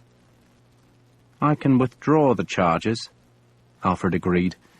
Steapa, outside the window, was making sure his mail coat was seated comfortably by swinging his great sword. And it was great. It was huge, a hammer of a blade. Then the king half-closed the shutter, hiding Steapa. I can withdraw the accusation about Sinuit, he said. But I do not think Brother Asa lied to us. I have a queen, I said. Who says he does? A shadow queen, Asa hissed. A pagan, a sorceress. He looked at Alfred. She is evil, lord, he said. A witch. Maleficos non patieris vivere. Thou shalt not permit a witch to live, Alfred translated for my benefit. That is God's commandment, Uhtred, from the Holy Scriptures. Your answer to the truth, I sneered, is to threaten a woman with death. Alfred flinched at that. Brother Asa is a good Christian, he said vehemently, and he tells the truth. You went to war without my orders. You used my ship, my men, and you behaved treacherously. You are the liar, Uhtred, and you are the cheat. He spoke angrily, but managed to control his anger. It is my belief, he went on, that you have paid your debt to the church with goods stolen from other good Christians. Not true, I said harshly. I had paid the debt with goods stolen from a Dane. So resume the debt, the king said, and we shall have no death on this blessed day of Saint Ced. I was being offered life. Alfred waited for my response, smiling. He was sure I would accept his offer, because to him it seemed reasonable. He had no love for warriors, weapons, and killing. Fate decreed that he must spend his reign fighting, but it was not to his taste. He wanted to civilize Wessex, to give it piety and order, and 2 men fighting to the death on a winter's morning was not his idea of a well-run kingdom. But I hated Alfred. I hated him for humiliating me at Exenchester, when he had made me wear a penitent's robe and crawl on my knees. Nor did I think of him as my king. He was a West Saxon, and I was a Northumbrian, and I reckoned so long as he was king, then Wessex had small chance of surviving. He believed God would protect him from the Danes, while I believed they had to be defeated by swords. I also had an idea how to defeat Steapa. Just an idea, and I had no wish to take on a debt I had already paid. And I was young, and I was foolish, and I was arrogant, and I was never able to resist a stupid impulse. Everything I have said is the truth, I lied, and I would defend that truth with my sword. Alfred flinched from my tone. Are you saying Brother Asa lied? He demanded. He twists truth, I said, like a woman wrings a hen's neck. The king pulled the shutter open, showing me the mighty Steapa in his gleaming war glory. You really want to die? He asked me. I want to fight for the truth, Lord King, I said stubbornly. Then you are a fool, Alfred said, his anger showing again. You are a liar, a fool, and a sinner. He strode past me, pulled open the door, and shouted at a servant to tell Ealdorman Wulfhere that the fight was to take place after all. Go, he added to me, and may your soul receive its just reward. Wulfhere had been charged with arranging the fight, but there was a delay because the Ealdorman had disappeared. The town was searched, the royal buildings were searched, but there was no sign of him until a stable slave nervously reported that Wulfhere and his men had ridden away from Chippenham before dawn. No one knew why. though some surmised that Wulfhere wanted no part in a trial by combat, which made little sense to me, for the ealdorman had never struck me as a squeamish man. Ealdorman Huppa of Thornsetter was appointed to replace him, and so it was close to midday when my swords were brought to me, and we were escorted down to the meadow that lay across the bridge that led from the town's eastern gate. A huge crowd had gathered on the river's far bank. There were cripples, beggars, jugglers, women selling pies, dozens of priests, excited children, and of course the assembled warriors of the West Saxon nobility, all of them in Chippenham for the meeting of the Witan, and all eager to see Steapa Snotor show off his renowned skill. "You're a damned fool," Leofric said to me. "Because I insisted on fighting?" "You could have walked away." "And men would have called me a coward," I said. And that too was the truth, that a man cannot step back from a fight and stay a man. We make much in this life if we are able. We make children and wealth, and amass land and build halls, and assemble armies and give great feasts. But only one thing survived us: reputation.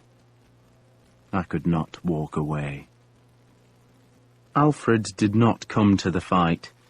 Instead, with the pregnant Aelswith and their 2 children, and escorted by a score of guards and as many priests and courtiers, he had ridden westward.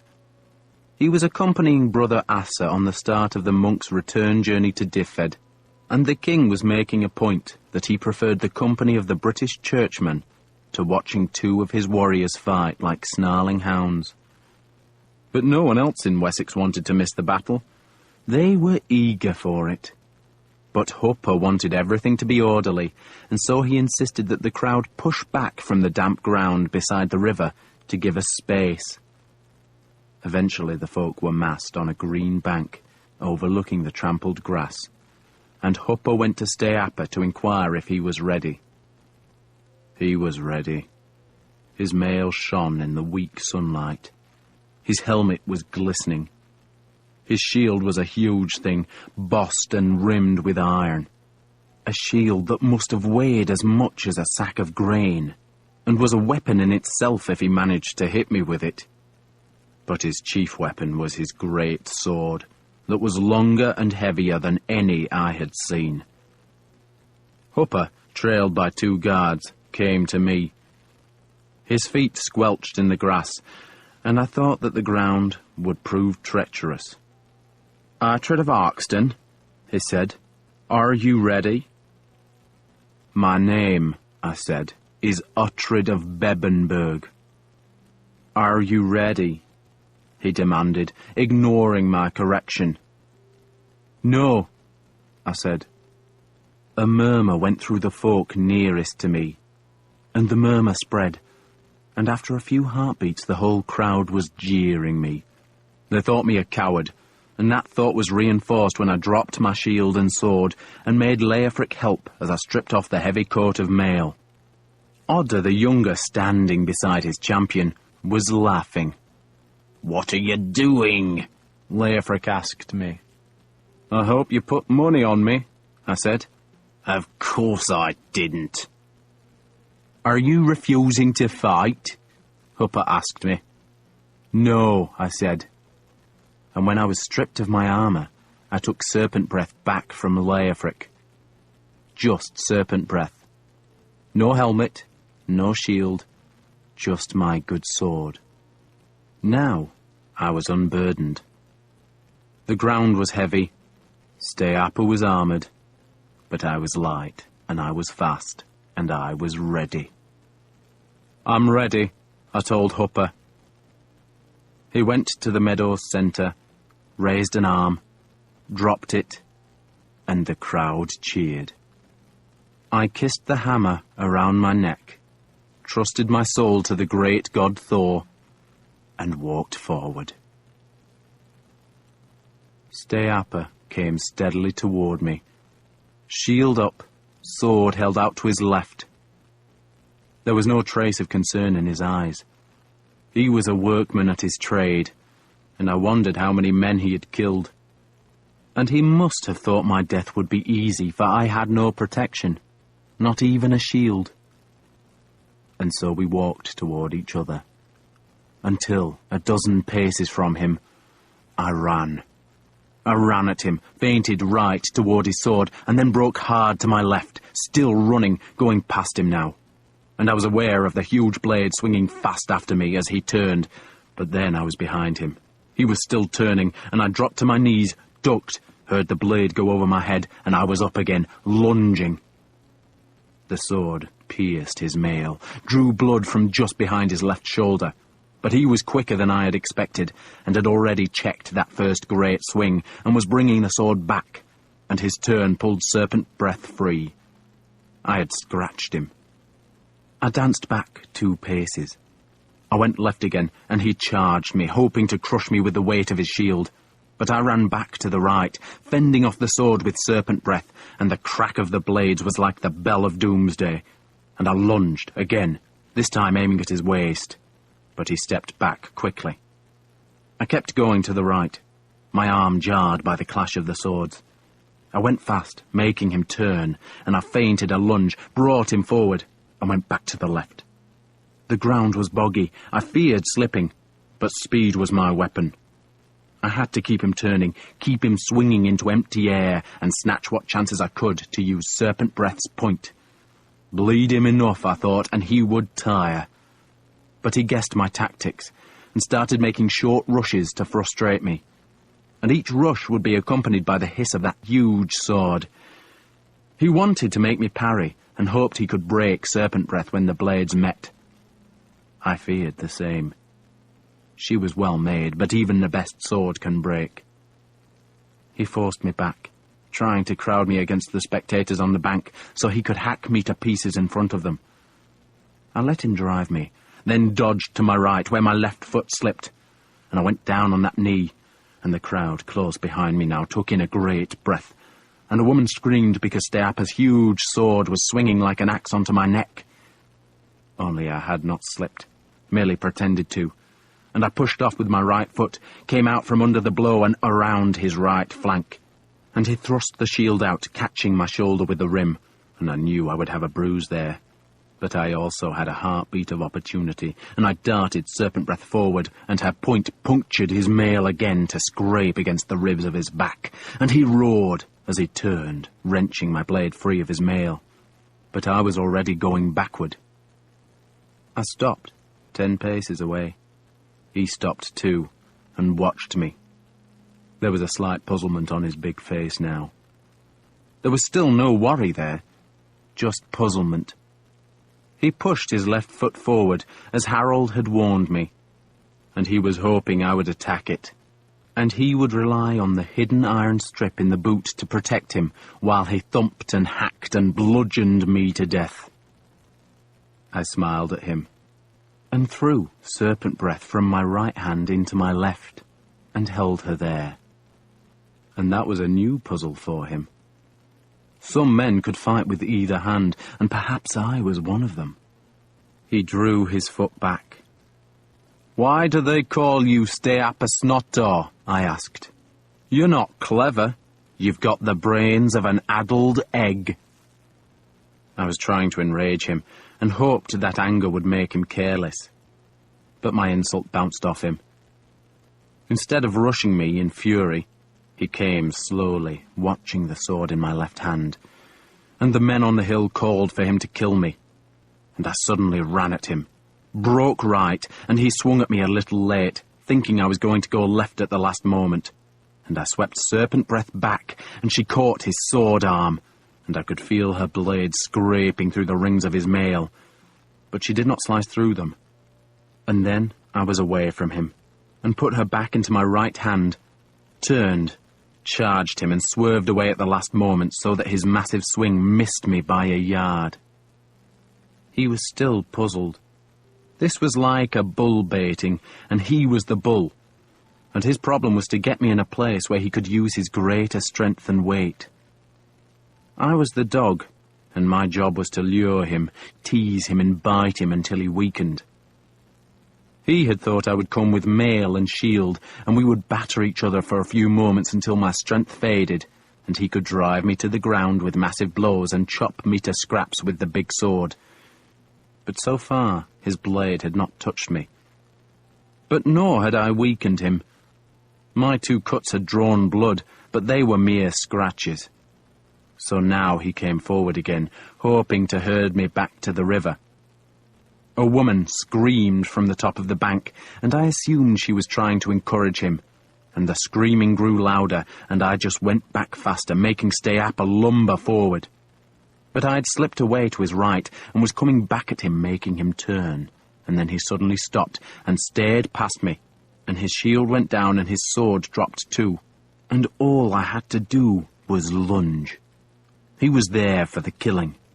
I could thrust serpent breath into his chest, or throat, or ram her into his belly. But I did none of those things. Steapa was no fool at fighting, and I guessed he was luring me, and I did not take the bait. If I lunged, I thought, he would crush me between his shield and sword. He wanted me to think him defenseless, so that I could come into range of his weapons. But instead I stopped and spread my arms, inviting him to attack me as he was inviting me to attack him. But he ignored me. He just stared past my shoulder. And the woman's screaming was shrill now, and there were men shouting. And Leofric was yelling my name, and the spectators were no longer watching us but running in panic. So I turned my back on Steapa and looked toward the town on its hill that was cradled by the river's bend. And I saw that Chippenham was burning. Smoke was darkening the winter sky, and the horizon was filled with men, mounted men, men with swords and axes and shields and spears and banners. And more horsemen were coming from the eastern gate to thunder across the bridge. Because all Alfred's prayers had failed, and the Danes had come to Wessex. Chapter 6. Steapa recovered his wits before I did. He stared open-mouthed at the Danes crossing the bridge, and then just ran toward his master, Odda the Younger, who was shouting for his horses. The Danes were spreading out from the bridge, galloping across the meadow with drawn swords and levelled spears. Smoke poured into the low wintry clouds from the burning town. Some of the king's buildings were alight. A riderless horse, stirrups flapping, galloped across the grass. Then Leofric grabbed my elbow and pulled me northward beside the river. Most of the folk had gone south, and the Danes had followed them, so north seemed to offer more safety. Iseult had my mail coat, and I took it from her, leaving her to carry Wasp Sting. And behind us the screaming rose as the Danes chopped into the panicked mass. Folk scattered. Escaping horsemen thumped past us, the hooves throwing up spadefuls of damp earth and grass with every step. I saw Odda the Younger swerve away with 3 other horsemen. Harold, the Shire Reeve, was one of them, but I could not see Steapa, and for a moment I feared the big man was looking for me. Then I forgot him as a band of Danes turned north in pursuit of Odda. "Where are our horses?" I shouted at Leofric, who looked bemused, and I remembered he had not travelled to Chippenham with me. The beasts were probably still in the yard behind the Corncrake Tavern, which meant they were lost. There was a fallen willow in a stand of leafless alders by the river, and we paused there for breath, hidden by the willow's trunk. I pulled on the mailcoat, buckled on my swords, and took my helmet and shield from Leofric. "Where's Haston?" I asked. "He ran," Leofric said curtly. So had the rest of my men. They had joined the panic and were gone southward. Leofric pointed northward. "Trouble," he said curtly. There was a score of Danes riding down our bank of the river, blocking our escape, but they were still some distance away while the men pursuing Odda had vanished. So Leofric led us across the water meadow to a tangle of thorns, alders, nettles and ivy. At its centre was an old wattle hut, perhaps a herdsman's shelter. And though the hut had half collapsed, it offered a better hiding place than the willow, and so the 3 of us plunged into the nettles and crouched behind the rotting timbers. A bell was ringing in the town. It sounded like the slow tolling that announced a funeral. It stopped abruptly, started again, and then finally ended. A horn sounded. A dozen horsemen galloped close to our hiding place, and all had black cloaks and black painted shields, the marks of Guthrum's warriors. Guthrum. Guthrum the Unlucky. He called himself King of East Anglia, but he wanted to be King of Wessex, and this was his third attempt to take the country, and this time, I thought, his luck had turned. While Alfred had been celebrating the 12th night of Yule, and while the Witan met to discuss the maintenance of bridges and the punishment of malefactors, Guthrum had marched. The army of the Danes was in Wessex. Chippenham had fallen, and the great men of Alfred's kingdom had been surprised, scattered, or slaughtered. The horn sounded again, and the dozen black-cloaked horsemen turned and rode toward the sound. "We should have known the Danes were coming," I said angrily. "You always said they would," Leofric said. "Didn't Alfred have spies at Gloucester?" "He had priests praying there instead," Leofric said bitterly. "And he trusted Guthrum's truce." I touched my hammer amulet. I had taken it from a boy in Uhtred. I had been a boy myself then, newly captured by the Danes, and my opponent had fought me in a whirl of fists and feet, and I had hammered him down into the riverbank and taken his amulet. I still have it. I touch it often, reminding Thor that I live. But that day I touched it because I thought of Ragnar. The hostages would be dead, and was that why Wulfhere had ridden away at dawn? But how could he have known the Danes were coming? If Wulfhere had known, then Alfred would have known, and the West Saxon forces would have been ready.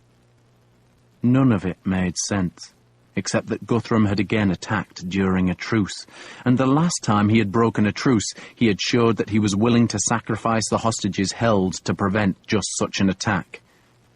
It seemed certain he had done it again, and so Ragnar would be dead, and my world was diminished.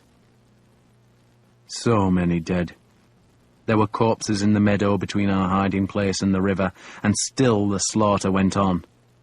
Some of the Saxons had run back toward the town, discovered the bridge was guarded, and tried to escape northward, and we watched them being ridden down by the Danes. 3 men tried to resist, standing in a tight group with swords ready, but a Dane gave a great whoop and charged them with his horse, and his spear went through one man's mail, crushing his chest, and the other 2 were thrown aside by the horse's weight, and immediately more Danes closed on them. Swords and axes rose, and the horsemen spurred on. A girl screamed and ran in terrified circles, until a Dane, long hair flying, leaned from his saddle and pulled her dress up over her head, so she was blind and half naked. She staggered in the damp grass, and a half-dozen Danes laughed at her. Then one slapped her bare rump with his sword, and another dragged her southward, her screams muffled by the entangling dress. Iseult was shivering, and I put a mail-clad arm around her shoulders. I could have joined the Danes in the meadow. I spoke their language, and with my long hair and my arm rings I looked like a Dane. But Haston was somewhere in Chippenham, and he might betray me, and Guthrum had no great love for me, and even if I survived then it would go hard with Leofric and Iseult. These Danes were in a rampant mood, flushed by their easy success, and if a dozen decided they wanted Iseult, then they would take her whether they thought I was a Dane or not. They were hunting in packs, and so it was best to stay hidden until the frenzy had passed. Across the river, at the top of the low hill on which Chippenham was built, I could see the town's largest church burning. The thatched roof was whirling into the sky in great ribbons of flame and plumes of spark-riddled smoke. "What in God's name were you doing back there?" Leofric asked me. Back there? His question confused me. "Dancing around Steapa like a gnat. He could have endured that all day." "I wounded him," I said, "twice." "Wounded him? Sweet Christ, he's hurt himself worse when he was shaving. Doesn't matter now, does it? I said. I guessed Stayapper was dead by now. Or perhaps he had escaped. I did not know. None of us knew what was happening except that the Danes had come. And Mildred? My son? They were far away, and presumably they would receive warning of the Danish attack. But I had no doubt that the Danes would keep going deep into Wessex, and there was nothing I could do to protect Oxton. I had no horse, no men, and no chance of reaching the south coast before Guthrum's mounted soldiers. I watched a Dane ride past with a girl across his saddle. "What happened to that Danish girl you took home?" I asked Leofric. "The one we captured off Wales." "She's still in Hampton," he said. "And now that I'm not there, she's probably in someone else's bed." "Probably. Certainly." "Then the bastard's welcome to her," he said. "She cries a lot." "Mildred does that," I said. And then, after a pause, "Ainfled was angry with you." "Ainfled? Angry with me? Why?" "Because you didn't go to see her." "How could I? I was in chains." He looked satisfied that the whore had asked after him. "Ainfled doesn't cry, does she?" "Not that I've seen." "Good girl, that. I reckon she'd like Hampton." If Hampton still existed. Had a Danish fleet come from Lundane? Was Svein attacking across the Severn Sea? I knew nothing except that Wessex was suffering chaos and defeat. It began to rain again, a thin winter's rain, cold and stinging. Iseult crouched lower, and I sheltered her with my shield. Most of the folk who had gathered to watch the fight by the river had fled south, and only a handful had come our way, which meant there were fewer Danes near our hiding place, and those that were in the northern river meadows were now gathering their spoils. They stripped corpses of weapons, belts, mail, clothes, anything of value. A few Saxon men had survived, but they were being led away with the children and younger women to be sold as slaves. The old were killed. A wounded man was crawling on hands and knees, and a dozen Danes tormented him like cats playing with an injured sparrow, nicking him with swords and spears, bleeding him to a slow death. Haston was one of the tormentors. "I always liked Haston," I said sadly. "He's a Dane," Leofric said scornfully. I still liked him. "You kept him alive," Leofric said, "and now he's gone back to his own. You should have killed him." I watched as Haston kicked the wounded man, who called out in agony, begging to be killed. But the group of young men went on jabbing him, laughing, and the first ravens came. I have often wondered if ravens smell blood. For the sky can be clear of them all day, but when a man dies they come from nowhere on their shining black wings. Perhaps Odin sends them, for the ravens are his birds, and now they flapped down to start feasting on eyes and lips, the first course of every raven feast. The dogs and foxes would soon follow. "The end of Wessex," Leofric said sadly. "The end of England," I said. "What do we do?" Iseult asked. There was no answer from me. Ragnar must be dead, which meant I had no refuge among the Danes, and Alfred was probably dead or else a fugitive, and my duty now was to my son. He was only a baby, but he was my son, and he carried my name. Bebbanburg would be his if I could take it back, and if I could not take it back, then it would be his duty to recapture the stronghold, and so the name Uhtred of Bebbanburg would go on till the last weltering chaos of the dying world. "We must get to Hampton," Leofric said, "and find the crew." Except the Danes would surely be there already, or else on their way. They knew where the power of Wessex lay, where the great lords had their halls, where the soldiers gathered, and Guthrum would be sending men to burn and kill, and so disarm the Saxons' lost kingdom. "We need food," I said. "Food and warmth." "Light a fire here," Leofric grumbled, "and we're dead." So we waited. The small rain turned to sleet. Haston and his new companions, now that their victim was dead, wandered away, leaving the meadow empty but for the corpses and their attendant ravens. And still we waited. But Iseult, who was as thin as Alfred, was shivering uncontrollably, and so in the late afternoon I took off my helmet and unbound my hair so it hung loose. "What are you doing?" Leofric asked. "For the moment," I said, "we're Danes. Just keep your mouth shut." I led them toward the town. I would have preferred to wait until dark, but Iseult was too cold to wait longer, and I just hoped the Danes had calmed down. I might look like a Dane, but it was still dangerous. Haston might see me, and if he told others how I had ambushed the Danish ship off Dyfed, then I could expect nothing but a slow death. So we went, nervously, stepping past bloodied bodies along the riverside path. The ravens protested as we approached, flapped indignantly into the winter willows, and returned to their feast when we had passed. There were more corpses piled by the bridge, where the young folk captured for slavery were being made to dig a grave. The Danes guarding them were drunk, and none challenged us as we went across the wooden span and under the gate arch that was still hung with holly and ivy in celebration of Christmas. The fires were dying now, damped by rain, or else extinguished by the Danes who were ransacking houses and churches. I stayed in the narrowest alleys, edging past a smithy, a hide dealer's shop, and a place where pots had been sold. Our boots crunched through the pottery shards. A young Dane was vomiting in the alley's entrance, and he told me that Guthrum was in the royal compound, where there would be a feast that night. He straightened up, gasping for breath, but was sober enough to offer me a bag of coins for Iseult. There were women screaming or sobbing in houses, and their noise was making Leofric angry, but I told him to stay quiet.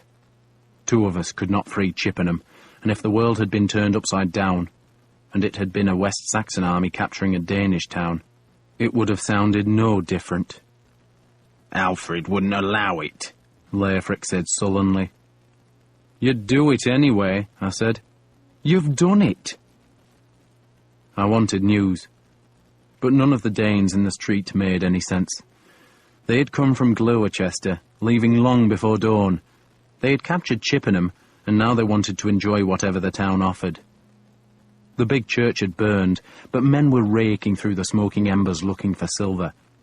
For lack of anywhere else to go, we climbed the hill to the Corncrake Tavern, where we always drank, and found Eanfled, the red-headed whore, being held on a table by 2 young Danes, while 3 others, none of them more than 17 or 18, took turns raping her.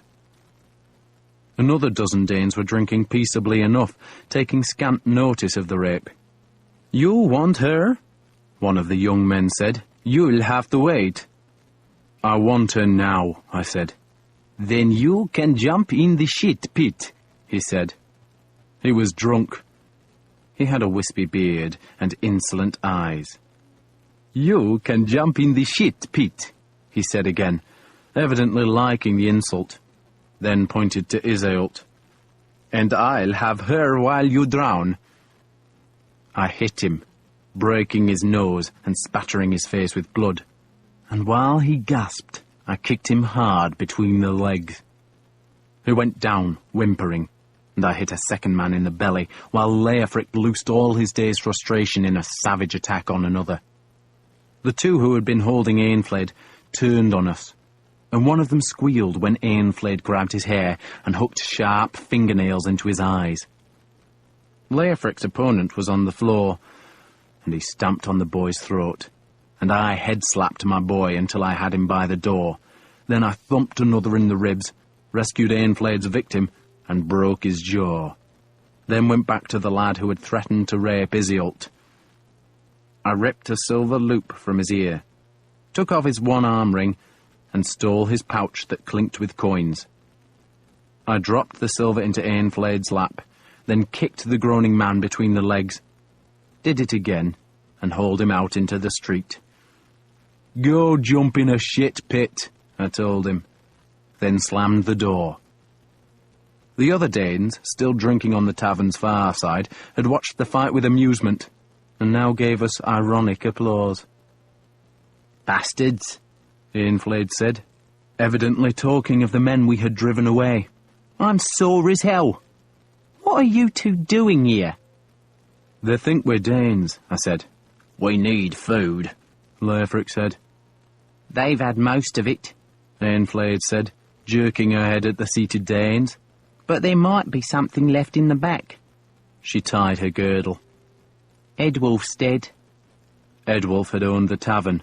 "And thanks for helping me, you spavined bastards."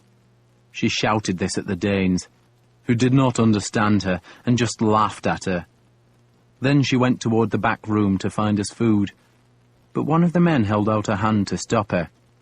"Where are you going?" he asked her in Danish. "She's going past you," I called. "I want ale," he said. "And you? Who are you?" "I'm the man who's going to cut your throat if you stop her fetching food," I said. "Quiet, quiet," an older man said, then frowned at me. "Don't I know you?" "I was with Guthrum at Redingham," I said, "and at Wareham." "That must be it. He's done better this time, eh?" "He's done better," I agreed. The man pointed at Iseult. "Yours?" "Not for sale." "Just asking, friend, just asking." Eanfled brought us stale bread, cold pork, wrinkled apples, and a rock-hard cheese in which red worms writhed. The older man carried a pot of ale to our table, evidently as a peace offering, and he sat and talked with me, and I learned a little more of what was happening. Guthrum had brought close to 3,000 men to attack Chippenham. Guthrum himself was now in Alfred's Hall, and half his men would stay in Chippenham as a garrison, while the rest planned to ride either south or east in the morning. "Keep the bastards on the run, eh?" the man said, then frowned at Leofric. "He doesn't say much."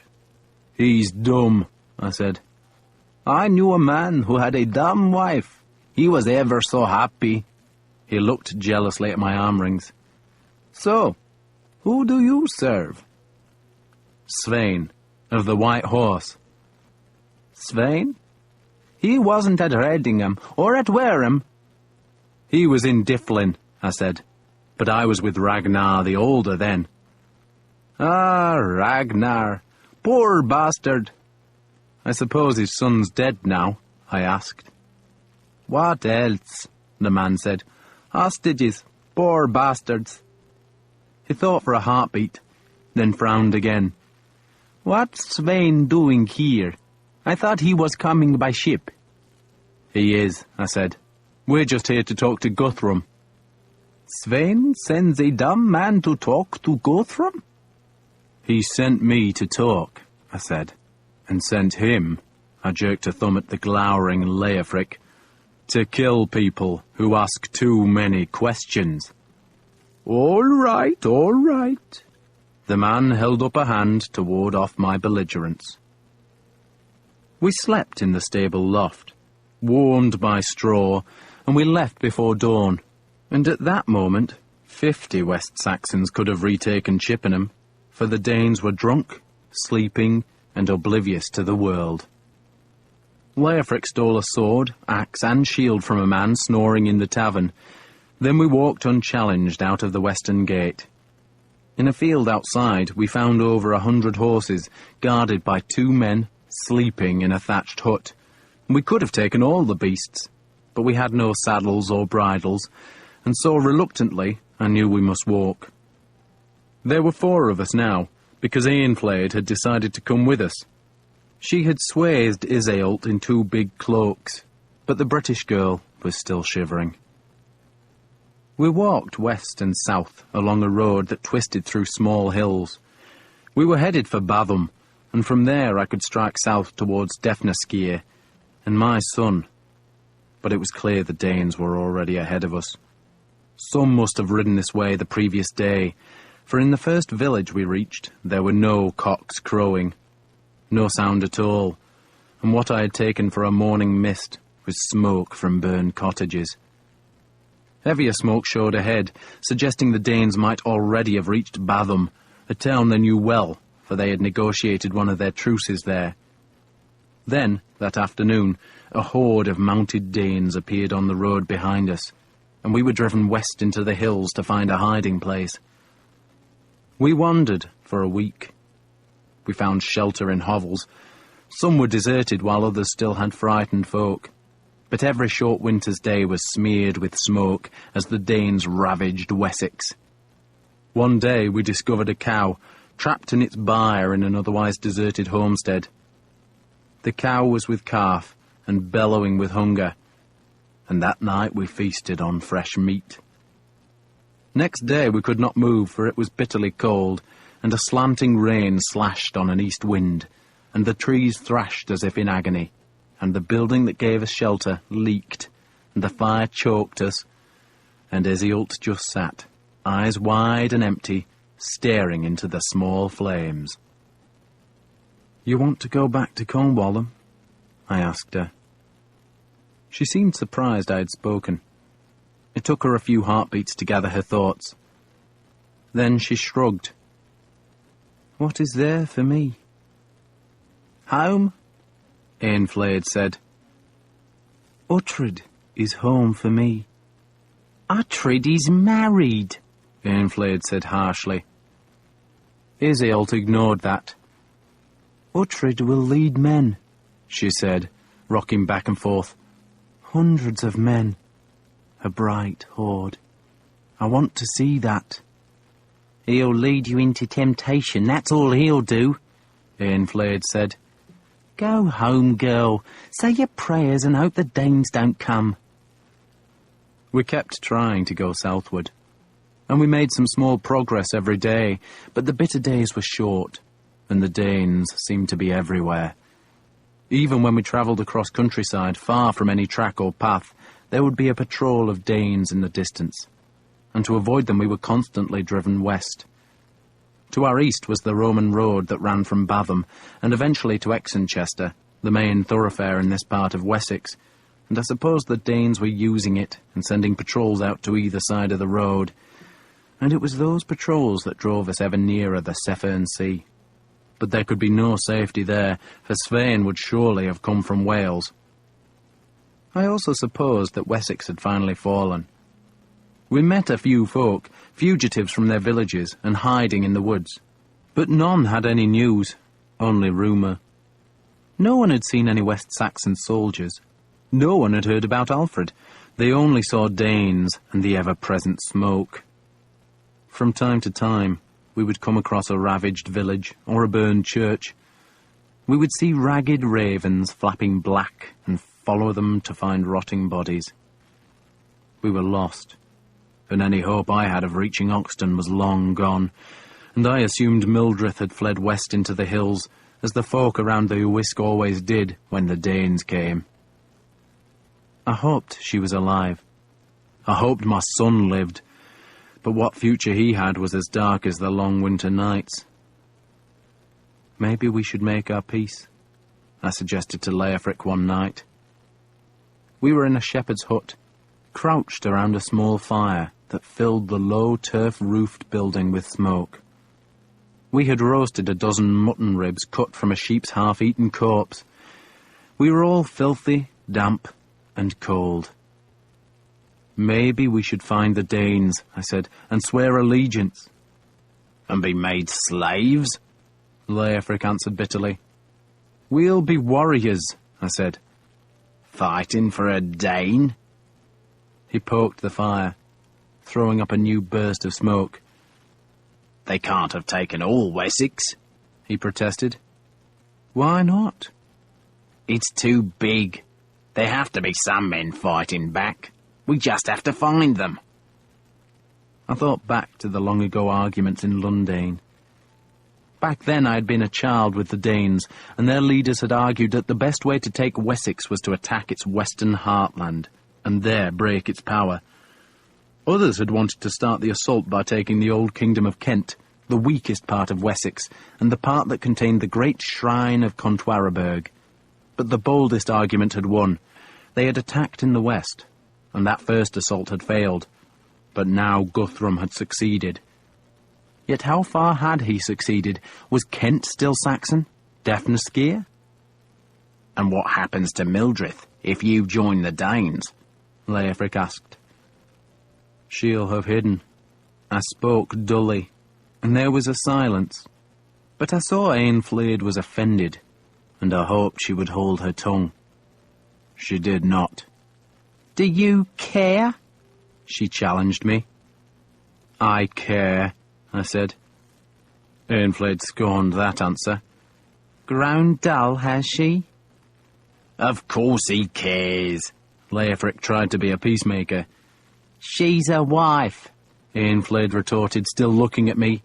Men tire of wives, she went on, and Iseult listened, her big dark eyes going from me to Eanfled. What do you know of wives? I asked. I was married, Eanfled said. You were? Leofric asked, surprised. I was married for 3 years, Eanfled said, to a man who was in Wulfhere's guard. He gave me 2 children, then died in the battle that killed King Ethelred. 2 children? Iseult asked. They died, Eanfled said harshly.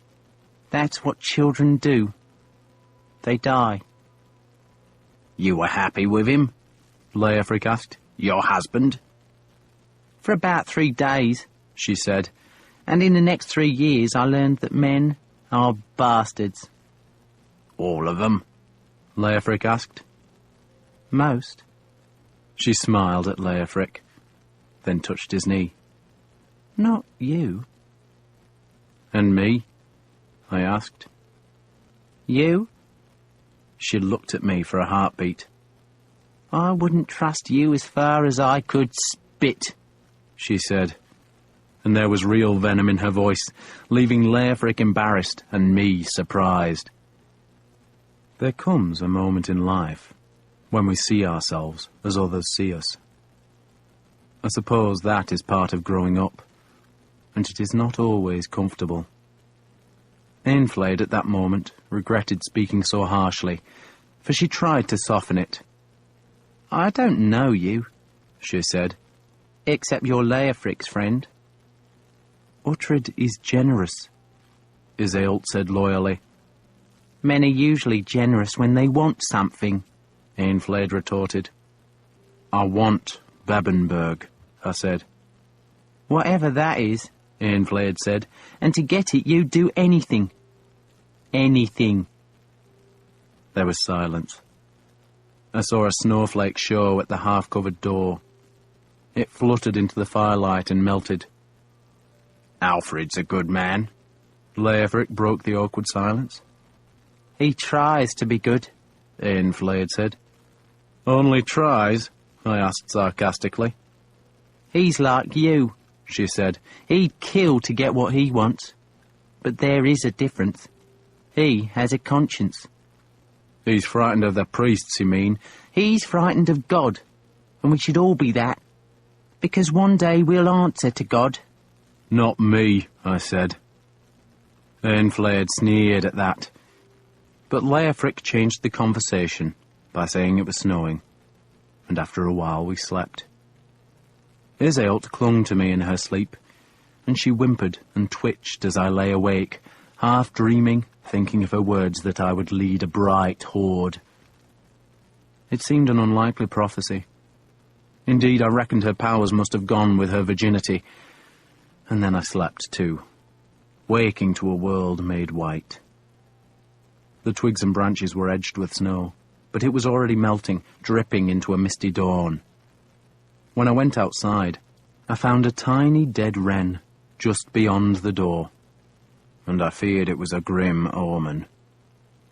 Leofric emerged from the hut, blinking at the dawn's brilliance.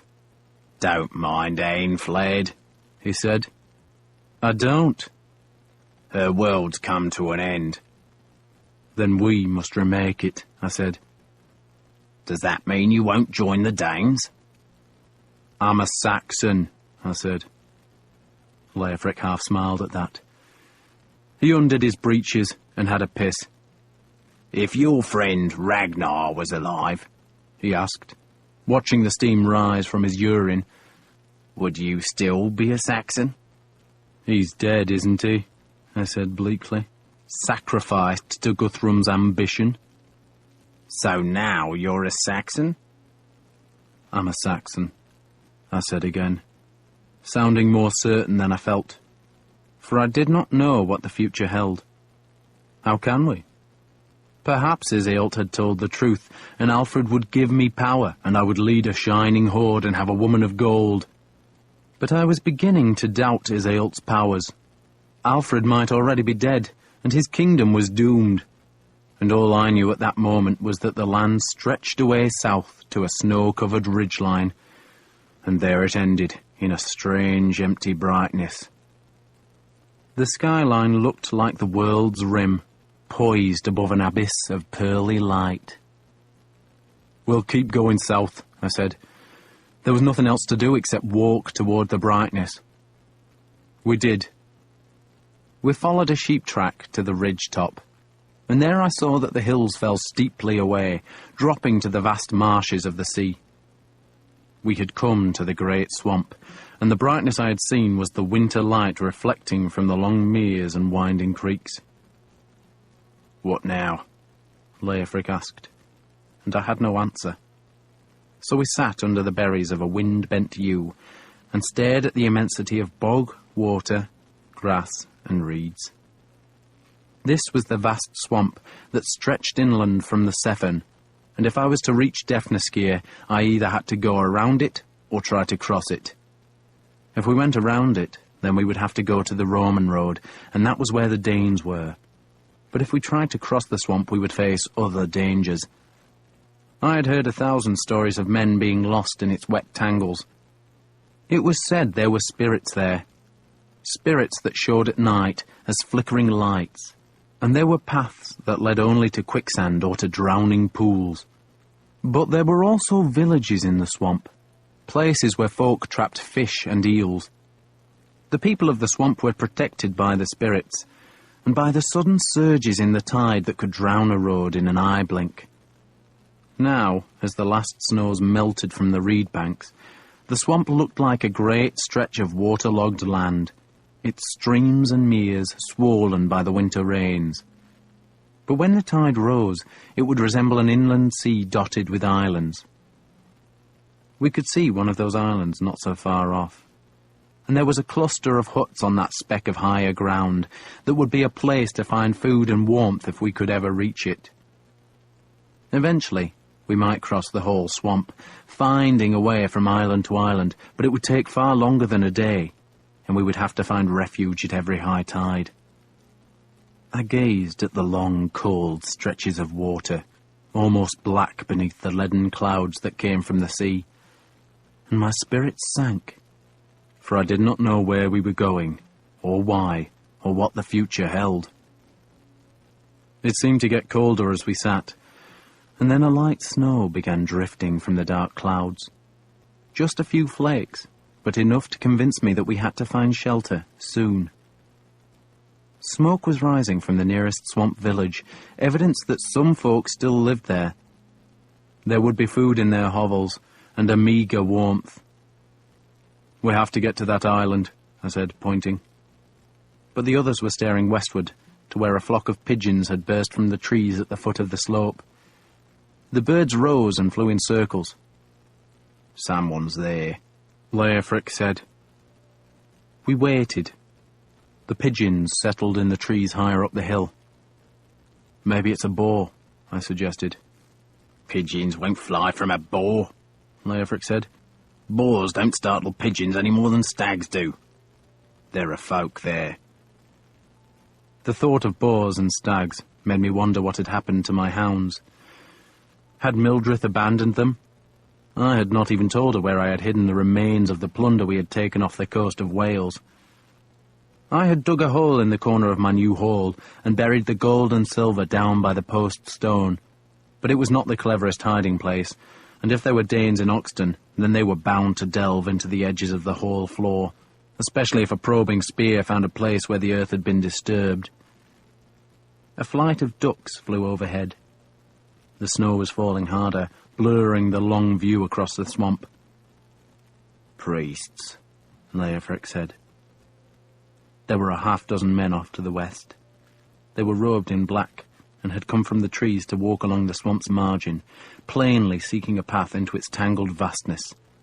But there was no obvious track to the small village on its tiny island, and so the priests came nearer to us, skirting the ridge's foot. One of them was carrying a long staff, and, even at a distance, I could see a glint at its head, and I suspected it was a bishop's staff, the kind with a heavy silver cross. Another 3 carried heavy sacks. "You think there's food in those bundles?" Leofric asked wistfully. "They're priests," I said savagely. "They'll be carrying silver." "Or books," Eanfled suggested. "Priests like books." "It could be food," Leofric said, though not very convincingly. A group of 3 women and 2 children now appeared. One of the women appeared to be wearing a swathing cloak of silver fur, while another carried the smaller child. The women and children were not far behind the priests, who waited for them, and then they all walked eastward until they were beneath us, and there they discovered some kind of path twisting into the marshes.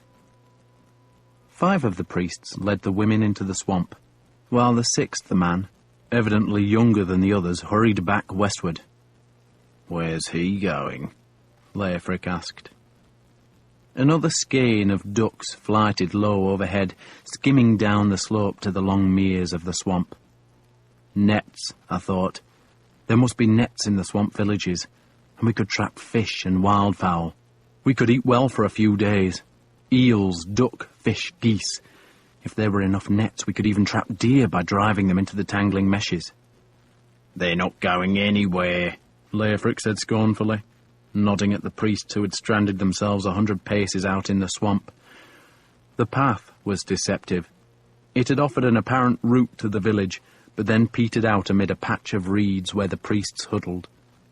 They did not want to come back, and did not want to go forward, and so they stayed where they were, lost and cold and despairing. They looked as though they were arguing. "We must help them," Eanfled said, and when I said nothing, she protested that one of the women was holding a baby. "We have to help them," she insisted. I was about to retort that the last thing we needed was more hungry mouths to feed, but her harsh words in the night had persuaded me that I had to do something to show her I was not as treacherous as she evidently believed. So I stood, hefted my shield, and started down the hill. The others followed, but before we were even halfway down, I heard shouts from the west.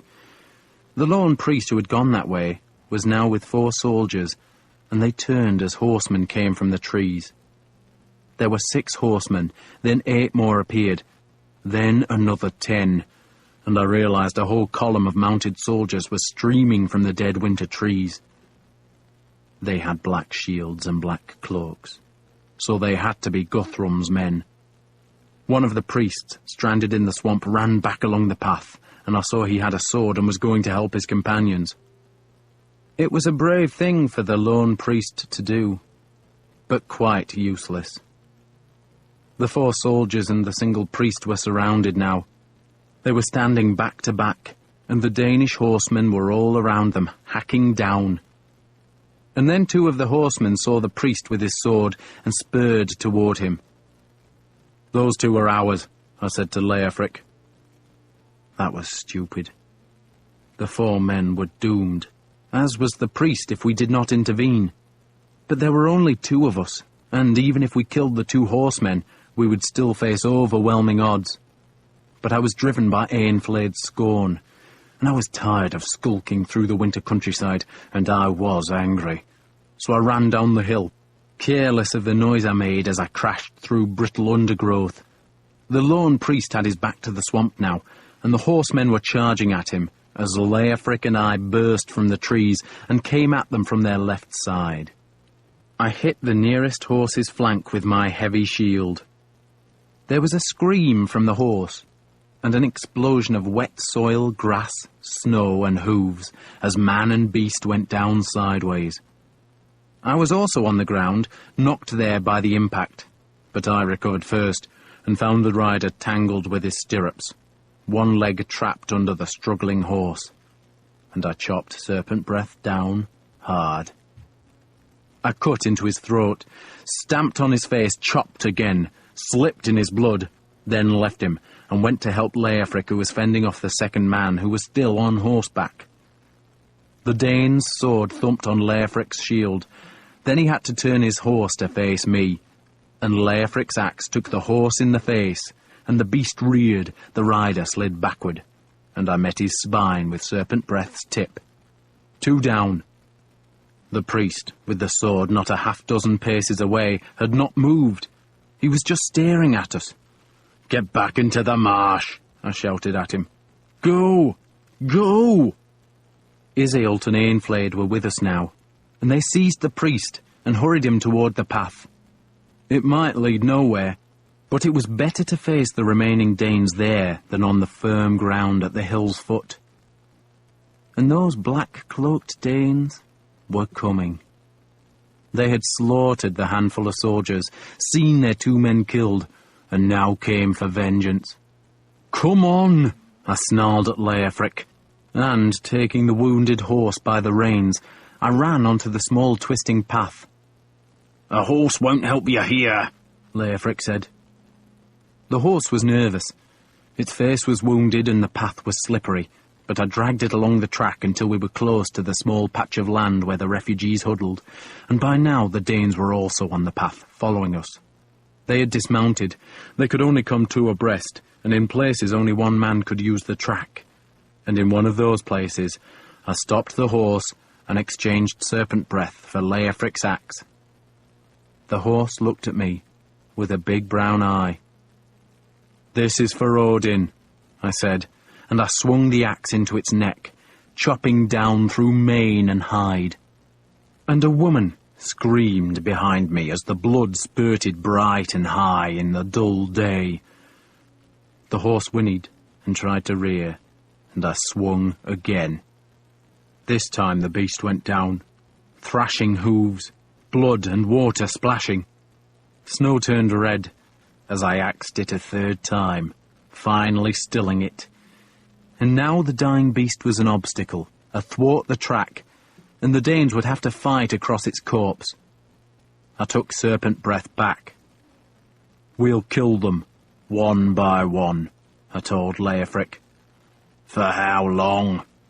He nodded westward, and I saw more Danes coming. A whole ship's crew of mounted Danes streaming along the swamp's edge. 50 men? Maybe more.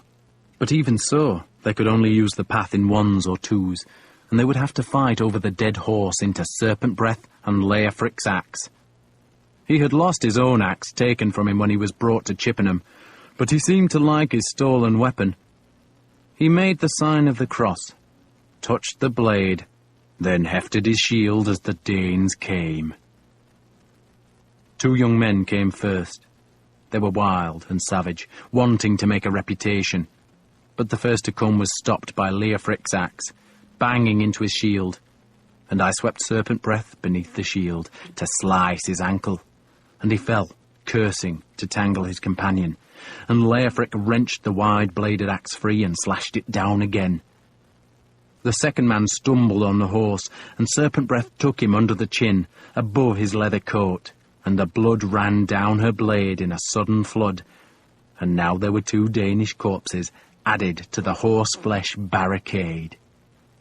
I was taunting the other Danes, calling them corpse worms, telling them I had known children who could fight better. Another man came, screaming in rage as he leaped over the horse, and he was checked by Leofric's shield, and Serpent Breath met his sword with a dull crack, and his blade broke. And 2 more men were trying to get past the horse, struggling in water up to their knees, and I rammed serpent breath into the belly of the first, pushing her through his leather armour, left him to die, and swung right at the man trying to get through the water. Serpent breath's tip flicked across his face to spray blood into the thickening snowfall. I went forward, feet sinking, lunged again, and he could not move in the mire, and serpent breath took his gullet. I was screaming with joy, because the battle calm had come, the same blessed stillness I had felt at Sinuit. It is a joy, that feeling, and the only other joy to compare is that of being with a woman. It is as though life slows. The enemy moves as if he is wading in mud, but I was kingfisher fast. There is rage, but it is a controlled rage, and there is joy. The joy that the poets celebrate when they speak of battle, and a certainty that death is not in that day's fate. My head was full of singing, a keening note, high and shrill, death's anthem. All I wanted was for more Danes to come to serpent breath, and it seemed to me that she took on her own life in those moments. To think was to act. A man came across the horse's flank. I thought to slice at his ankle, knew he would drop his shield, and so open his upper body to an attack. And before the thought was even coherent, it was done, and serpent breath had taken one of his eyes. She had gone down and up, was already moving to the right to counter another man trying to get around the horse, and I let him get past the stallion's bloodied head, then scornfully drove him down into the water, and there I stood on him, holding his head under my boot as he drowned.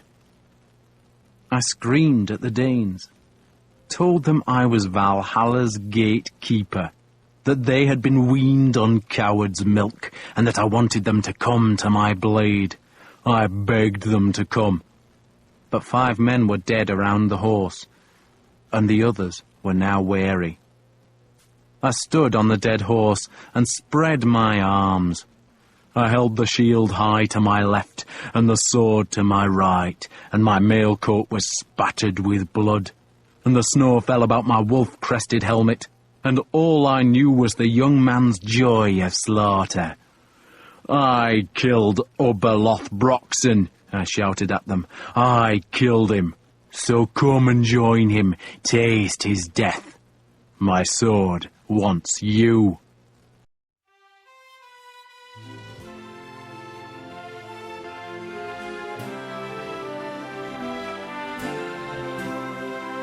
The warmth of the morning, as the sunlight starts to rise, I can feel your gentle presence, like a gift in disguise.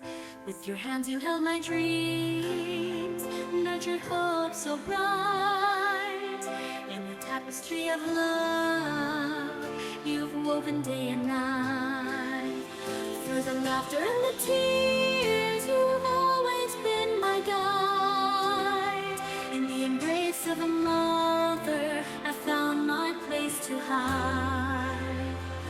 Embrace of a mother where the heart feels free. A sanctuary of love where I can truly be. Through the storms and the Boats, Leofric said. I did not hear him.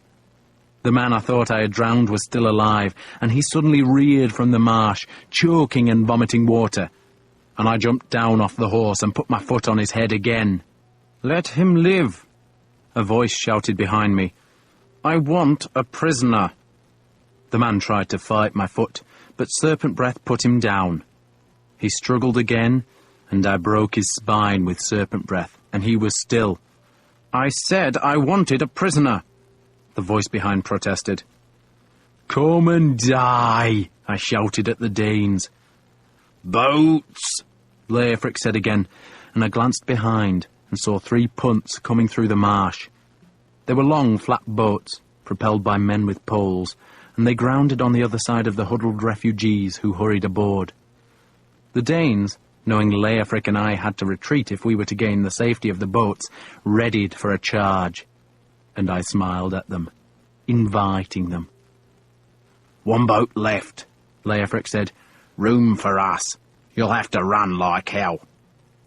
"I'll stay here," I shouted, but in Danish. "I'm enjoying myself." Then there was a stir on the path, as a man came to the front rank of the Danes, and the others edged aside to give him room. He was in chainmail, and had a silvered helmet with a raven's wing at its crown. But as he came closer, he took the helmet off, and I saw the gold-tipped bone in his hair. It was Guthrum himself. The bone was one of his mother's ribs, and he wore it out of love for her memory. He stared at me, his gaunt face sad, and then looked down at the men we had killed. "I shall hunt you like a dog, Uhtred Ragnarson," he said. "And I shall kill you like a dog." "My name," I said, "is Uhtred Uhtredson." "We have to run," Leofric hissed at me. The snow whirled above the swamp, thick enough now so that I could hardly see the ridge-top from where we had glimpsed the pigeons circling. "You are a dead man, Uhtred," Guthrum said. "I never met your mother," I called to him, "but I would have liked to meet her." His face took on the reverent look that any mention of his mother always provoked. He seemed to regret that he had spoken so harshly to me, for he made a conciliatory gesture. "She was a great woman," he said. I smiled at him. At that moment, looking back, I could have changed sides so easily, and Guthrum would have welcomed me if I had just given his mother a compliment. But I was a belligerent young man, and the battle joy was on me. "I would have spat in her ugly face," I told Guthrum, "and now I piss on your mother's soul and tell you that the beasts of Niflheim are humping her rancid bones." He screamed with rage, and they all charged, some splashing through the shallows, all desperate to reach me and avenge the terrible insult. But Leofric and I were running like hunted boars, and we charged through the reeds and into the water and hurled ourselves onto the last punt. The first two were gone, but the third had waited for us, and as we sprawled on its damp boards, the man with the pole pushed hard, and the craft slid away into the black water. The Danes tried to follow, but we were going surprisingly fast, gliding through the snowfall, and Guthrum was shouting at me, and a spear was thrown. But the marshman poled again, and the spear plunged harmlessly into the mud. "I shall find you," Guthrum shouted. "Why should I care?" I called back. "Your men only know how to die." I raised serpent breath and kissed her sticky blade. "And your mother was a whore to dwarves." "You should have let that one man live," a voice said behind me, "because I wanted to question him." The punt only contained the one passenger, besides Leofric and myself. And that one man was the priest who had carried a sword, and now he was sitting in the punt's flat bow, frowning at me. "There was no need to kill that man," he said sternly, and I looked at him with such fury that he recoiled. Damn all priests, I thought. I had saved the bastard's life, and all he did was reprove me. And then I saw that he was no priest at all. It was Alfred. The punt slid over the swamp, sometimes gliding across black water, sometimes rustling through grass or reeds. The man poling it was a bent, dark-skinned creature with a massive beard, otter-skin clothes, and a toothless mouth. Guthrum's Danes were far behind now, carrying their dead back to firmer ground. "I need to know what they plan to do," Alfred complained to me. "The prisoner could have told us." He spoke more respectfully. Looking back, I realized I had frightened him. for the front of my mail coat was sheeted in blood, and there was more blood on my face and helmet. "They plan to finish Wessex," I said curtly. "You don't need a prisoner to tell you that." "Lord," he said. I stared at him. "I am a king," he insisted. "You address a king with respect." "A king of what?" I asked.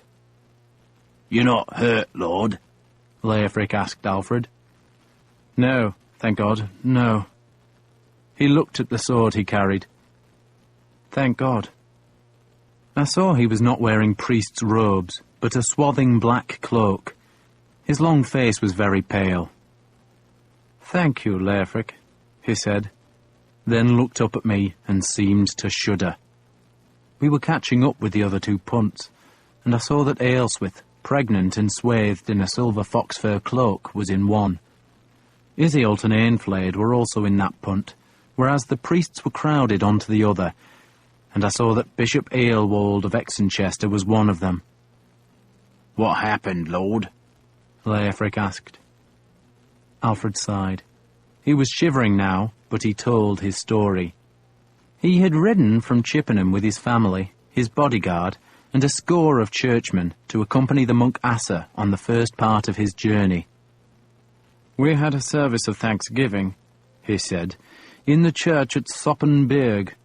It's a new church," he added earnestly to Leofric, "and very fine. We sang psalms, said prayers, and Brother Asa went on his way rejoicing. He made the sign of the cross. I pray he's safe." "I hope the lying bastard's dead," I snarled. Alfred ignored that. After the church service, they had all gone to a nearby monastery for a meal, and it was while they were there that the Danes had come. The royal group had fled, finding shelter in nearby woods, while the monastery burned. After that, they had tried to ride east into the heart of Wessex, but, like us, they had constantly been headed off by patrolling Danes. One night, sheltering in a farm, they had been surprised by Danish troops, who had killed some of Alfred's guards and captured all his horses, and ever since they had been wandering, as lost as us, until they came to the swamp. "God knows what will happen now," Alfred said. "We fight," I said. He just looked at me and I shrugged. "We fight," I said again. Alfred stared across the swamp. "Find a ship," he said, but so softly that I hardly heard him. "Find a ship and go to Francia." He pulled the cloak tighter around his thin body. The snow was thickening as it fell, though it melted as soon as it met the dark water. The Danes had vanished, lost in the snow behind. "That was Guthrum?" Alfred asked me. "That was Guthrum," I said. "And he knew it was you he pursued." "I suppose so." "What else would draw Guthrum here?" I asked. "He wants you dead, or captured." Yet for the moment we were safe. The island village had a score of damp hovels, thatched with reeds, and a few storehouses raised on stilts. The buildings were the colour of mud. The street was mud. The goats and the people were mud-covered. But the place, poor as it was, could provide food, shelter, and a meagre warmth. The men of the village had seen the refugees, and after a discussion, decided to rescue them. I suspect they wanted to pillage us rather than save our lives, but Leofric and I looked formidable, and once the villagers understood that their king was their guest, they did their clumsy best for him and his family. One of them, in a dialect I could scarcely understand, wanted to know the king's name. He had never heard of Alfred. He knew about the Danes, but said their ships had never reached the village or any of the other settlements in the swamp. He told us the villagers lived off deer, goats, fish, eels, and wildfowl, and they had plenty of food, though fuel was scarce. Aelswith was pregnant with her third child, while her first two were in the care of nurses.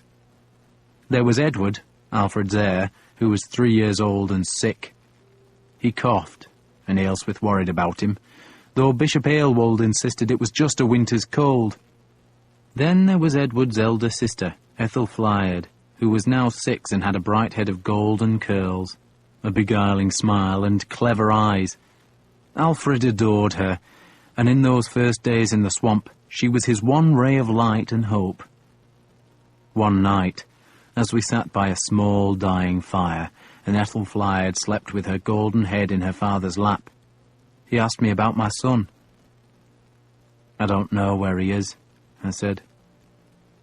There were only the 2 of us. Everyone else was sleeping, and I was sitting by the door staring across the frost-bleached marsh that lay black and silver under a half-moon. "You want to go and find him?" he asked earnestly. "You truly want me to do that?" I asked. He looked puzzled. "These folk are giving you shelter," I explained, "but they'd as soon cut your throats. They won't do that while I'm here." He was about to protest, then understood I probably spoke the truth. He stroked his daughter's hair. Edward coughed. He was in his mother's hut. The coughing had become worse, much worse, and we all suspected it was the whooping cough that killed small children. Alfred flinched at the sound. "Did you fight, Steapa?" he asked. "We fought," I said curtly. "The Danes came and we never finished. He was bleeding, I was not." "He was bleeding?" "Ask Leofric. He was there." He was silent a long time. Then softly, "I am still king." "Of a swamp," I thought, and said nothing. "And it is customary to call a king lord," he went on. I just stared at his thin, pale face that was lit by the dying fire. He looked so solemn, but also frightened, as if he was making a huge effort to hold on to the shreds of his dignity. Alfred never lacked for bravery, but he was not a warrior, and he did not much like the company of warriors. In his eyes I was a brute, dangerous, uninteresting, but suddenly indispensable. He knew I was not going to call him Lord, so he did not insist. "What do you notice about this place?" he asked. "It's wet," I said. "What else?" I looked for the trap in the question, and found none. "It can only be reached by punts," I said, "and the Danes don't have punts. But when they do have punts, it'll need more than Leofric and me to fight them off." "It doesn't have a church," he said. "I knew I liked it," I retorted. He ignored that. "We know so little of our own kingdom," he said in wonderment. "I thought there were churches everywhere." He closed his eyes for a few heartbeats, then looked at me plaintively. What should I do?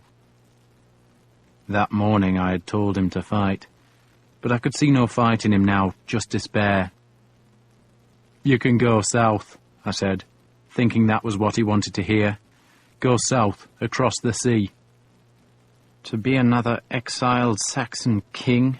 he said bitterly. "We hide here," I said, "and when we think the Danes aren't watching, we go to the south coast and find a ship." "How do we hide?" he asked. "They know we're here, and they're on both sides of the swamp." The marshmen had told us that a Danish fleet had landed at Sinuit, which lay at the swamp's western edge. That fleet, I assumed, was led by Svein, and he would surely be wondering how to find Alfred. The king, I reckoned, was doomed, and his family too. If Ethelflaed was lucky, she would be raised by a Danish family, as I had been. But more probably, they would all be killed, so that no Saxon could ever again claim the crown of Wessex. "And the Danes will be watching the south coast," Alfred went on. "They will," I agreed. He looked out at the marsh, where the night wind rippled the waters, shaking the long reflection of a winter moon. "The Danes can't have taken all Wessex," he said, then flinched, because Edward was coughing so painfully. "Probably not," I agreed. If we could find men, he said, then fell silent. What would we do with men? I asked. Attack the fleet, he said, pointing west. Get rid of Svein. If it is Svein at Sinuit, then hold the hills of Defnaskir. Gain one victory, and more men will come. We get stronger, and one day we can face Guthrum. I thought about it. He had spoken dully, as if he did not really believe in the words he had said, but I thought they made a perverse kind of sense. There were men in Wessex, men who were leaderless, but they were men who wanted a leader, men who would fight, and perhaps we could secure the swamp, then defeat Svein, then capture Defnaskir, and so, piece by piece, take back Wessex. Then I thought about it more closely, and reckoned it was a dream. The Danes had won. We were fugitives. Alfred was stroking his daughter's golden hair. The Danes will hunt us here, won't they? Yes. Can you defend us? Just me and Leofric? You're a warrior, aren't you? Men tell me it was really you who defeated Ubba. You knew I killed Ubba? I asked. Can you defend us? I would not be deflected. Did you know I won your victory at Sinuit? I demanded. Yes, he said simply. And my reward was to crawl to your altar, to be humiliated? My anger made my voice too loud, and Ethelflaed had opened her eyes and stared at me. I have made mistakes, Alfred said. And when this is all over, and when God returns Wessex to the West Saxons, I shall do the same. I shall put on the penitent's robe and submit myself to God. I wanted to kill the pious bastard then, but Ethelflaed was watching me with her big eyes. She had not moved, so her father did not know she was awake. But I did, so instead of giving my anger a loose rein, I cut it off abruptly. You'll find that penitence helps, I said. He brightened at that. It helped you? He asked. It gave me anger, I said, and it taught me to hate. And anger is good. Hatred is good. You don't mean that, he said. I half drew serpent breath, and little Ethelflaed's eyes grew wider. This kills, I said, letting the sword slide back into its fleece-lined scabbard. But anger and hate are what gives it the strength to kill. Go into battle without anger and hate, and you'll be dead. You need all the blades, anger and hate you can muster if we're to survive. But can you do it? He asked. Can you defend us here? Long enough to evade the Danes while we decide what to do? Yes, I said. I had no idea whether I spoke the truth. Indeed, I doubted that I did. But I had a warrior's pride, so gave a warrior's answer. Ethelflaed had not taken her eyes from me. She was only 6, but I swear she understood all that we talked about. So, I give you charge of that task, Alfred said. Here and now, I appoint you as the defender of my family. Do you accept that responsibility? I was an arrogant brute. Still am. He was challenging me. Of course. And he knew what he was doing, even if I did not. I just bridled. Of course I accept it, I said. Yes. Yes, what? He asked. I hesitated. But he had flattered me, given me a warrior's responsibility, and so I gave him what he wanted, and what I had been determined not to give to him. Yes, Lord, I said. He held out his hand. I knew he wanted more now. I had never meant to grant him this wish, but I had called him lord, and so I knelt to him. And across Ethelflaed's body, I took his hand in both mine. "Say it," he demanded, and he put the crucifix that hung about his neck between our hands. "I swear to be your man," I said, looking into his pale eyes, "until your family is safe." He hesitated.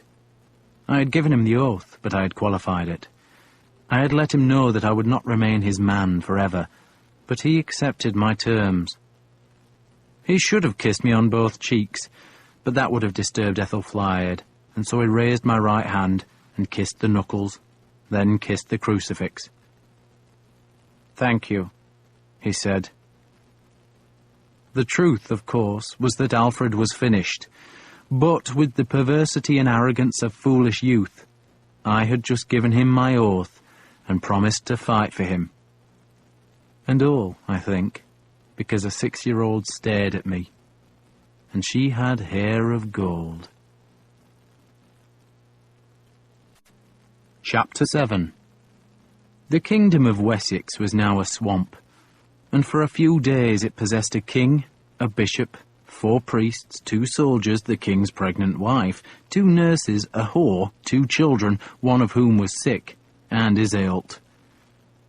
3 of the 4 priests left the swamp first. Alfred was suffering, struck by the fever and belly pains that so often afflicted him, and he seemed incapable of rousing himself to any decision. So I gathered the 3 youngest priests, told them they were useless mouths we could not afford to feed, and ordered them to leave the swamp and discover what was happening on dry ground. "Find soldiers," I told them, "and say the king wants them to come here." 2 of the priests begged to be spared the mission, claiming they were scholars incapable of surviving the winter, or of confronting the Danes, or of enduring discomfort, or of doing any real work. And Aelwold, the Bishop of Exenchester, supported them, saying that their joint prayers were needed to keep the king healthy and safe. So I reminded the bishop that Eanflaed was present.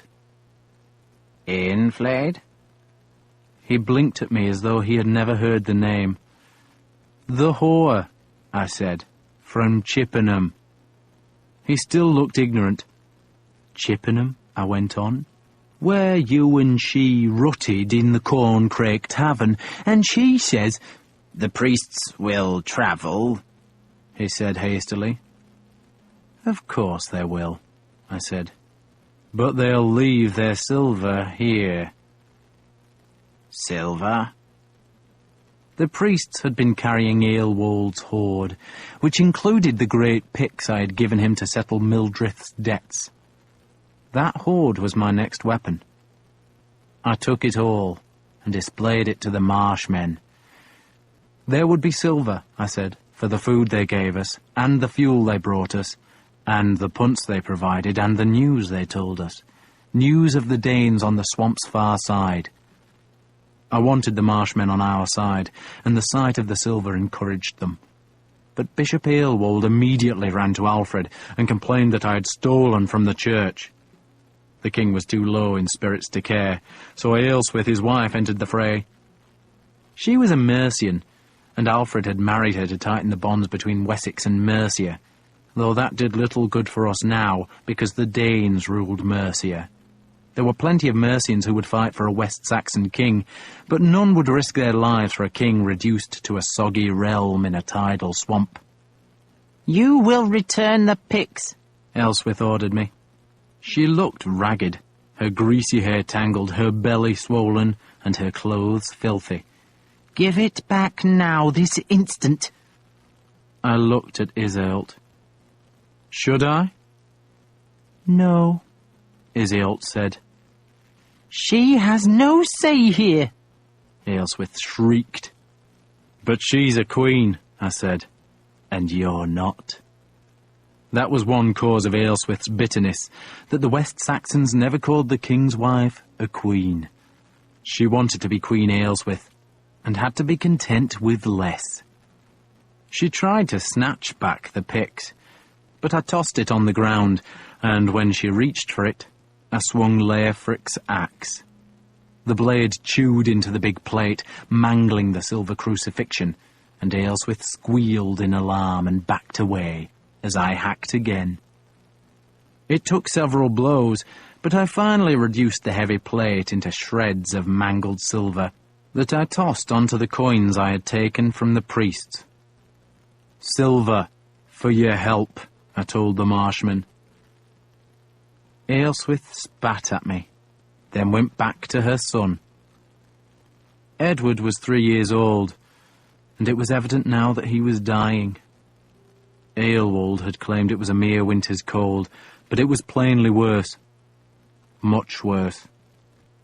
Every night we would listen to the coughing, an extraordinary hollow racking sound from such a small child, and all of us lay awake, dreading the next bout, flinching from the desperate rasping sound. And when the coughing fits ended, we feared they would not start again. Every silence was like the coming of death, yet somehow the small boy lived, clinging on through those cold, wet days in the swamp. Bishop Aelwald and the women tried all they knew. The gospel book was laid on his chest and the bishop prayed. A concoction of herbs, chicken dung and ash was pasted on his chest, and the bishop prayed. Alfred travelled nowhere without his precious relics, and the toe ring of Mary Magdalene was rubbed on the child's chest, and the bishop prayed. But Edward just became weaker and thinner. A woman of the swamp, who had a reputation as a healer, tried to sweat the cough from him, and when that did not work, she attempted to freeze it from him, and when that did not work, she tied a live fish to his chest and commanded the cough and the fever to flee to the fish. And the fish certainly died, but the boy went on coughing, and the bishop prayed, and Alfred, as thin as his sick son, was in despair. He knew the Danes would search for him, but so long as the child was ill, he dared not move, and he certainly could not contemplate the long walk south to the coast, where he might find a ship to carry him and his family into exile. He was resigned to that fate now. He had dared to hope he might recover his kingdom, but the cold reality was more persuasive. The Danes held Wessex, and Alfred was king of nothing, and his son was dying. "It is a retribution," he said. It was the night after the 3 priests had left, and Alfred unburdened his soul to me, and Bishop Aelwald. We were outside, watching the moon silver the marsh mists, and there were tears on Alfred's face. He was not really talking to either of us, only to himself. "God would not take a son to punish the father," Aelwald said. "God sacrificed his own son," Alfred said bleakly, "and he commanded Abraham to kill Isaac." "He spared Isaac," the bishop said. "But he is not sparing Edward," Alfred said, and flinched as the awful coughing sounded from the hut. He put his head in his hands, covering his eyes. "Retribution for what?" I asked, and the bishop hissed in reprimand for such an indelicate question. "Ethelwald," Alfred said bleakly. Ethelwald was his nephew, the drunken, resentful son of the old king. "Ethelwald could never have been king," Aelwald said. "He is a fool." "If I name him king now," Alfred said, ignoring what the bishop had said, "perhaps God will spare Edward." The coughing ended. The boy was crying now, a gasping, grating, pitiful crying, and Alfred covered his ears with his hands. "Give him to Iseult," I said. "A pagan?" Aelwald warned Alfred. "An adulteress?" I could see Alfred was tempted by my suggestion, but Aelwald was having the better of the argument. "If God will not cure Edward," the bishop said, Do you think he will let a witch succeed? She's no witch, I said. Tomorrow, Aelwald said, ignoring me, is St. Agnes's Eve. A holy day, Lord, a day of miracles. We shall pray to St. Agnes, and she will surely unleash God's power on the boy. He raised his hands to the dark sky. Tomorrow, Lord, we shall summon the strength of the angels. We shall call heaven's aid to your son, and the blessed Agnes will drive the evil sickness from young Edward. Alfred said nothing, just stared at the swamp's pools that were edged with a thin skim of ice that seemed to glow in the wan moonlight. I have known the blessed Agnes perform miracles. The bishop pressed the king. There was a child in Exenchester who could not walk, but the saint gave him strength, and now he runs. Truly? Alfred asked. With my own eyes, the bishop said. I witnessed the miracle. Alfred was reassured. Tomorrow, then, he said. I did not stay to see the power of God unleashed. Instead, I took a punt and went south to a place called Ethelingeg, which lay at the southern edge of the swamp and was the biggest of all the marsh settlements. I was beginning to learn the swamp. Leofric stayed with Alfred to protect the king and his family, but I explored, discovering scores of trackways through the watery void. The paths were called beamwegs and were made of logs that squelched underfoot, but by using them I could walk for miles.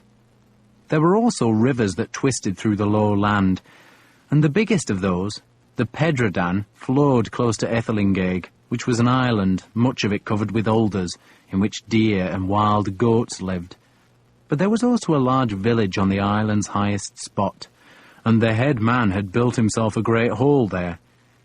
It was not a royal hall, not even as big as the one I had made at Oxton, but a man could stand upright beneath its beams, and the island was large enough to accommodate a small army. A dozen beamwegs led away from Ethelingeg, but none led directly to the mainland. It would be a hard place for Guthrum to attack, because he would have to thread the swamp.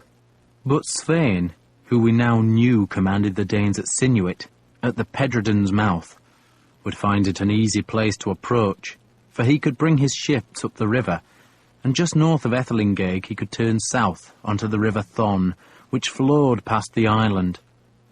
I took the punt into the centre of the Thon, and discovered, as I had feared, that it was more than deep enough to float the Danes' beast-headed ships. I walked back to the place where the Thon flowed into the Pedradan. Across the wider river was a sudden hill, steep and high, which stood in the surrounding marshland like a giant's burial mound. It was a perfect place to make a fort, and if a bridge could be built across the Pedradan, then no Danish ship could pass upriver. I walked back to the village, where I discovered that the head man was a grizzled and stubborn old man called Haswold, who was disinclined to help.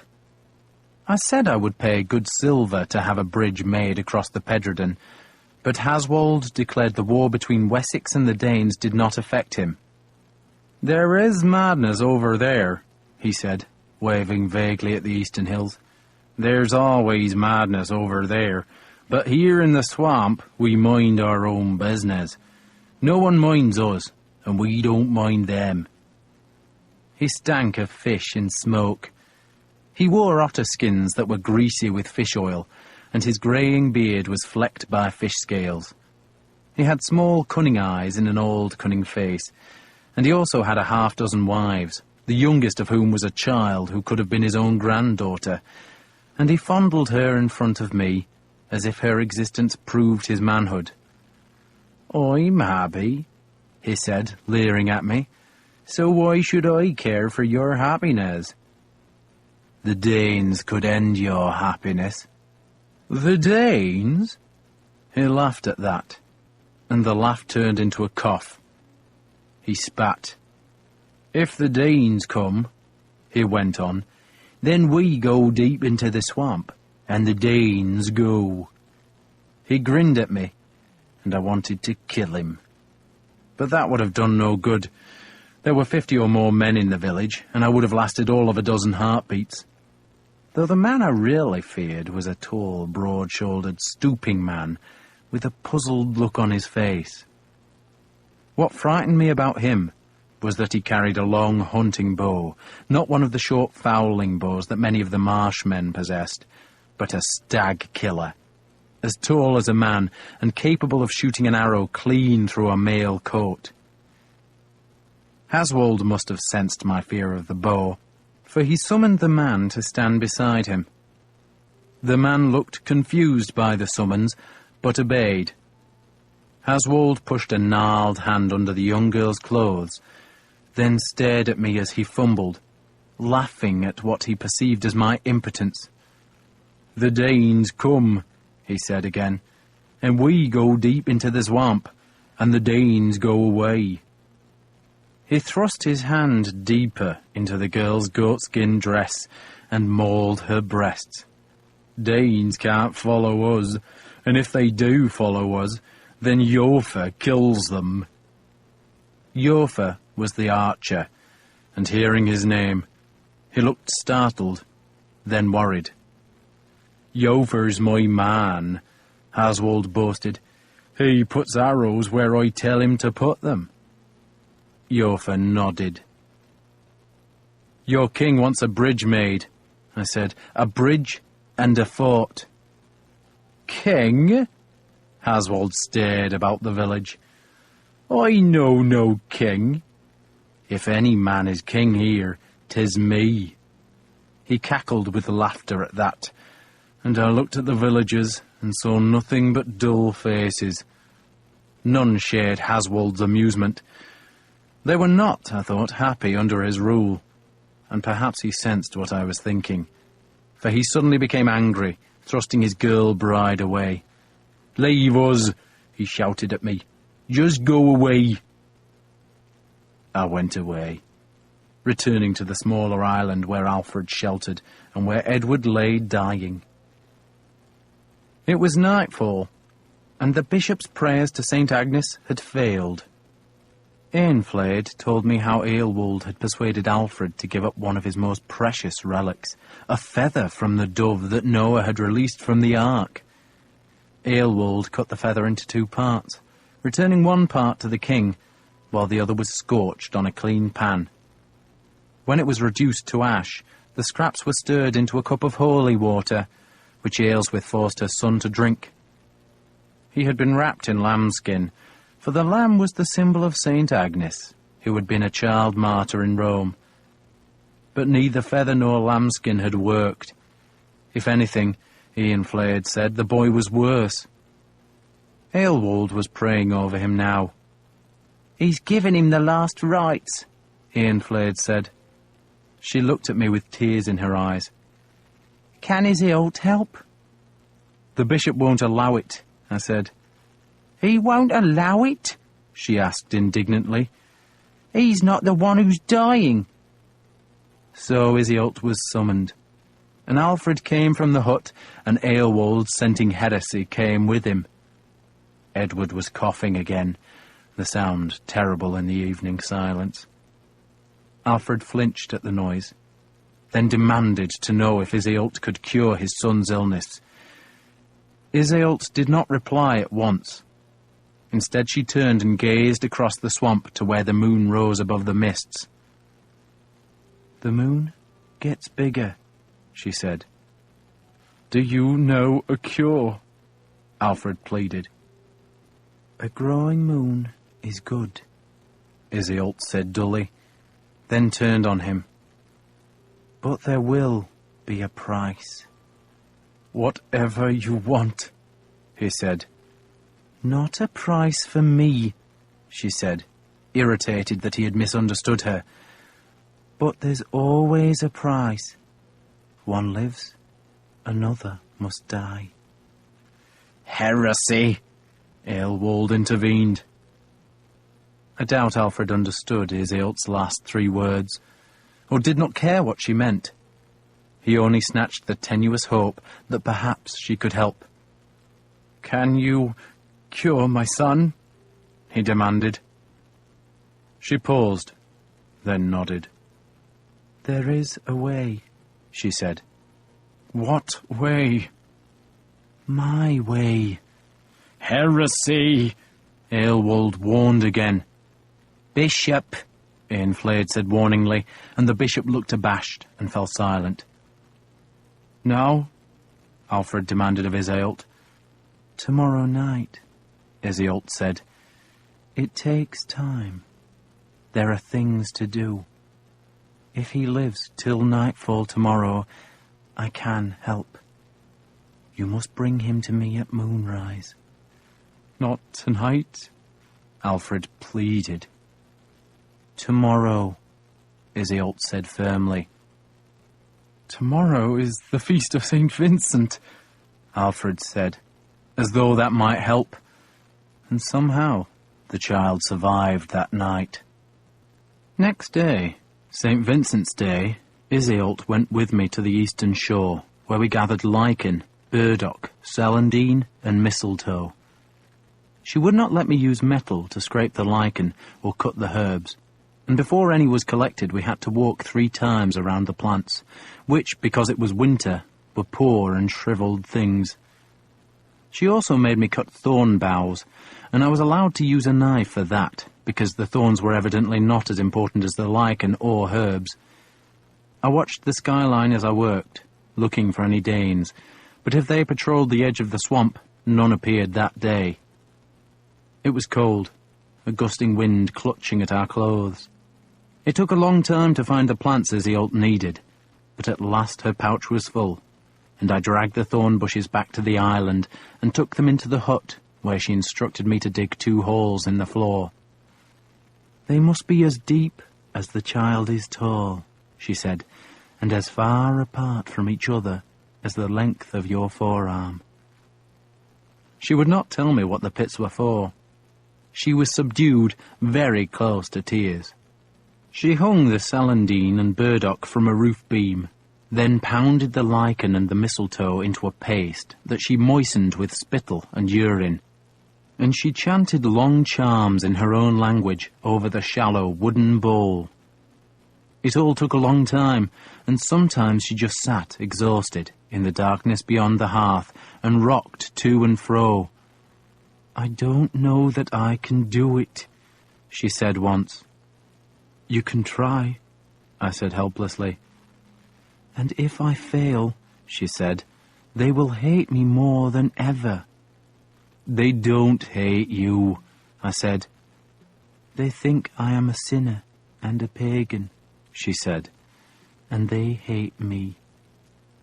"So cure the child," I said, "and they will love you." I could not dig the pits as deep as she wanted, for the soil became even wetter, and just a couple of feet down the 2 holes were filling with brackish water. "Make them wider," Iseult ordered me, "wide enough so the child can crouch in them." I did as she said, and then she made me join the 2 holes by knocking a passage in the damp earth wall that divided them. That had to be done carefully to ensure that an arch of soil remained to leave a tunnel between the holes. "It is wrong," Iseult said, not talking of my excavation, but of the charm she planned to work. "Someone will die, Uhtred. Somewhere, a child will die so this one will live." "How do you know that?" I asked. "Because my twin died when I was born," she said, "and I have his power. But if I use it, he reaches from the dark world and takes the power back." Darkness fell, and the boy went on coughing, though to my ears it sounded feebler now, as though there was not enough life left in his small body. Aelwald was praying still. Iseult crouched in the door of our hut, staring into the rain. And when Alfred came close, she waved him away. "He's dying," the king said helplessly. "Not yet," Iseult said. "Not yet." Edward's breath rasped. We could all hear it, and we all thought every harsh breath would be his last. And still Iseult did not move. And then at last a rift showed in the rain clouds, and a feeble wash of moonlight touched the marsh, and she told me to fetch the boy. Aelswith did not want Edward to go. She wanted him cured, but when I said Iseult insisted on working her charms alone, Aelswith wailed that she did not want her son to die apart from his mother. Her crying upset Edward, who began to cough again. Eanfled stroked his forehead. "Can she do it?" she demanded of me. "Yes," I said, and did not know if I spoke the truth. Eanfled took hold of Aelswith's shoulders. "Let the boy go, my lady," she said. "Let him go." "He'll die!" "Let him go," Eanfled said. And Aelswith collapsed into the whore's arms, and I picked up Alfred's son, who felt as light as the feather that had not cured him. He was hot, yet shivering, and I wrapped him in a wool robe and carried him to Iseult. "You can't stay here," she told me. "Leave him with me." I waited with Leofric in the dark. Iseult insisted we could not watch through the hut's entrance, but I dropped my helmet outside the door, and by crouching under the eaves, I could just see a reflection of what happened inside. The small rain died, and the moon grew brighter. The boy coughed. Iseult stripped him naked and rubbed her herb paste on his chest, and then she began to chant in her own tongue, an endless chant it seemed, rhythmic, sad, and so monotonous that it almost put me to sleep. Edward cried once, and the crying turned to coughing, and his mother screamed from her hut that she wanted him back, and Alfred calmed her and then came to join us, and I waved him down so that he would not shadow the moonlight before Iseult's door.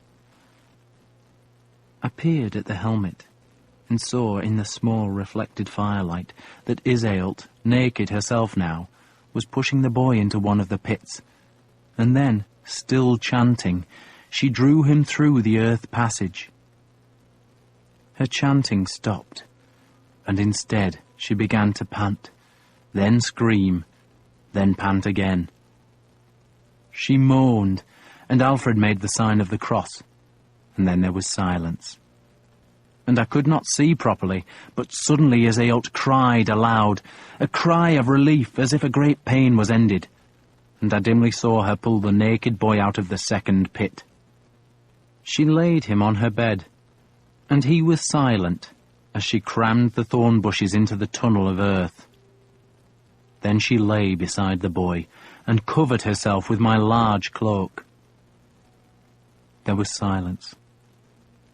I waited and waited, and still there was silence.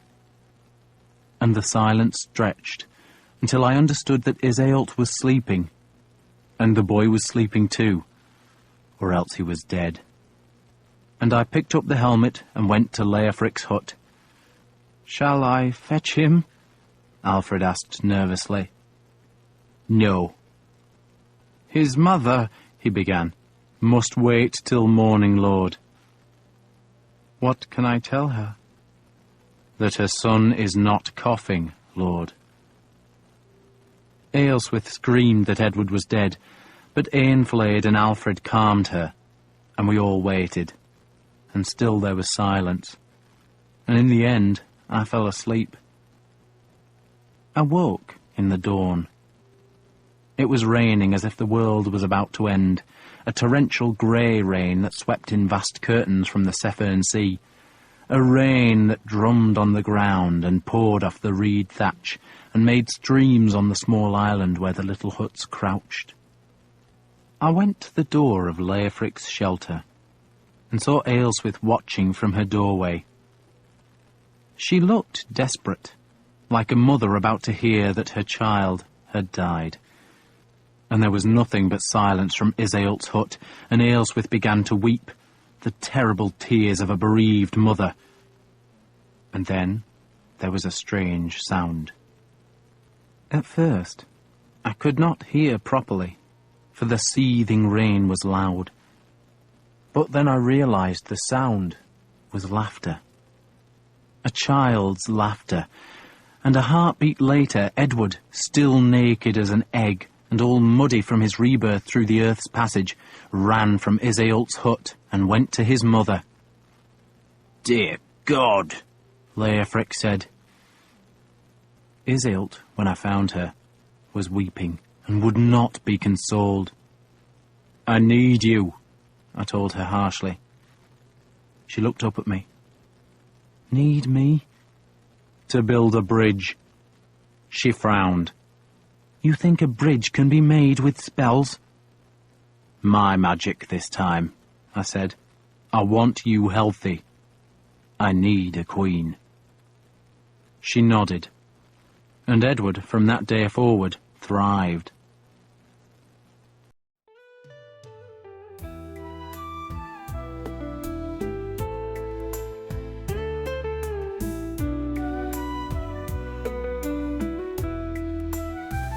In a field of wildflowers, where the sunlight spills, the colors paint a canvas, dancing on the hills. With every gentle whisper, the wind starts to play.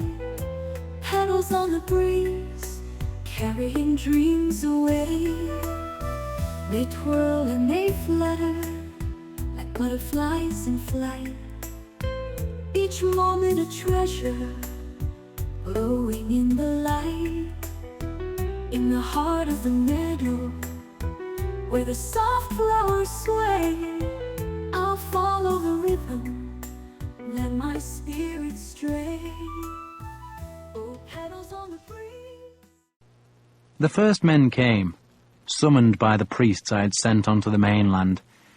They came in ones and twos, struggling through the winter weather and the swamp, bringing tales of Danish raids.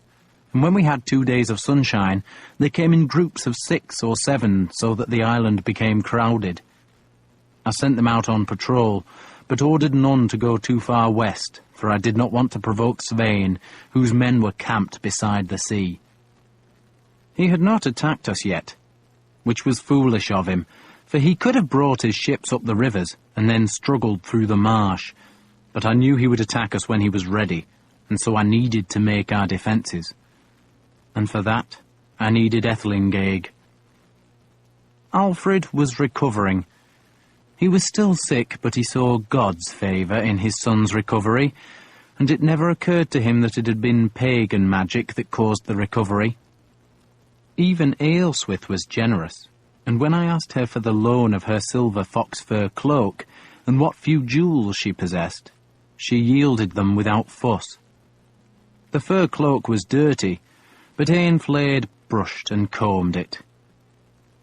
There were over 20 men on our island now, probably enough to capture Æthelinghaeg from its sullen headman, but Alfred did not want the marshmen killed. They were his subjects, he said, and if the Danes attacked, they might yet fight for us, which meant the large island and its village must be taken by trickery. And so, a week after Edward's rebirth, I took Leofric and Iseult south to Haswold's settlement. Iseult was dressed in the silver fur and had a silver chain in her hair and a great garnet brooch at her breast. I had brushed her hair till it shone, and in that winter's gloom she looked like a princess come from the bright sky. Leofric and I, dressed in mail and helmets, did nothing except walk around Æthelinghaeg. But after a while a man came from Haswold and said the chieftain wished to talk with us. I think Haswold expected us to go to his stinking hut, but I demanded he come to us instead. He could have taken from us whatever he wanted, of course, for there were only the 3 of us, and he had his men, including Eofor the archer. But Haswold had at last understood that dire things were happening in the world beyond the swamp, and that those events could pierce even his watery fastness, and so he chose to talk. He came to us at the settlement's northern gate, which was nothing more than a sheep hurdle, propped against decaying fish traps. And there, as I expected, he gazed at Iseult as though he had never seen a woman before. His small, cunning eyes flickered at me, and back to her. "Who is she?" he asked. "A companion," I said carelessly. I turned to look at the sudden steep hill across the river where I wanted the fort made. "Is she your wife?" Haswald asked. "A companion," I said again. "I have a dozen like her," I added. "I will pay you for her," Haswald said. A score of men were behind him, but only Yofa was armed with anything more dangerous than an eel spear. I turned Iseult to face him. Then I stood behind her and put my hands over her shoulders and undid the big garnet brooch. She shivered slightly, and I whispered that she was safe. And when the brooch pin slid out of the heavy hide, I pulled her fur cloak apart. I showed her nakedness to Haswald, and he dribbled into his fish-scaled beard, and his dirty fingers twitched in his foul otter-skin furs. And then I closed the cloak, and let Iseult fasten the brooch. "How much will you pay me?" I asked him. "I can just take her," Haswald said, jerking his head at his men. I smiled at that. "You could," I said, "but many of you will die before we die, and our ghosts will come back to kill your women and make your children scream. Have you not heard that we have a witch with us?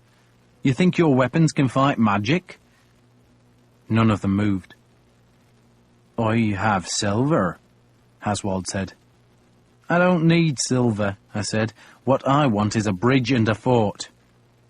I turned and pointed to the hill across the river. "What is that hill called?" He shrugged. "The hill," he said. "Just the hill." "It must become a fort," I said, "and it must have walls of logs and a gate of logs and a tower so that men can see a long way downriver. And then I want a bridge leading to the fort, a bridge strong enough to stop ships." "You want to stop ships?" Haswald asked. He scratched his groin and shook his head. "Can't build a bridge." "Why not?" "Too deep." That was probably true. It was low tide now, and the Pedredon flowed sullenly between steep and deep mudbanks. "But I can block the river," Haswald went on, his eyes still on Iseult. "Block the river," I said, "and build a fort." "Give her to me," Haswald promised, "and you will have both." "Do what I want," I said, "and you can have her, her sisters, and her cousins, all 12 of them." Haswald would have drained the whole swamp and built a new Jerusalem for the chance to hump Iseult, but he had not thought beyond the end of his prick. But that was far enough for me, and I have never seen work done so quickly. It was done in days. He blocked the river first, and did it cleverly by making a floating barrier of logs and felled trees, complete with their tangling branches, all of them lashed together with goat-hide ropes. A ship's crew could eventually dismantle such a barrier, but not if they were being assailed by spears and arrows from the fort on the hill that had a wooden palisade, a flooded ditch, and a flimsy tower made of alder logs bound together with leather ropes. It was all crude work, but the wall was solid enough, and I began to fear that the small fort would be finished before enough West Saxons arrived to garrison it. But the 3 priests were doing their job, and the soldiers still came, and I put a score of them in Ethelinghaig and told them to help finish the fort. When the work was done, or nearly done, I took Iseult back to Ethelinghaig, and I dressed her as she had been dressed before. Only this time she wore a deerskin tunic beneath the precious fur, and I stood her in the centre of the village, and said Haswald could take her. He looked at me warily, then looked at her. "She's mine," he asked. All yours, I said, and stepped away from her. And her sisters? He asked greedily. Her cousins? I shall bring them tomorrow. He beckoned Iseult toward his hut. Come, he said. In her country, I said, it is the custom for the man to lead the woman to his bed. He stared at Iseult's lovely dark-eyed face above the swathing silver cloak. I stepped farther back, abandoning her, and he darted forward, reaching for her. And she brought her hands out from under the thick fur, and she was holding wasp sting, and its blade sliced up into Haswald's belly. She gave a cry of horror and surprise as she brought the blade up, and I saw her hesitate, shocked by the effort required to pierce a man's belly and by the reality of what she had done. Then she gritted her teeth and ripped the blade hard, opening him up like a gutted carp. And he gave a strange mewing cry as he staggered back from her vengeful eyes. His intestines spilled into the mud, and I was beside her then, with serpent breath drawn. She was gasping, trembling. She had wanted to do it, but I doubted she would want to do it again. You were asked, I snarled at the villagers, to fight for your king. Haswald was on the ground, twitching, his blood soaking his otter skin clothes. He made a mewing noise, and one of his filthy hands scrabbled among his own spilled guts. For your king, I repeated. When you are asked to fight for your king, it is not a request, but a duty. Every man here is a soldier, and your enemy is the Danes, and if you will not fight them, then you will fight against me. Iseult still stood beside Haswald, who jerked like a dying fish. I edged her away and stabbed Serpent Breath down to slit his throat. Take his head, she told me. His head? Strong magic. We mounted Haswald's head on the fort wall so that it stared toward the Danes. And in time, 8 more heads appeared there. They were the heads of Haswald's chief supporters, murdered by the villagers who were glad to be rid of them. Yofa the archer was not one of them. He was a simpleton, incapable of speaking sense, though he grunted and from time to time made howling noises. He could be led by a child, but when asked to use his bow, he proved to have a terrible strength and uncanny accuracy. He was Æthelinghaegh's hunter, capable of dropping a full-grown boar at 100 paces, and that was what his name meant, boar. I left Leofric to command the garrison at Æthelinghaegh and took Iseult back to Alfred's refuge. She was silent, and I thought her sunk in misery, but then she suddenly laughed. Look! She pointed at the dead man's blood, matted and sticky in Aelswith's fur. She still had wasp sting. That was my short sword, a saxa, and it was a wicked blade in a close fight when men are so crammed together that there is no room to swing a long sword or an axe. She trailed the blade in the water, then used the hem of Aelswith's fur to scrub the diluted blood from the steel. It is harder than I thought, she said, to kill a man. It takes strength, but I have his soul now. Is that why you did it? To give life, she said, you must take it from somewhere else. She gave me back wasp sting. Alfred was shaving when we returned. He had been growing a beard, not for a disguise, but because he had been too low in spirits to bother about his appearance. But when Iseult and I reached his refuge, he was standing naked to the waist, beside a big wooden tub of heated water. His chest was pathetically thin, his belly hollow, but he had washed himself combed his hair, and was now scratching at his stubble with an ancient razor he had borrowed from a marshman. His daughter, Ethelflaed, was holding a scrap of silver that served as a mirror. "I am feeling better," he told me solemnly. "Good, Lord," I said. "So am I." "Does that mean you've killed someone?" "She did." I jerked my head at Iseult. He gave her a speculative look. "My wife," he said, dipping the razor in the water, "was asking whether Iseult is truly a queen." "She was," I said, "but that means little in Cornwall. She was queen of a dung heap." "And she's a pagan." "It was a Christian kingdom," I said. "Didn't Brother Asa tell you that?" "He said they were not good Christians." "I thought that was for God to judge." "Good, Uhtred. Good." He waved the razor at me, then stooped to the silver mirror and scraped at his upper lip. "Can she foretell the future?" "She can." He scraped in silence for a few heartbeats. Ethelflaed watched Iseult solemnly. "So, tell me," Alfred said, "does she say I will be king in Wessex again?" "You will," Iseult said tonelessly, surprising me. Alfred stared at her.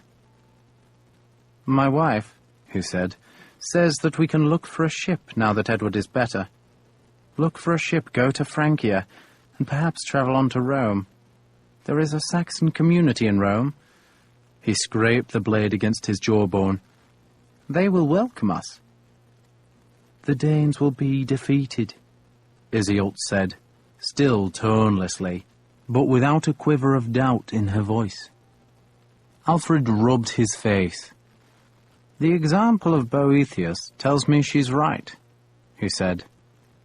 "Boethius?" I asked. "Is he one of your warriors?"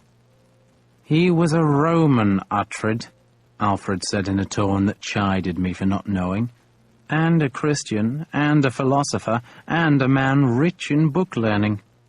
Rich indeed." He paused, contemplating the story of Boethius.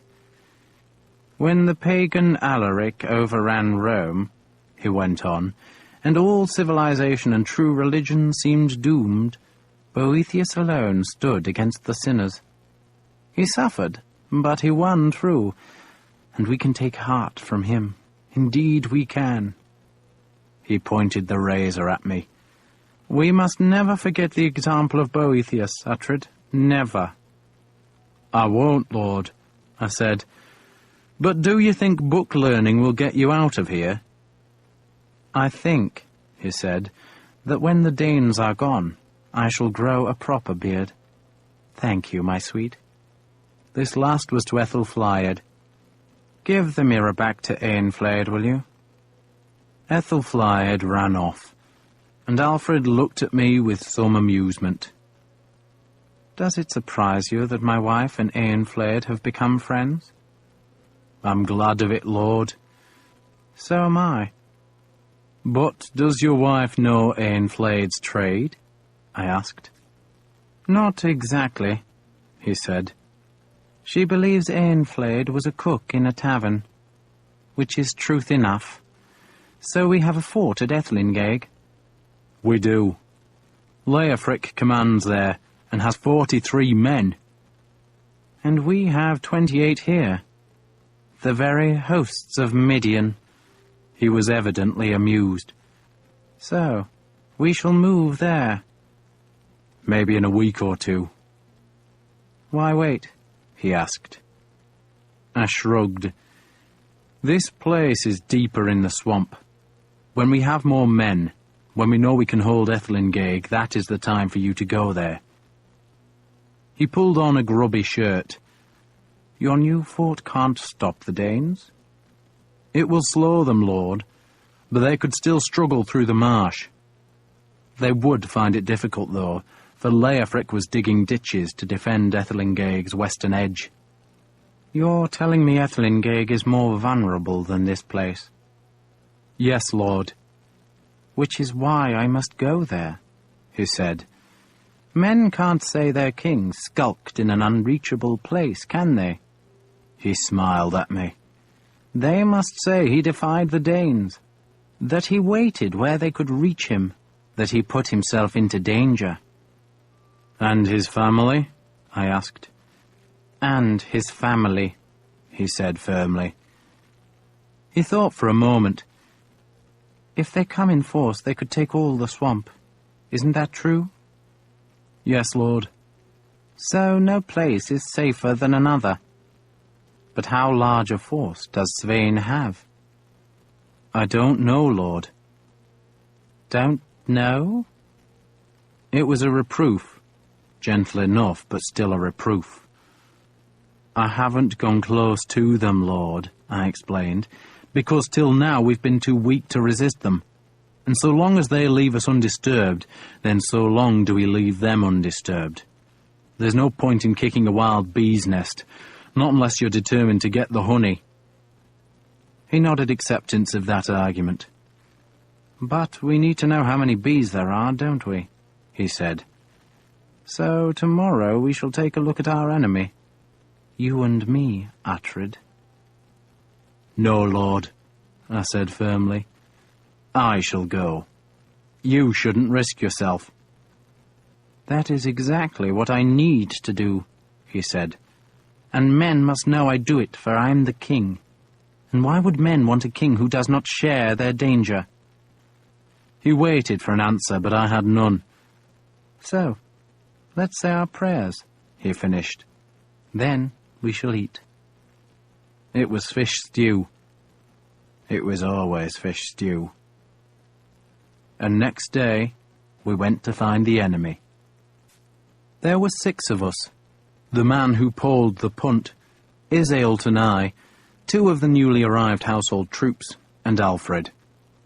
I tried once again to make him stay behind, but he insisted. "If anyone should stay," he said, "it is Iseult." "She comes," I said. "Evidently." He did not argue, and we all climbed into a large punt and went westward. And Alfred stared at the birds. Thousands of birds. There were coots, moorhens, dabchicks, ducks, grebes and herons, while off to the west, white against the sullen sky, was a cloud of gulls. The marshman slid us silent and fast through secret channels. There were times when he seemed to be taking us directly into a bank of reeds or grass. Yet the shallow craft would slide through into another stretch of open water. The incoming tide rippled through the gaps, bringing fish to the hidden nets and basket traps. Beneath the gulls far off to the west, I could see the masts of Svein's fleet that had been dragged ashore on the coast. Alfred saw them too. "Why don't they join Guthrum?" "Because Svein doesn't want to take Guthrum's orders," I said. "You know that?" "He told me so." Alfred paused, perhaps thinking of my trial in front of the Witan. He gave me a rueful look. "What sort of man is he?" "Formidable." "So why hasn't he attacked us here?" I had been wondering the same thing. Svein had missed a golden chance to invade the swamp and hunt Alfred down. So why had he not even tried? "Because there's easier plunder elsewhere," I suggested, "and because he won't do Guthrum's bidding. They're rivals. If Svein takes Guthrum's orders, then he acknowledges Guthrum as his king." Alfred stared at the distant masts that showed us small scratches against the sky. Then I mutely pointed toward a hill that reared steeply from the western waterflats, and the marshman obediently went that way. And when the punt grounded, we clambered through thick alders and past some sunken hovels where sullen folk in dirty otter fur watched us pass. The marshman knew no name for the place, except to call it Brant, which meant steep.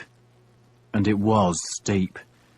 Steep and high, offering a view southward to where the Pedredon coiled like a great snake through the swamp's heart. And at the river's mouth, where sand and mud stretched into the Severn Sea, I could see the Danish ships. They were grounded on the far bank of the Pedredon, in the same place where Ubba had grounded his ships before meeting his death in battle. From there Svein could easily row to Ethelinghaig, for the river was wide and deep, and he would meet no challenge until he reached the river barrier beside the fort where Leofric waited. I wanted Leofric and his garrison to have some warning if the Danes attacked, and this high hill offered a view of Svein's camp, but was far enough away so that it would not invite an attack from the enemy. "We should make a beacon here," I said to Alfred. "A fire lit here would give Ethelinghaig 2 or 3 hours' warning of a Danish attack." He nodded, but said nothing. He stared at the distant ships, but they were too far off to count. He looked pale, and I knew he had found the climb to the summit painful.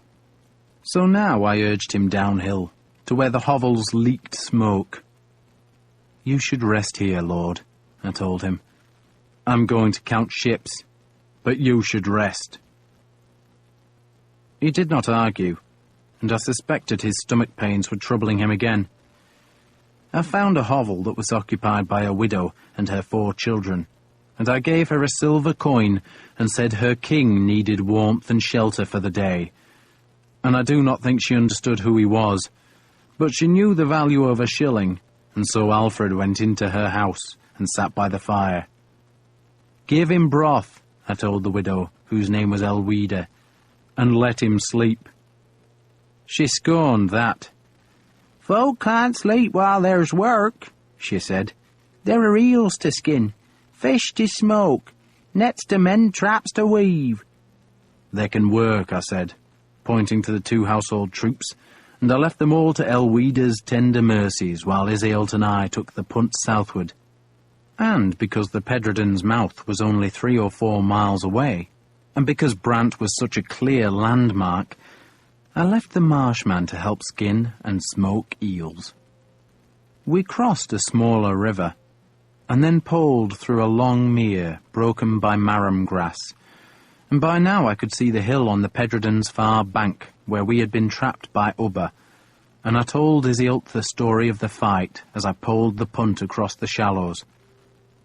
The hull grounded twice, and I had to push it into deeper water until I realized the tide was falling fast, and so I tied the boat to a rotting stake.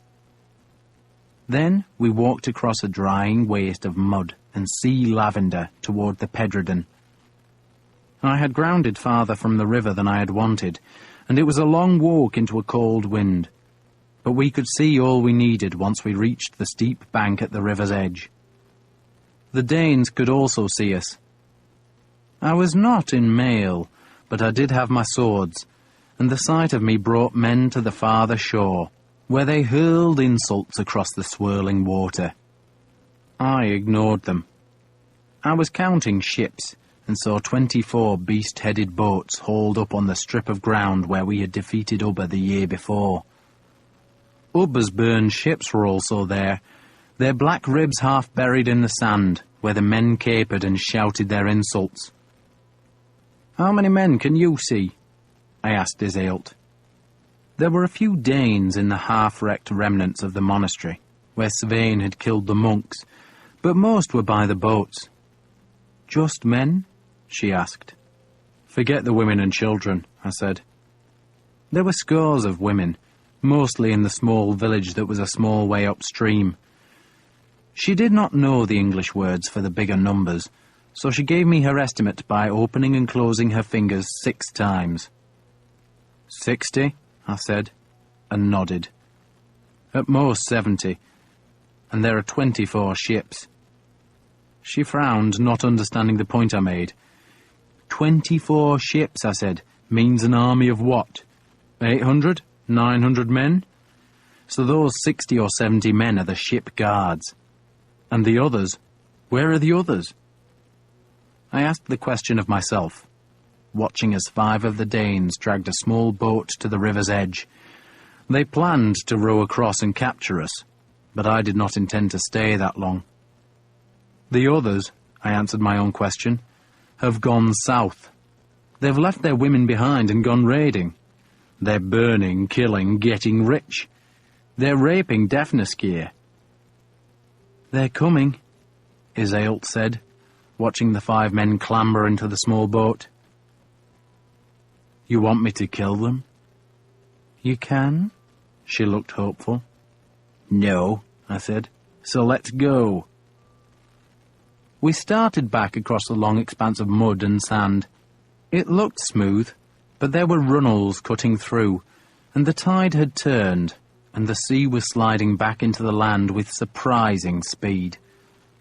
The sun was sinking, tangling with black clouds, and the wind pushed the flood up the Severn, and the water gurgled and shivered as it filled the small creeks. I turned to see that the 5 Danes had abandoned their chase and gone back to the western bank, where their fires looked delicate against the evening's fading light. I can't see the boat, Iseult said. Over there, I said. But I was not certain I was right, because the light was dimming, and our punt was tied against a background of reeds. And now we were jumping from one dry spot to another, and the tide went on rising and the dry spots shrank. And then we were splashing through the water, and still the wind drove the tide inland. The tides are big in the Severn. A man could make a house at low tide, and by high it would have vanished beneath the waves. Islands appear at low tide, islands with summits 30 feet above the water, and at the high tide they are gone. And this tide was pushed by the wind, and it was coming fast and cold, and Iseult began to falter, so I picked her up and carried her like a child. I was struggling, and the sun was behind the low western clouds, and it seemed now that I was wading through an endless chill sea. But then, perhaps because the darkness was falling, or perhaps because Hoder, the blind god of the night, favoured me, I saw the punt straining against its tether. I dropped Iseult into the boat and hauled myself over the low side. I cut the rope, then collapsed, cold and wet and frightened, and let the punt drift on the tide. "You must get back to the fire," Iseult chided me. I wished I had brought the marshmen now, for I had to find a route across the swamp, and it was a long, cold journey in the day's last light. Iseult crouched beside me and stared far across the waters to where a hill reared up green and steep against the eastern land. "Ainfled told me that hill is Avalon," she said reverentially. "Avalon?" "Where Arthur is buried." "I thought you believed he was sleeping." "He does sleep," she said fervently. "He sleeps in his grave with his warriors." She gazed at the distant hill that seemed to glow because it had been caught by the day's last errant shaft of sunlight, spearing from the west beneath the furnace-glowing clouds. "Arthur," she said in a whisper, "he was the greatest king who ever lived. He had a magic sword." She told me tales of Arthur, how he had pulled his sword from a stone, and how he had led the greatest warriors to battle. And I thought that his enemies had been us, the English Saxons. Yet Avalon was now in England, and I wondered if, in a few years, the Saxons would recall their lost kings and claim they were great, and all the while the Danes would rule us. When the sun vanished, Iseult was singing softly in her own tongue. But she told me the song was about Arthur, and how he had placed a ladder against the moon and netted a swathe of stars to make a cloak for his queen, Guinevere. Her voice carried us across the twilit water, sliding between reeds, and behind us the fires of the Danish shipguards faded in the encroaching dark, and far off a dog howled, and the wind sighed cold, and a spattering of rain shivered the black mere. Iseult stopped singing as Brant loomed. "There's going to be a great fight," she said softly, and her words took me by surprise, and I thought she was still thinking of Arthur and imagining that the sleeping king would erupt from his earthy bed in gouts of soil and steel. "A fight by a hill," she went on, "a steep hill. And there will be a white horse, and the slope will run with blood, and the Danes will run from the Sace." The Sace were us, the Saxons. "You dreamed this?" I asked. "I dreamed it," she said. "So, it is true?" "It is fate," she said. And I believed her. And just then the bow of the punt scraped on the island's shore. It was pitch dark, but there were fish smoking fires on the beach. And by their dying light, we found our way to Elwida's house. It was made of alder logs thatched with reeds, and I found Alfred sitting by the central hearth, where he stared absently into the flames. Elwida, the two soldiers, and the marshman were all skinning eels at the hut's farther end, where 3 of the widow's children were plaiting willow withies into traps, and the 4th was gutting a big pike. I crouched by the fire, wanting its warmth to bring life to my frozen legs. Alfred blinked, as though he was surprised to see me. "The Danes?" he asked. "Gone inland," I said. "Left 60 or 70 men as ship guards." I crouched by the fire, shivering, wondering if I would ever be warm again. "There's food here," Alfred said vaguely.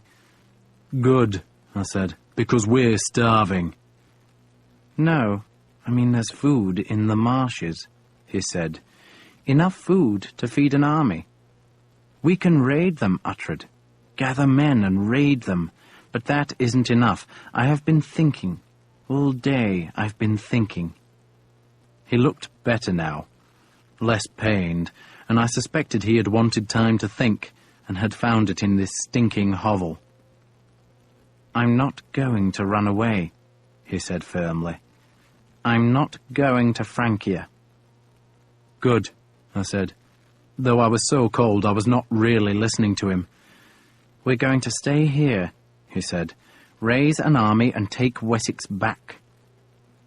"Good," I said again. I could smell burning. The hearth was surrounded by flat stones, and Elwida had put a dozen oat bannocks on the stones to cook, and the edges nearest the flames were blackening. I moved one of them, but Alfred frowned and gestured for me to stop for fear of distracting him.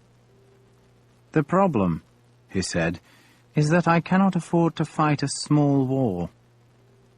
I did not see what other war he could fight, but kept silent. "The longer the Danes stay here," he said, "the firmer their grip. Men will start giving Guthrum their allegiance. I can't have that." "No, Lord." "So, they have to be defeated." He spoke grimly. "Not beaten, Uhtred, but defeated." I thought of Iseult's dream, but said nothing. Then I thought how often Alfred had made peace with the Danes instead of fighting them, and still I said nothing.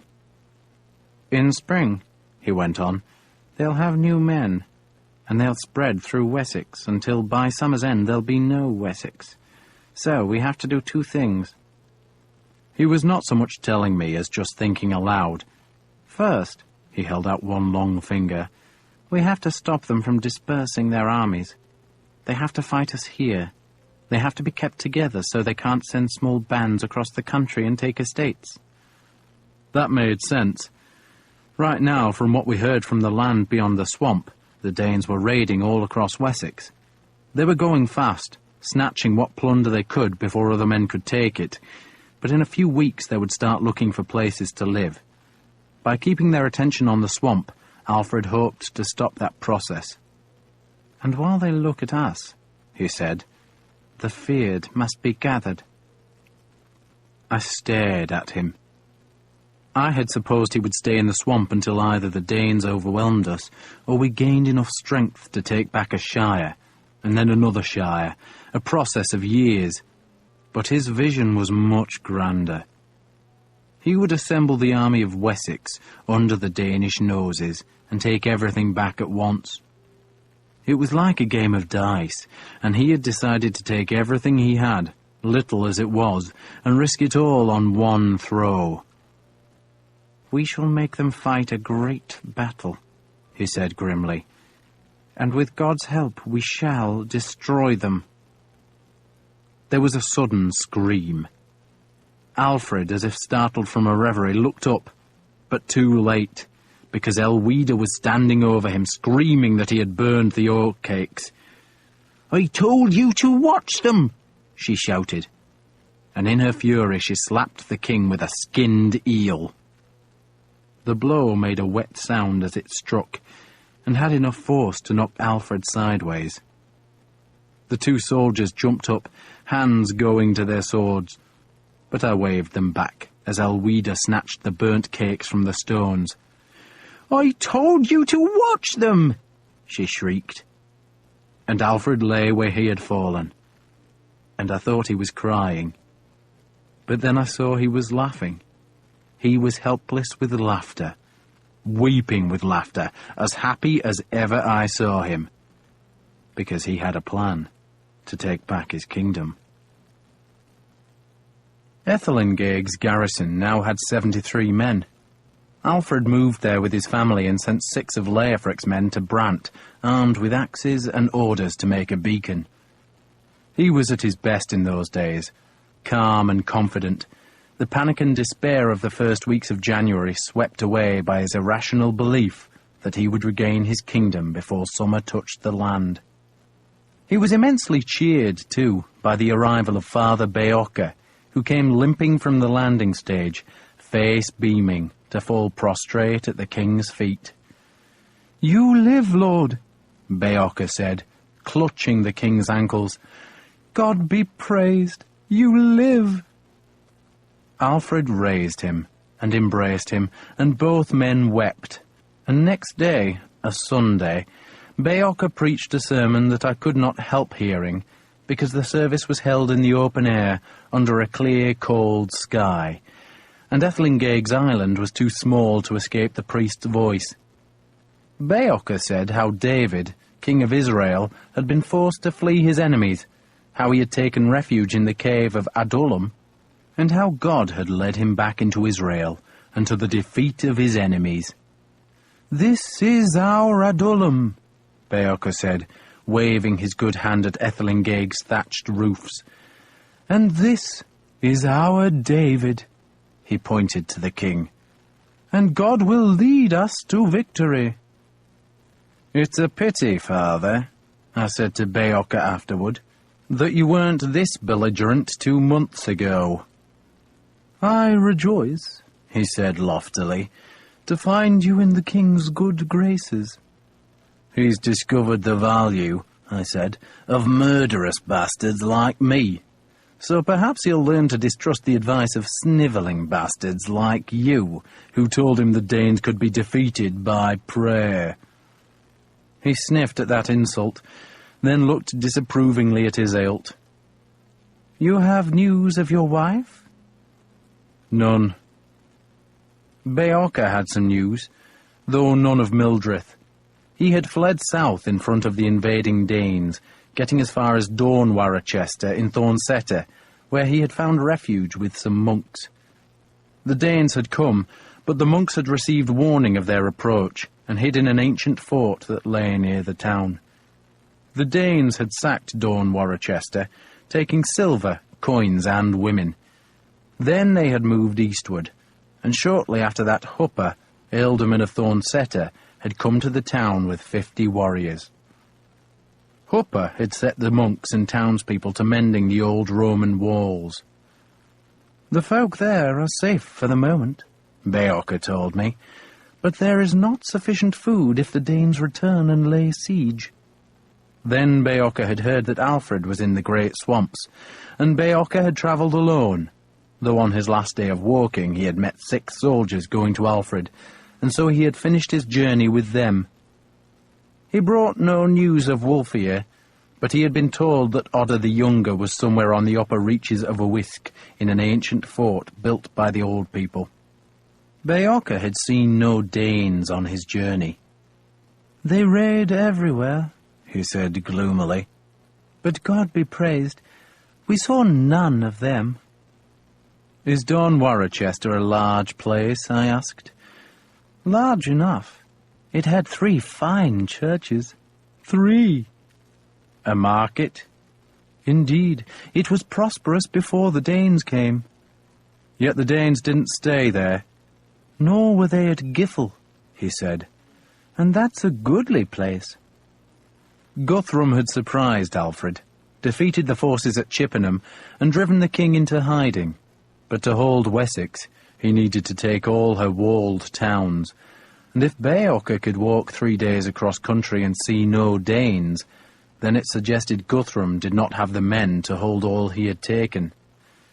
He could bring more men from Mercia or East Anglia, but then those places might rise against their weakened Danish overlords, so Guthrum had to be hoping that more ships would come from Denmark.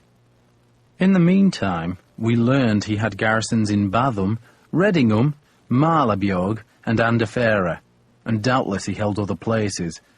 And Alfred suspected, rightly as it turned out, that most of eastern Wessex was in Danish hands, but great stretches of the country were still free of the enemy.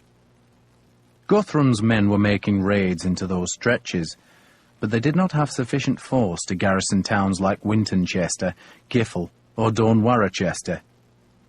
In the early summer, Alfred knew more ships would bring more Danes, so he had to strike before then, to which end, on the day after Beocca arrived, he summoned a council. There were now enough men on Ethlingaig for a royal formality to prevail.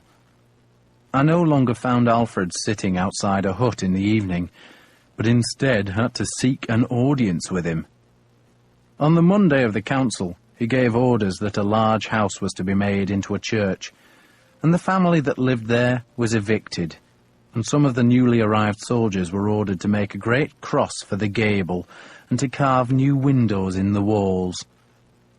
The council itself met in what had been Haswold's Hall, and Alfred had waited till we were assembled before making his entrance, and we had all stood as he came in, and waited as he took one of the 2 chairs on the newly made dais.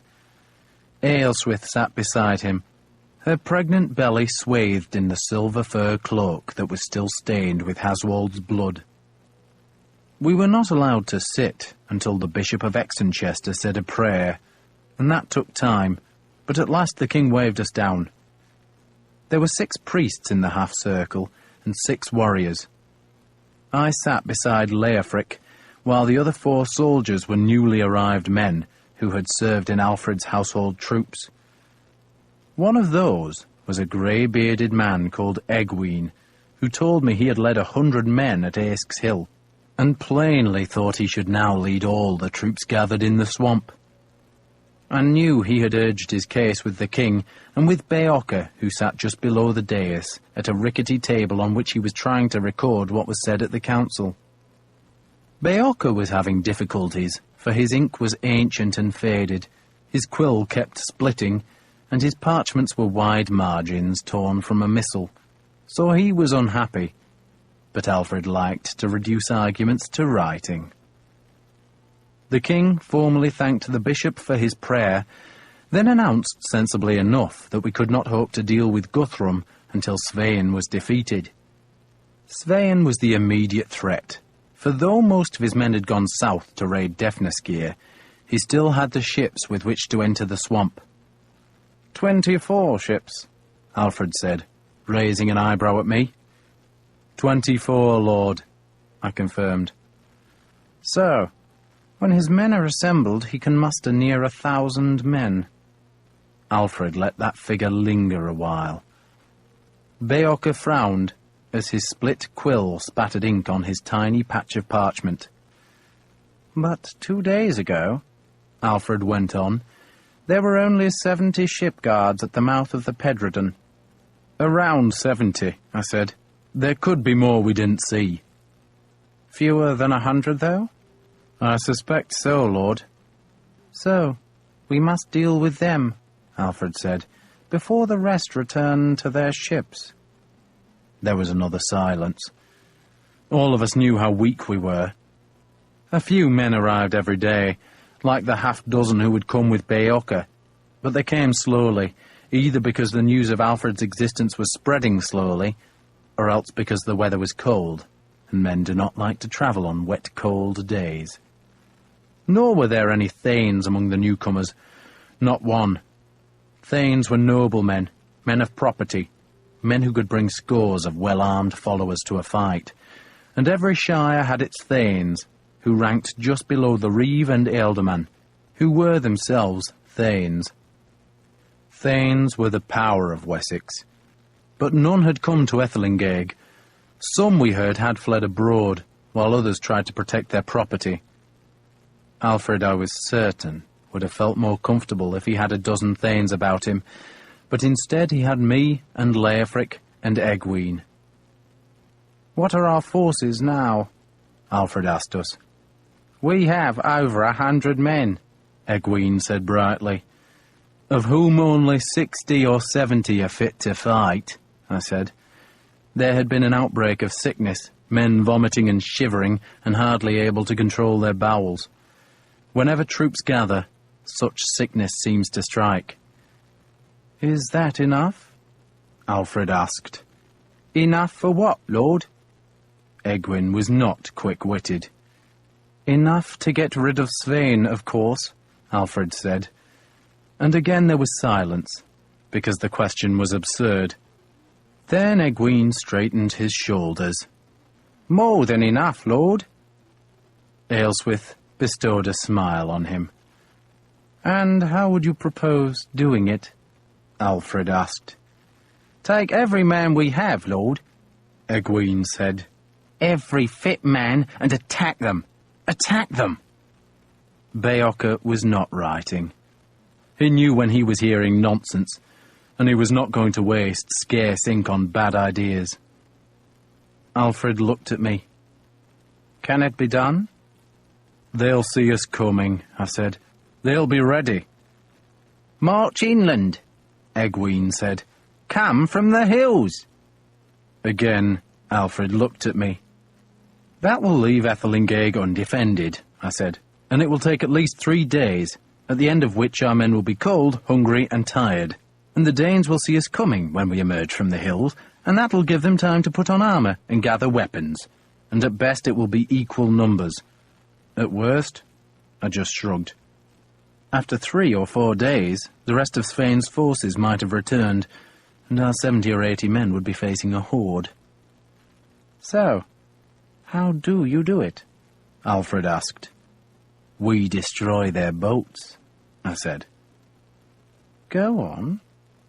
"Without boats," I said, "they can't come up the rivers.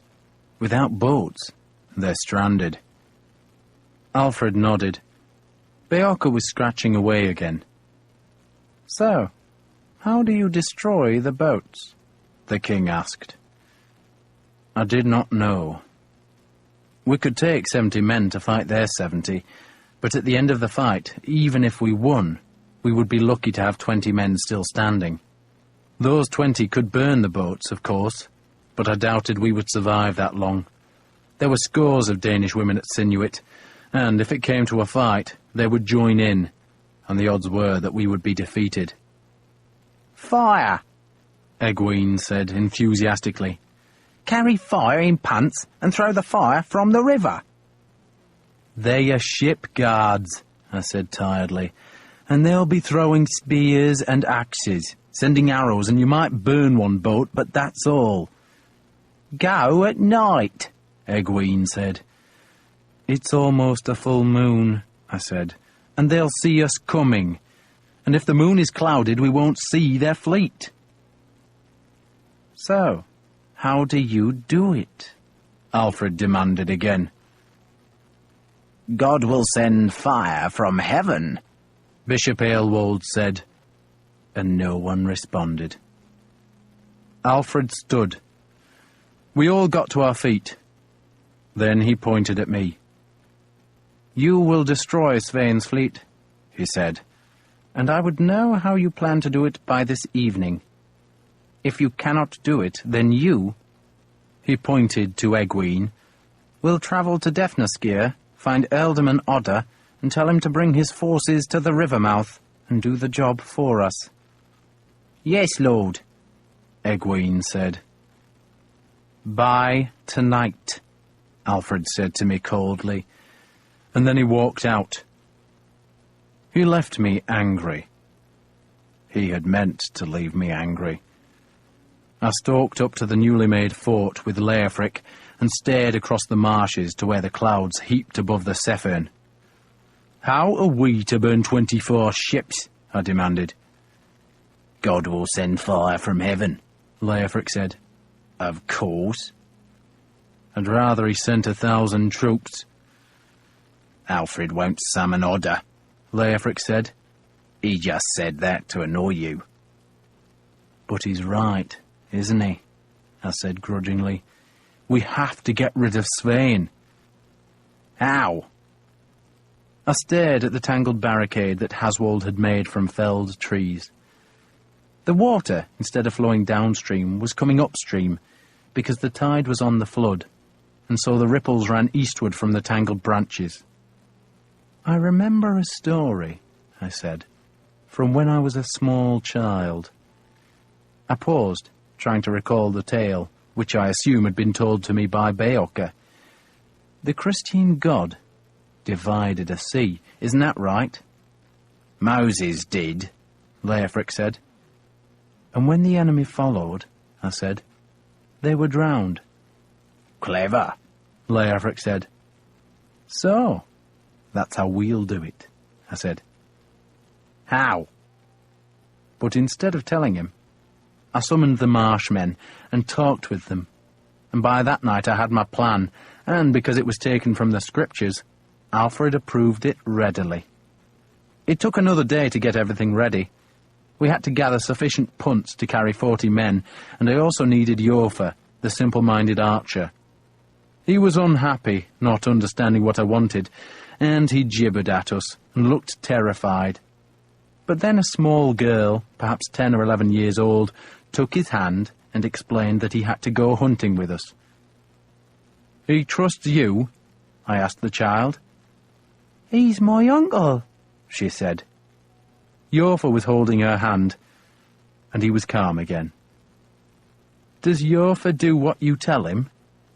She nodded, her small face serious, and I told her she must come with us to keep her uncle happy. We left before the dawn. We were 20 marshmen skilled with boats, 20 warriors, a simple-minded archer, a child, and Iseult. Alfred, of course, did not want me to take Iseult, but I ignored him, and he did not argue. Instead, he watched us leave, then went to Ethelingaig's church, that now boasted a newly made cross of alderwood nailed to its gable. And low in the sky above the cross was the full moon. She was low and ghostly pale, and as the sun rose she faded even more. But as the 10 punts drifted down the river, I stared at her and said a silent prayer to Hoda, because the moon is his woman, and it was she who must give us victory. Because, for the first time since Guthrum had struck in a winter's dawn, the Saxons were fighting back.